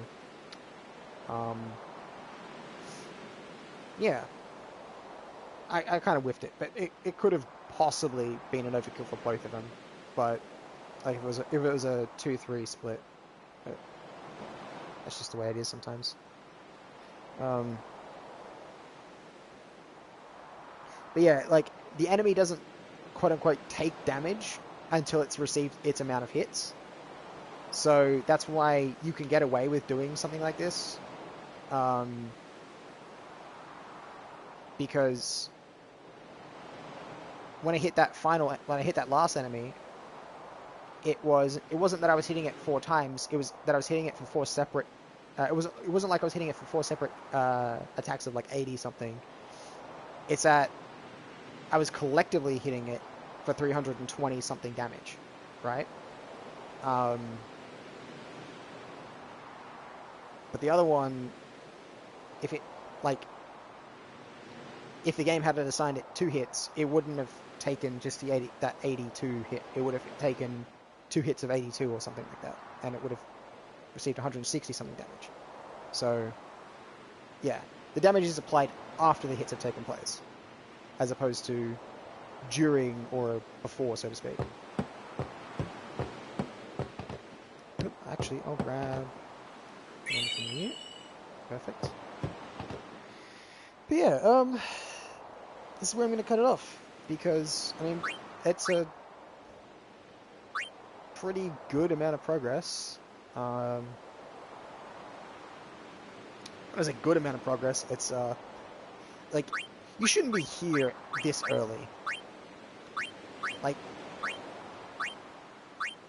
most people aren't even here at this point in the game. Like, 4 hours in, you should not be where I'm at the moment. Don't get me wrong, I'm far from, like, powerful. Like, if you look at my individual stats, it's not great. Like, these stats are not, they're not good.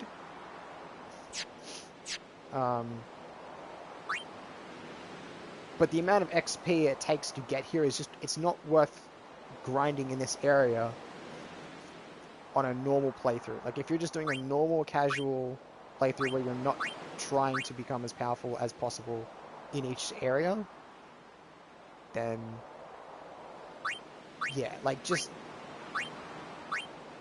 unlocking cheer or probably getting to here is, like, you know, considered decent.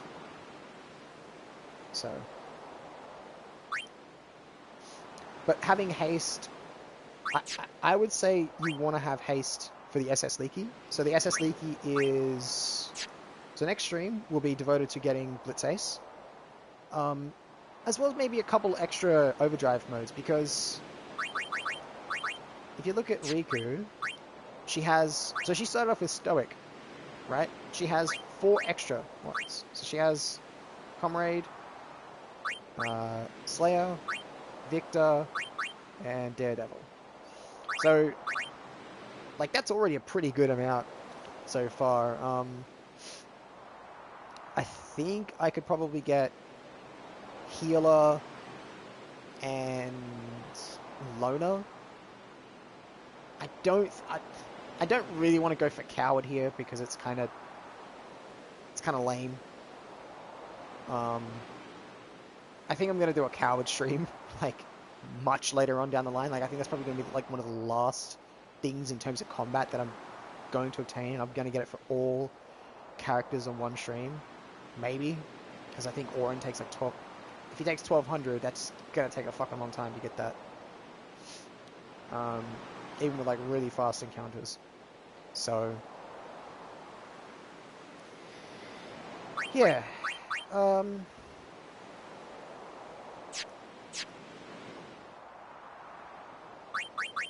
Aside from that,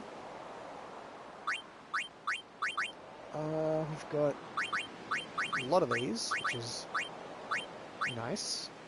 I'll be grinding for potions and grenades probably towards the very end of like the next stream. So yeah, I won't be streaming tomorrow. I won't be streaming the day after, but I will be streaming Monday. So Monday for me. And, I mean, I guess technically Monday for the US as well. So, yeah, I mean, Monday morning for the US. But midnight on Monday for me, which I guess is technically Tuesday. I don't know. But yeah, that's how I close out the stream, is getting the last bits of potions and grenades, and I'll probably defeat the boss while I'm at it. Because when you get down there, you've got like a little, like a couple things to interact with, and then there's a boss fight to do.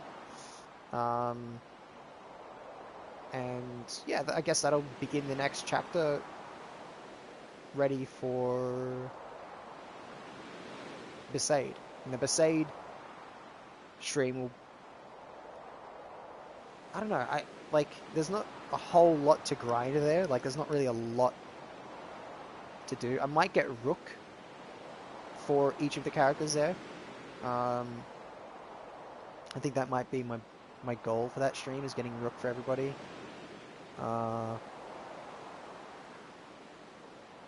Maybe get Lulu's first tier, like a second tier of spells, I should say. I don't know. You don't get a lot of experience there, so I might hold off and just do that on the Leaky, because the Leaky run is going to be a long one. That's probably going to be,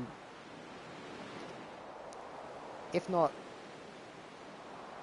Wednesday, it'll probably be Thursday stream, because Monday will be this. It'll be like the wrapping up of this, getting the 80 overdrives necessary to unlock Blitzace. And then defeating the boss. Tuesday will be what?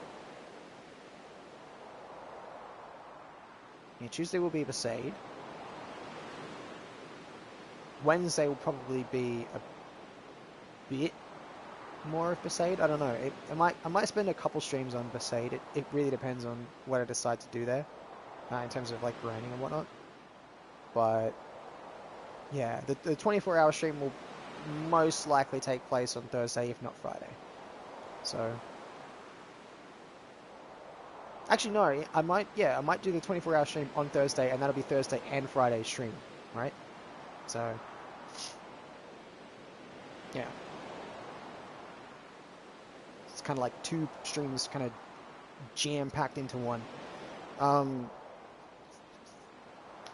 That 24-hour stream will probably be the only one that I'll do of this, like, in this playthrough. The only reason why I'm doing it is because it's one of those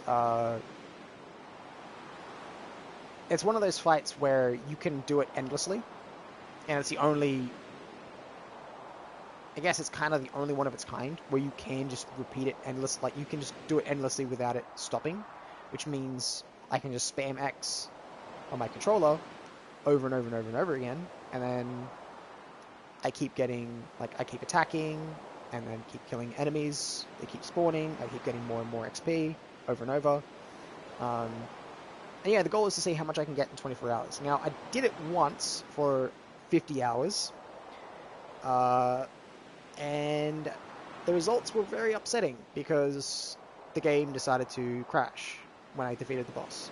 So, because that's what happens when you defeat the boss at the end of the fight, because the boss will spawn a bunch of smaller enemies that you can continuously defeat over and over again, but if you don't kill the boss, it'll keep spawning those enemies. So yeah, and each time you kill those enemies, if you get I'm pretty sure if you get, if it's an overkill, it's 3 XP, like 3 AP. If you just kill it normally, it's 2 AP. So yeah, if you don't kill the boss, you get a pretty solid amount of AP if you just keep doing it over and over again. But I don't know if it's a glitch or if it's a hard-coded thing within the game, but essentially,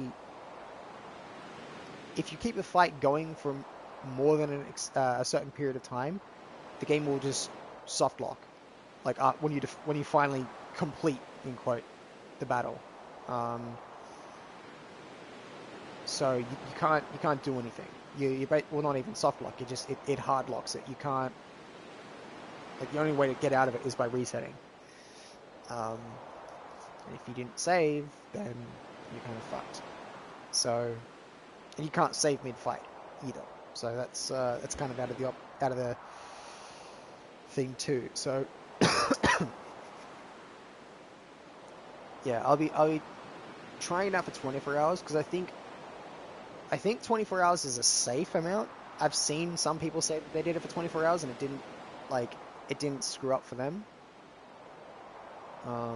I don't know whether that was PS4, and I don't know if it's region specific, because that's the thing with games like this, is sometimes different region versions have different bugs, and sometimes different versions, because this game has technically like 4 different versions, like not even accounting for regions. There's 4 different versions. You have the PS2 release, the PS3 release, the PS4 release, and the PC release, right? And then within the PS2 versions, you also have, like, if you're playing it on PC, sometimes people get, like, using, like, the PS2 emulator instead. So what they will do is they'll get, like, a different version of the game. So, like, you've got the Japanese version, you've got the NTSC versions, and you also have the PAL versions. And, like, some of them have, like, updated things of them. Like, I think the original Japanese version didn't have the Dark Aeons, which are very end game, very hard bosses to defeat.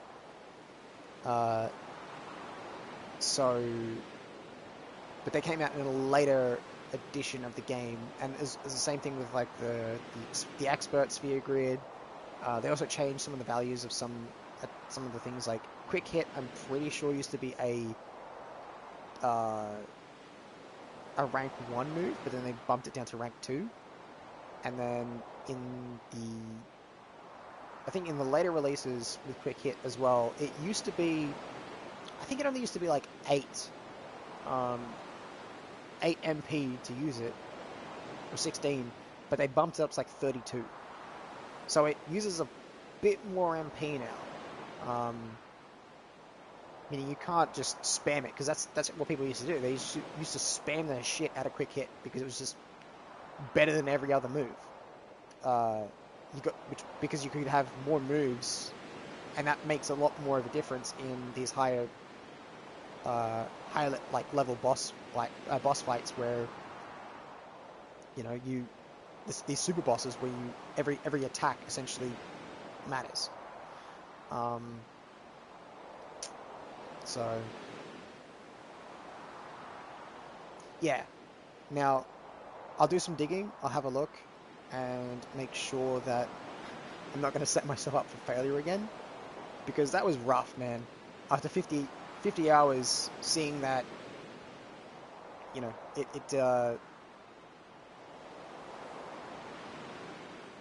like, all that work just went down the drain. That kind of sucked. So, yeah. Instead, now what I'm going to do is do a 24-hour stream, see how that goes. If all goes well, then great. If not, then I'll reattempt it. Instead, I'll do a 12-hour stream.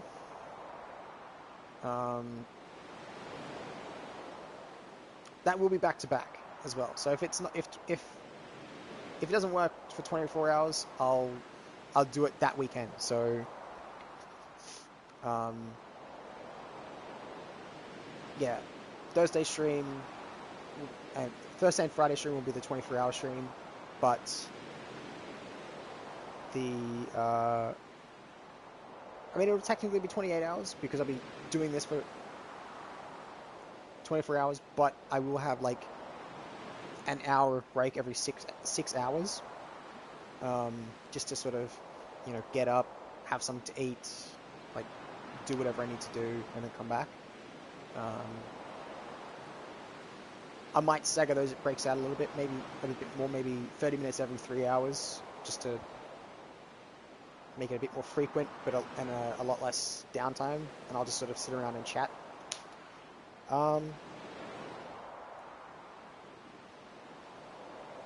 Yeah. So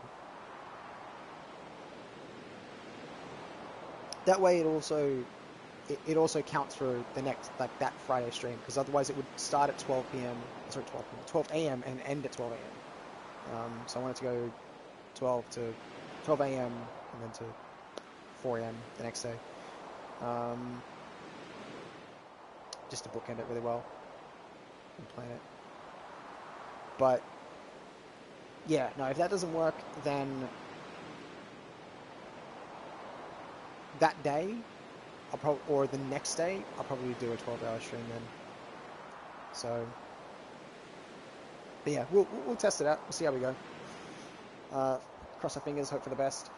It's not going to give me a crazy amount of experience. I mean, it will, but not crazy. Like, not to the point where it's like, oh, you've now made everything completely trivial and the game is essentially beaten.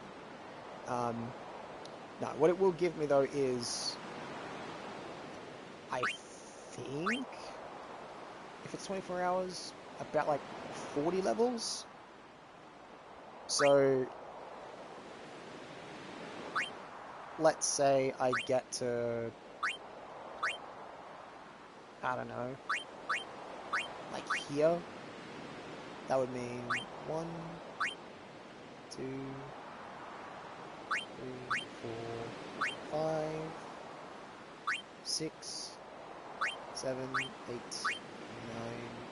10, 11, 12, 13, 16, 17, 21, 22, 23, 24, 25, 26, 27, 28, 29, 30, 31, 32, 33, 34, 35, 36, 37, 38, 39, 40.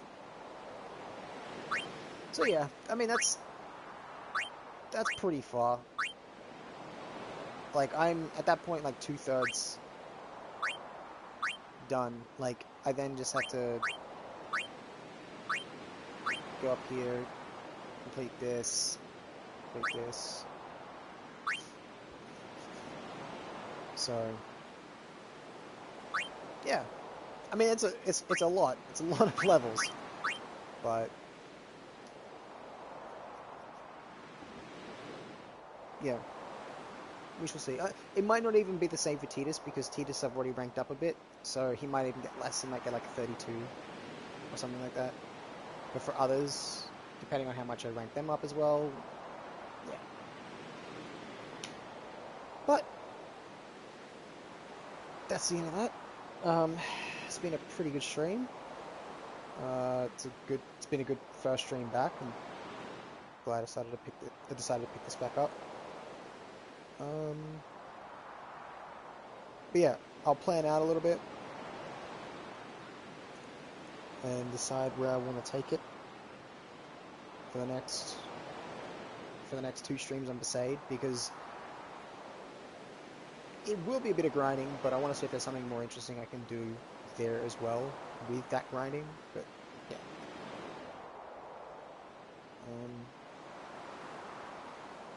Anyways,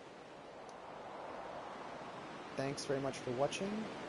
Take care, everybody, and thanks to those that will probably be checking out the VOD. Yeah. Look forward to the next one. Peace out.